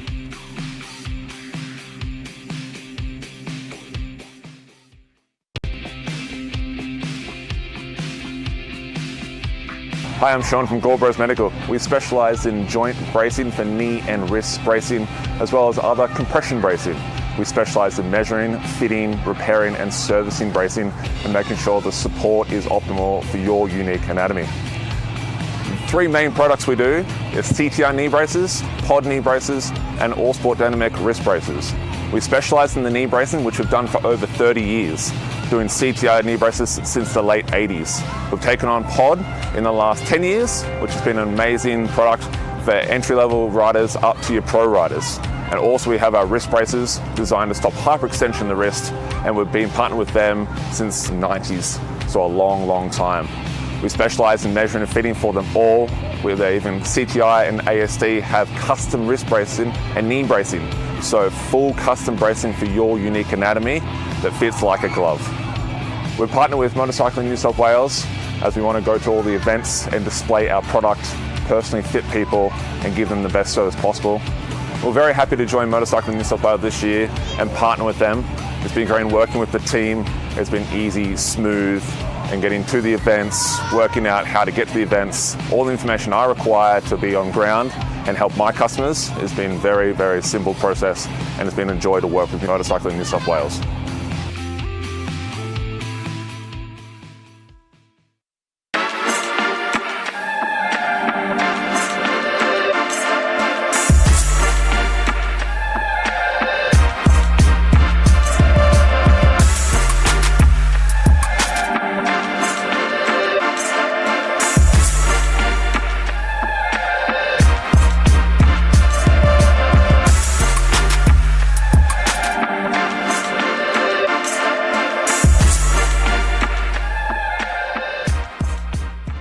For over 20 years, the Black Dog Institute has been trusted to listen to the experiences of real people. Every day, we work to uncover data, patterns, and insights into mental health to develop actionable, practical solutions.